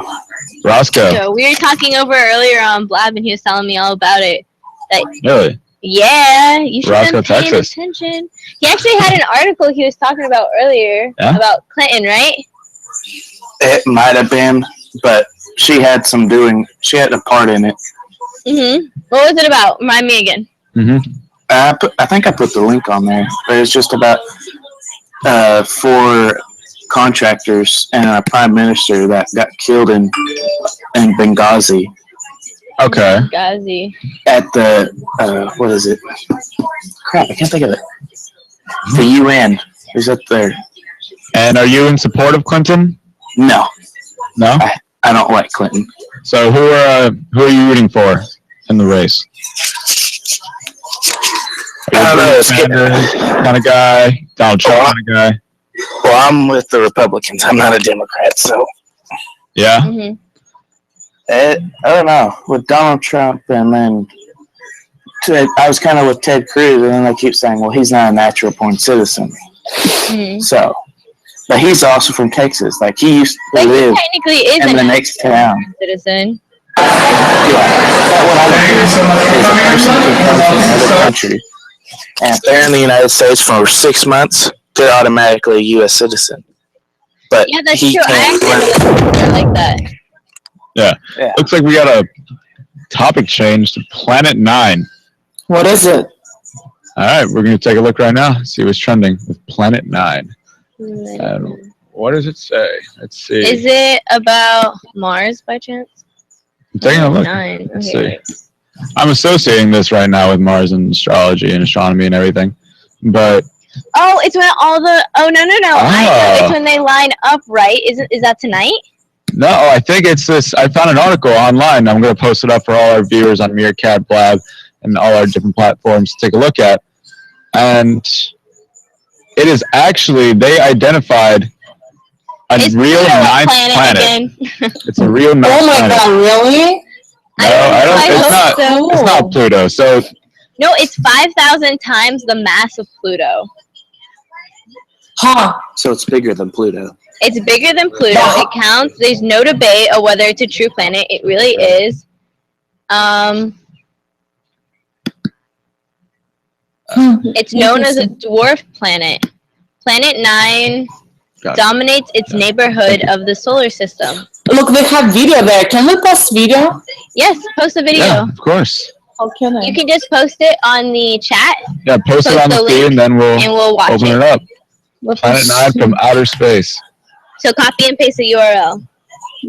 I think it's on YouTube. Yeah, Can we I'll do take a it look on right YouTube? now. Copy and paste. Planet 9 from outer space. Copy Yeah. and paste. There we Wow. go.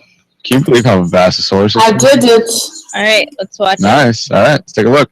What we have discovered is that numerous features of the Kuiper Belt, a field of icy debris beyond the orbit of Neptune, can be understood if the Oh sun my god, how old is he? possesses an additional He's ninth like planet 18. that resides well He looks beyond young. the orbits of the known planets. When we looked at the outer solar system, we realized Let's see, that is while there an image? most of the very distant objects, these objects beyond Neptune, beyond Pluto, most of these All objects, they all go around the sun and they're all sort of pointing off in all different directions. But the most distant Shoot a objects gun if somebody's all invading the property. swing out in one Scary. How do you got him? in Actually, a no. very strange way that shouldn't happen. Like they're still together, and like Yeah. So what do you think about that, Alina? What do you think about the ninth planet? I think they will need to change all the books now. Yeah? Because book says it's 8 planets, right? So they need to change everything. How much would it cost, right? Pluto, They now need they have to change like all the books and just to add in the education and to tell all the teachers that now you have to teach that it's 9 planets, not 8. Yeah. And then to exactly. study it. What do you think, Peter? We haven't like a new planet. Yeah. Do you think it's going to be just like Pluto and get kicked out of the solar system by what we think as a planet, or do you think it's kind of just there to stay? Looks like he's not plugged in Yeah, yet. it doesn't seem like it's yet. But if you think about these planets, there are different solar systems that we have in the universe and different Oh, so galaxies. it's a different, right? I missed it. Yeah, Keith, well, what do you think about the new planet? So it's not in the solar system? it's within our solar system, yes. So it's not a solar system. Yeah. At Planet 9, Planet X is what they're calling it, as a matter of fact. How far is it? Is it more far than Pluto? I'm not entirely sure. Let me keep You can looking. definitely look that up. But I find it so fascinating to think about all like the planets in our solar system and how the sun is immensely 10,000 times bigger than the sun. And yet when we look up into the sky, we just see a little dot that's just orange. But yet up close, it's more immense than we could have ever possibly imagined. So you guys like talk like text messages? Are you believing aliens? We like aliens somewhere? Do I believe in extraterrestrials? Like, do you believe life? in aliens? Yeah, Yeah. life on other planets. Yeah. Keegan, do you believe in aliens? Do you believe in life on other planets? Life on other planets? Yeah. I don't know. They could be real, but they couldn't be either, so. Yeah. Okay. Personally, I do believe that there are aliens on other planets I'm an alien from another planet. Yeah, technically, yes. Yeah. Yeah. Stop that. But I'm not an alien guy. but Promise. in this scenario, the way I see it is that we can't be the only living organisms in our solar system. We can't be. No, I don't think that we have aliens on our solar system. I think it's on other systems. Yeah. Because it's pretty discovered. I mean, it's very unlikely that There's always going to be something out there. So. That we have aliens. There's always going to be something we don't understand too. Of course, and that's where the whole idea of District 9 comes out. For all of you who didn't see that, District 9 is a film about extraterrestrials That's coming another into movie, our actually, solar system. That's coming out. Have you heard of The Fifth Wave? The Fifth Wave. Oh yeah, I've heard of that actually. Here's the trailer right here. If it'll send, it's not working. Or wait But one the Fifth second. Wave is very similar. Like it's Love you guys. Love you too. I will go to watch it. Who can give me the derivative? It looks interesting. I really like this actress actually. Yeah. Did you guys see that? Oh my god. Oh, this part. Oh man. The Odyssey satellite received images of an object moving past Mars. It's right over us. How I see? I didn't know it then, Also, but that was the last normal day of my life. We have reason to believe there's an imminent threat to this location. All right, stay with your sister. Yeah. There you go. That movie is all circled around the idea of extraterrestrials invading our planet, much like if you past watch like films. those next like 10 seconds, after that it says like the fifth wave is when all the aliens come onto Earth and like they're among us. join. I think we have like 5 movies like this. Yeah, they've made so many. I mean, I don't want to go You like those kind of movies? Do you like? Have you ever seen District 9, Alina? I believe I did. I don't remember. All right. How about you, Keegan? Have you? No. You haven't seen District 9. Do you like those kind of movies, Keegan, about like aliens? Or like have you ever watched the movie Signs? I feel like that one's a classic, but it's too scary. I really enjoyed the movie Interstellar. Pretty much anything. Anything? You like Interstellar? any movies? Yes, I really loved it. Do what? Is that the movie with Matt Damon? No, I said anything. Let me I don't remember the actor. But let's see. Okay. Do you guys have a favorite movie genre? Or genre of movie? Yeah, do you guys prefer comedy, horror? Or is it whatever works? But Did hey. you guys say? I didn't hear you. Yeah. War. War? War films, alright. Like Saving Private Ryan, American Sniper. Those types. Those are good. Are you excited for the new film out? I believe it's called 8 Soldiers or something like that. And then the idea goes around them in Iran, and pretty much they're just fighting off this stuff. It's kind of like I was looking like are we being attacked? Yeah, I forgot. But hey, Alina, I have a feeling. Do you into extraterrestrials and the whole idea of life on another planet? Projecting their own ideals. Yeah. So I'm going to show you this link to it. Projecting their own ideals. That was a funny glitch. That like worked well with us. But yeah. Life on other planet projecting. We're pretty much creating our own aliens. Have you guys heard of like everybody sending people onto like Mars? Yeah, they're actually sending people to The list. There's a list. They have enough money. People who sign up. Yeah, Yes. they have enough money. But it looks I like don't it's think happening. it's for money. Yeah. You think that people have to put some money in it? And I don't think so. I think they're volunteers. They're actually volunteers, and they will surprise how many people sign up because it's just one-way ticket. You won't be able to come back Ever. See, so it's not just you're gonna live there. But there's so many Or die. requirements. It's not just volunteers. Like they are volunteering, but the requirements are ridiculous. Like they want people who are really educated that can help sustain life and like plant to live basically underground. So it's kind of like if you guys watch Hunger Games, the last Hunger Games, where they're kind of where that whole district's kind of under the ground. That's kind of how these people would be living on Mars in order to plant things and have enough people to repopulate enough to get enough oxygen on the Earth, so they can start moving more people to Mars, so that Mars can become a planet that man can sustain on. Yeah, and we can repopulate it on, and then when the Earth, and it's so weird too. They got sick of the Earth. Yeah. It was so screwed up that they just started sending people to Mars. Like, That's so far now from what it should be that. But what are they going to do with the air and oxygen? Yeah. I believe they're currently building facilities on Mars that can sustain oxygen and air, and it's going to be kind of like have you ever seen Alien? No. For instance, or Keegan, you've seen Alien? Yeah. So it's relatively along the concept of they're making constructs on the planet of which have air flowing through them, but on the outside it's not, you can't breathe outside. So it's pretty much just structures that you're living within your entire life. You can't go outside the structure unless you have some kind of air support in a way. And I posted up right here the Mars One astronauts, and there's a whole process actually behind it for all audiences on Meerkat, Periscope, and different platforms. Tune in, talk to us about what you guys think about the Mars One mission. Are you guys in favor of it? Do you guys think it's weird that we're abandoning our planet and just kind of repopulating on a different planet? Let us know. But the thing is, the most interesting thing is that they're not going to bring a lot of things there, because they're going to bring, the most important thing that they're going to bring is printer 3D. They can print basically everything. Hi guys, I'm Blair. Yeah. Hello. Hello.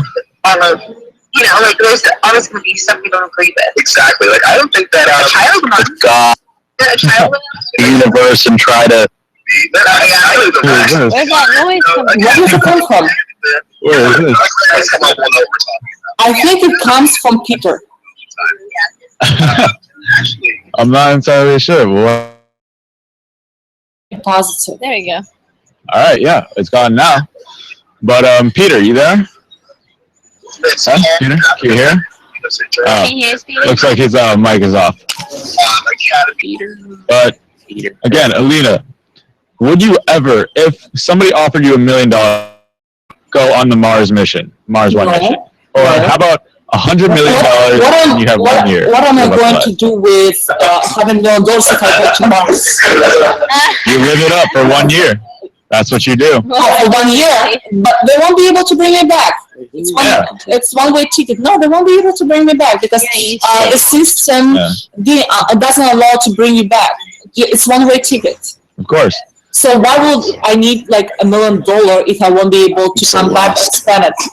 No, but it's the whole idea of in that year, if you could do anything on Earth, you can have superpowers, you can do anything. A year on Earth. And then you move to Mars. Like, would you trade anything to have a year of anything you want to move on Mars for the rest of your life? Yeah. I'll you go can to fly. Australia. You got X-ray vision, all of that.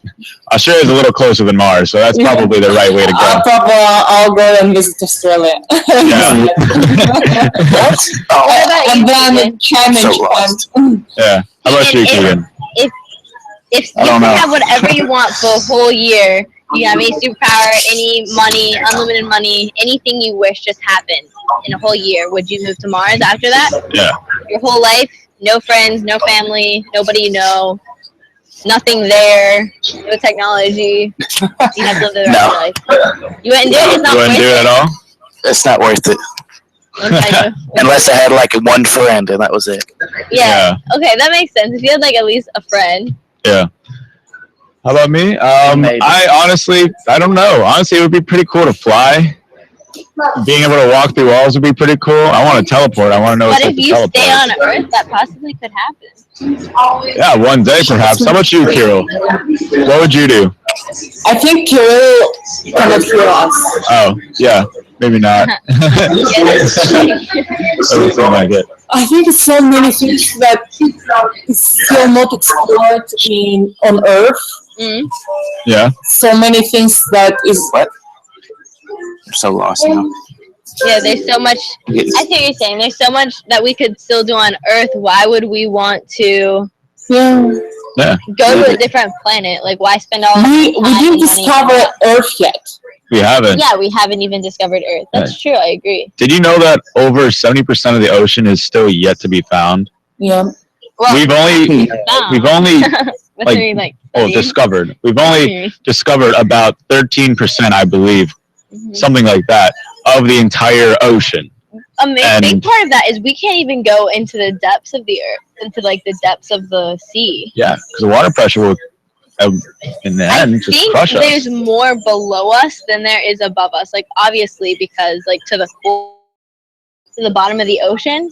Yeah. I was reading somewhere that there's more depth to like what living beings can live on than there is like height. You know what I'm saying? Yeah, of course. Wait, let me see. No, I agree with you. And it also kind of sparked my interest. So have you guys ever seen Godzilla, about how he lay dormant under the water for thousands of years, and he's just a dinosaur, essentially, that survived in the depths of the ocean? And Keegan, what do you think about that? Do you think that there's life under the sea, such as mythological creatures, for instance, like mermaids or all that kind of stuff, giant dinosaurs, mosasaurs, back from the prehistoric ages, still under there? Yeah. Sorry. Yeah. Because there's records. We can't get into it. Yeah, getting down there is going to be extremely difficult because then technology just has to be more advanced. But I believe that that can do it. It's just that certain things haven't been discovered. For instance, there was this documentary I was watching the other day, and it was talking about the whole bloop effect. Have you ever heard of the bloop, Keegan?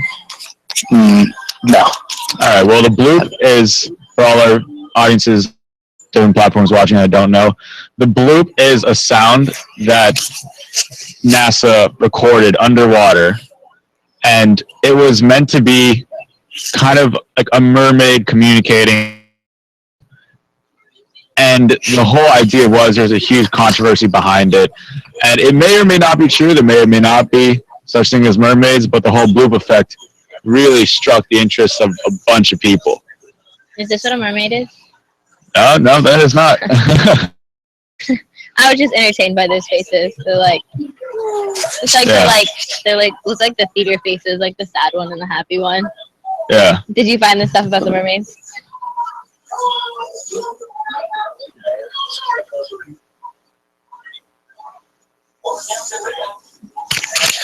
The TV show? Oh, like I heard my phones. And we're still on Planet 9, so mermaids, mystery. New evidence. Do you guys believe mermaids exist? I don't think I believe mermaids exist. I believe they could exist, but I don't believe that they do exist. Yeah. You know what I'm saying? What about you, Keegan? Do you believe in mermaids? Keegan, you're a big believer in mermaids, or it's all a bunch of baloney? Well, I'm posting up a link right now showing mermaids, the evidence, and it was. Whoa, it's getting weird. Weird. Yeah. This is getting weird. What about mermaids? Yeah, and it's just a whole documentary they did on Animal Planet on whether mermaids were actually real. Can you get a clip from it here? I'm gonna get a clip from it. Yeah, gather it from YouTube. And that's how the whole bloop effect came to be. And it's interesting to see how some scientists are trying to figure out whether these mermaids are actually real. Okay. Whoa, that's weird. Yeah. That's very weird. All right, guys. I'll leave you with all right. mermaid link you can check out while our new hosts come on. Yeah.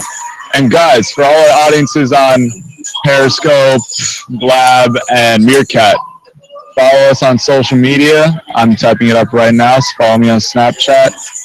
I'll type mine up too. Andres _J. And on top of that, follow me on my Instagram. It is Andres Kono, and I will post that up for you guys right now. Do you guys stay tuned and stay updated on whenever we're going on air. All right, guys? Okay. Take a look. See you tomorrow. Stay on, Keegan. How's everyone for feeling?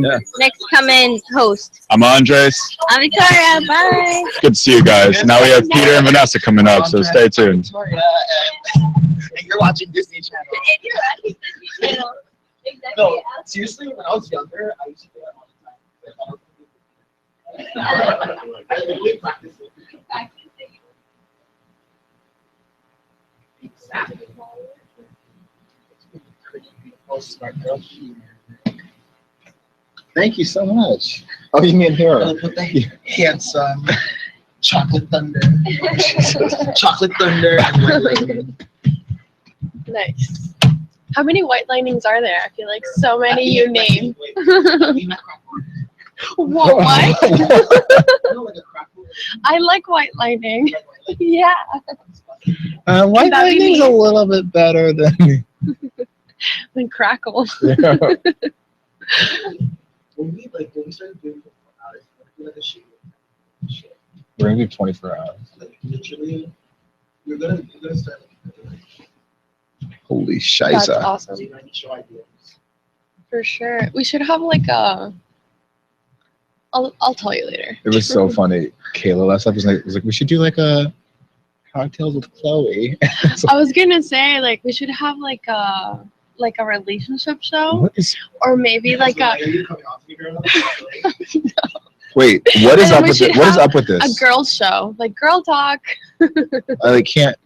Is your man doing it right, girl? Yeah. When I type, I can't look at this. Am I crazy?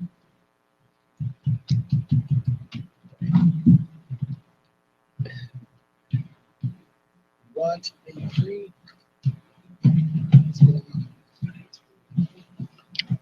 You get up for two. Yeah. Okay.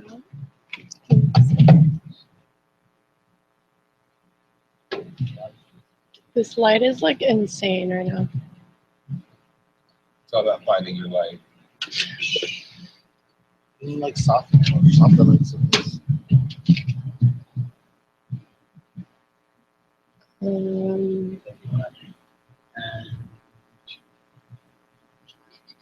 I just couldn't type to sign in. Now it's working. Thank you.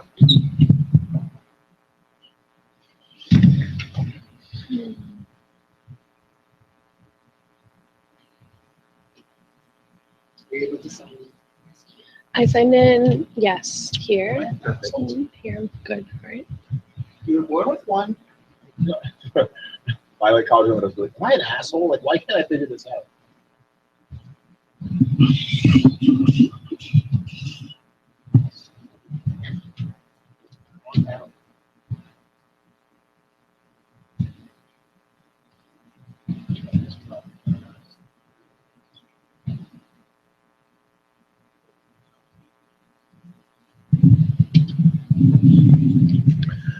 I'm just happy we're back in business.